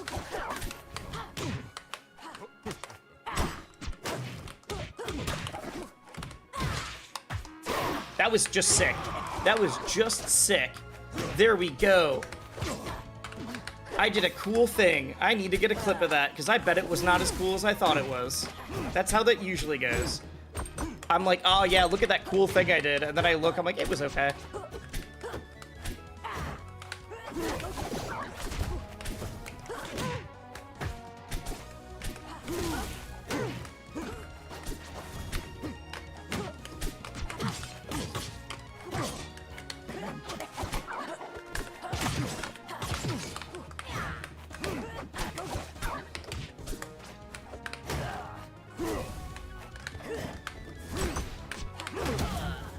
No.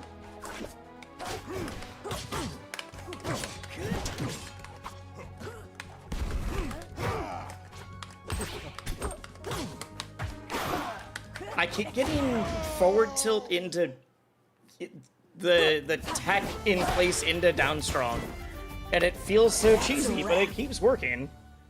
I get like one again every set now. People need to tech in different directions, I guess.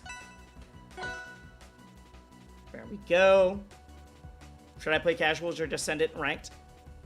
I think you should send it in ranked, because the player base for this game is pretty good, because it's a lot of people who came from other games, which means that if you send it in ranked, or if you play in casuals, you're probably more likely to keep playing people that are like way above your skill level when you're new. If you play it in ranked, it's gonna hurt for a little bit, but the game should get you down to a, like, even if it's stone or bronze or whatever, it should get you into the, like, level of, all right, now I'm playing people who are also at my skill level.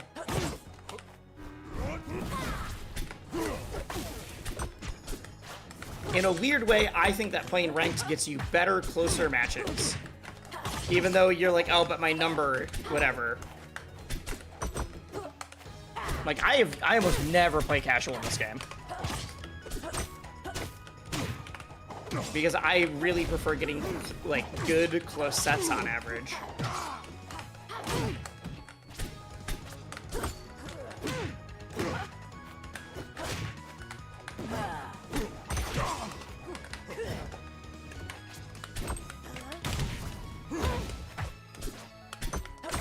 They need to make forward tilt safe on shield. Absolutely not.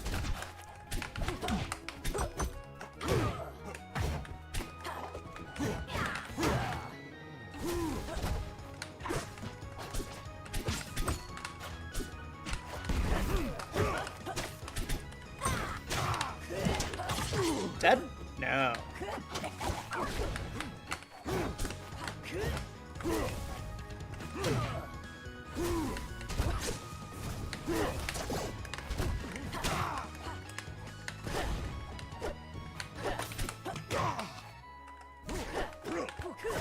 I messed up. That would have killed if I did what I was trying to do. There we go. So I was wondering, because the round I was playing in casuals was really good. Yeah, it's gonna hurt for a little bit. I'm not gonna lie. You're gonna get beat down a little bit, but once you get like into your rank, it's gonna be way closer and way like tighter sets.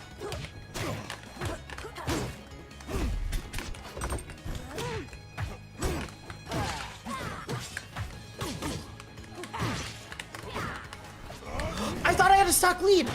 Why did I do that?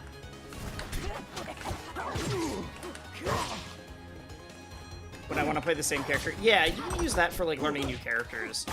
I don't, because I'm a content creator, and so it's better content if I do it on stream and on ranked, but whatever. All right, all right, all right, all right.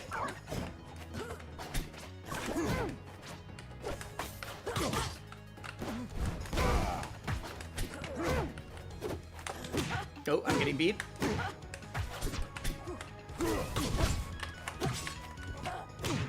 We're bringing it back, though. Ooh, I got the drop down. That's what I wanted. I missed the tech.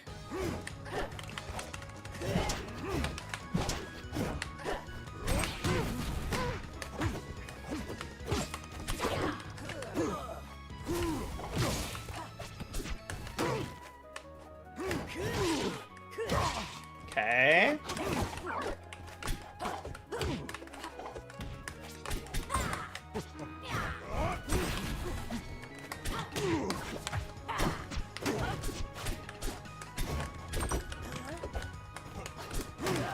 Don't. No. No. They're so scared they're gonna jump. No, I called it too!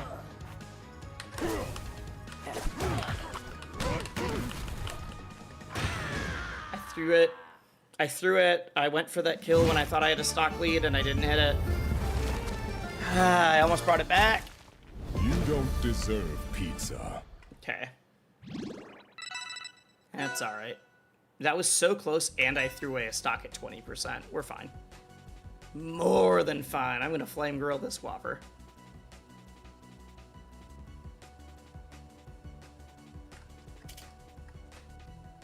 I thought that I had the lead, so I went for the SD kill, and then I missed, did not get the kill, and SD'd.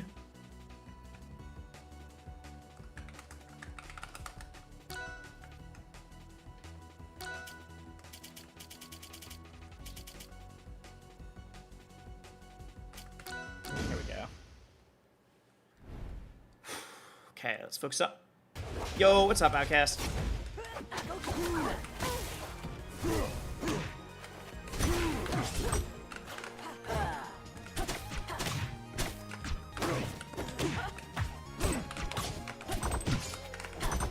Okay, if I do shield drop up air, I need to not hit fall the up air. So I need to like stop the shield drop input so that I can still get that kind of punish, like a regular up airs.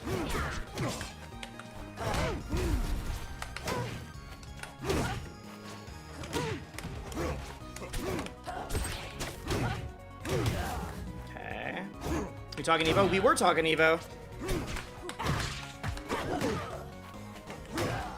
Now I'm just playing until I lose in ranked, quick, after playing some ABSA.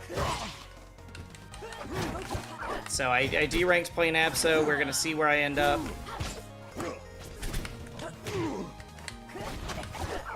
We can talk EVO. I thought I changed the stream title. Oh no, I think it still just says talking EVO and playing games or something like that.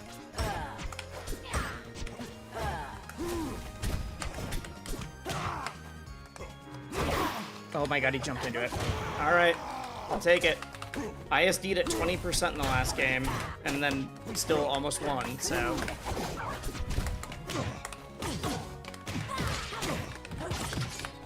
God, that was so much damage. I'm nasty.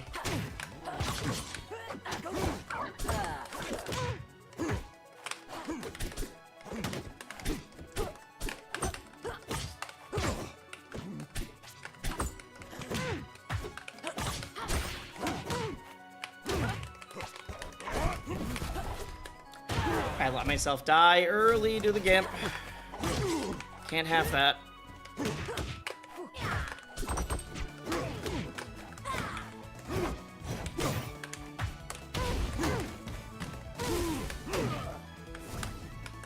Oh no! What am I doing? I just got cooked.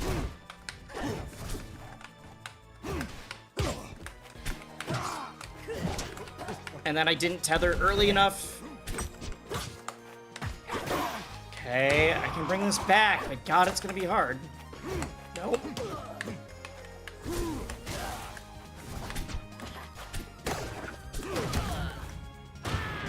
Okay. All right, I don't know what happened there. I don't remember dropping shield, but that's fine. I'm sure I did. You don't deserve pizza. Man, I had that. I SD'd at 20. Okay. Got shield poked? Nah. I thought you rolled. Maybe I did. I didn't mean to. I'm sure that I did the wrong input, but... All right. You SD twice from your point of view? I mean, by SD, I mean, like, fully jumped off stage. The game before that, I should have won, and thought that I was up in stocks and missed an SD kill, and so I died and they got back, and suddenly I was down by a stock.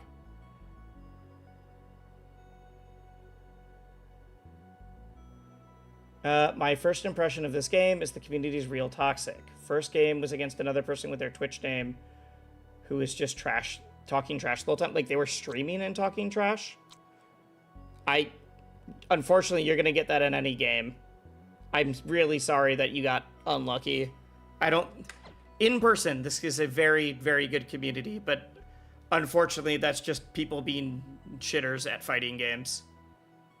People love doing that. Everyone that I've met has been super nice in person. I think online communities are always worse than in person. But I'm very sorry that that was your first impression by literally you downloaded the game 30 minutes ago. You downloaded the game 30 minutes ago and then managed to queue up against someone who's streaming and they was trash talking you. I'm sorry.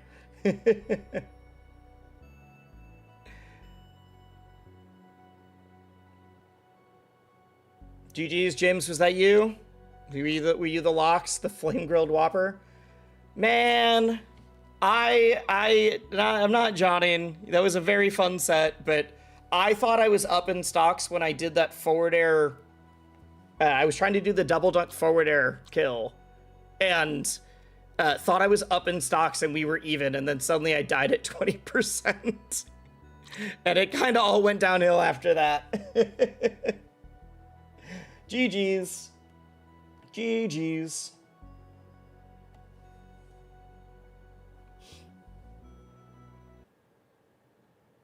All right. Love the content. Didn't think it was you. I was playing ABSA right before that. So I was playing ABSA and then D-ranked pretty hard, and now I'm getting back into Plat. It was the goal. Yep, it was me. Thank you. Thank you. I really appreciate it. I don't always use just my name on stream, or on Steam, so I didn't even think about that. But, Jims, for someone who says they love the content, you should have lost, because I did tell the chat that after I switched to Maple, I was just playing until I was done, because the stream has gone on longer than I intended. So I was just playing until I finally lost one. And you are the person who lost, and you are the reason that I'm stopping stream for the day. It is all your fault. How dare you? Now, I've also been live for 4.5 hours, and I did not mean to be live for that long. I don't love it that much. That's fair. That's fair. I don't love anybody's content enough to throw the games to them. I do agree.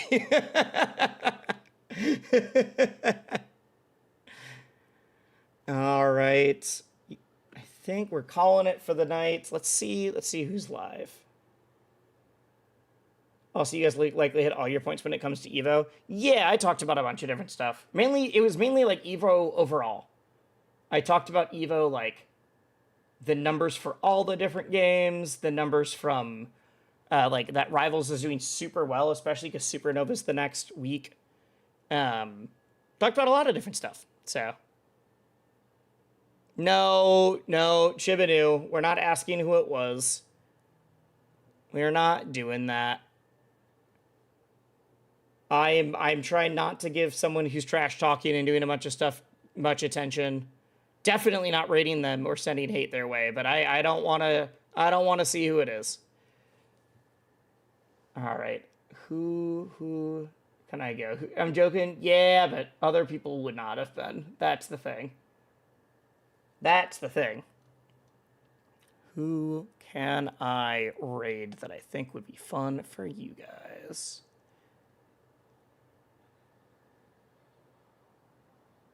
There's a few people. There's a few people that are alive. Let's see. Do I want to raid someone who's playing a fighting game, or do I want to raid someone that's just a dope person that would be fun to see stream? What's up? What's up? What's up, Adam? Adam, you did come in late. We were literally raiding, but Adam, you came up on stream earlier today. Pandora, thank you. We were going over everyone that was EVO. The EVO registration is out now. And I knew that you'd been doing well. I didn't realize how good your results have been lately. So someone's like, no, you need to double check Adam. And it's like, all right, let me do it. And it's like, oh, damn, all right. Because we were basically making the list of like everyone that I thought could potentially make like top 24 or top 8. And I was like, Adam does really well. And I looked, I'm like, oh, Adam does even better than I thought. So it was a positive. It was the opposite of the day that I remembered he wanted it so badly. He did. I'm happy for Billy too, though, because ZP is going to go anyways. Billy wasn't going to go, I don't think. I don't think that he was going to make it otherwise. So I'm glad that someone got a flight that wasn't already regged. But I love ZB. Zeeb can't compete? Wait, why is he regged then? I have ZB in my list of the people that I thought would make top 8. All right. Or I thought could make top 8. That's an expensive tournament to reg to and then not go. All right, I don't really know a lot of people that are live right now, that are live on Rivals. Usually I recognize people that are live on Rivals, and I just don't know any of these people.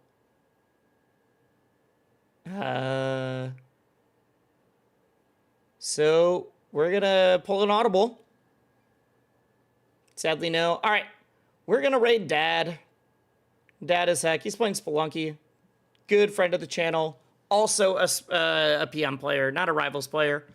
PM player. But super dope dude. Good friend. Very fun streamer. You guys will have a good time. Go say hi. Go say hi.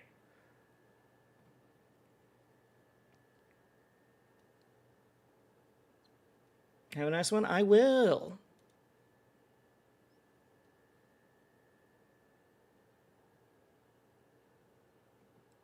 All right, good night.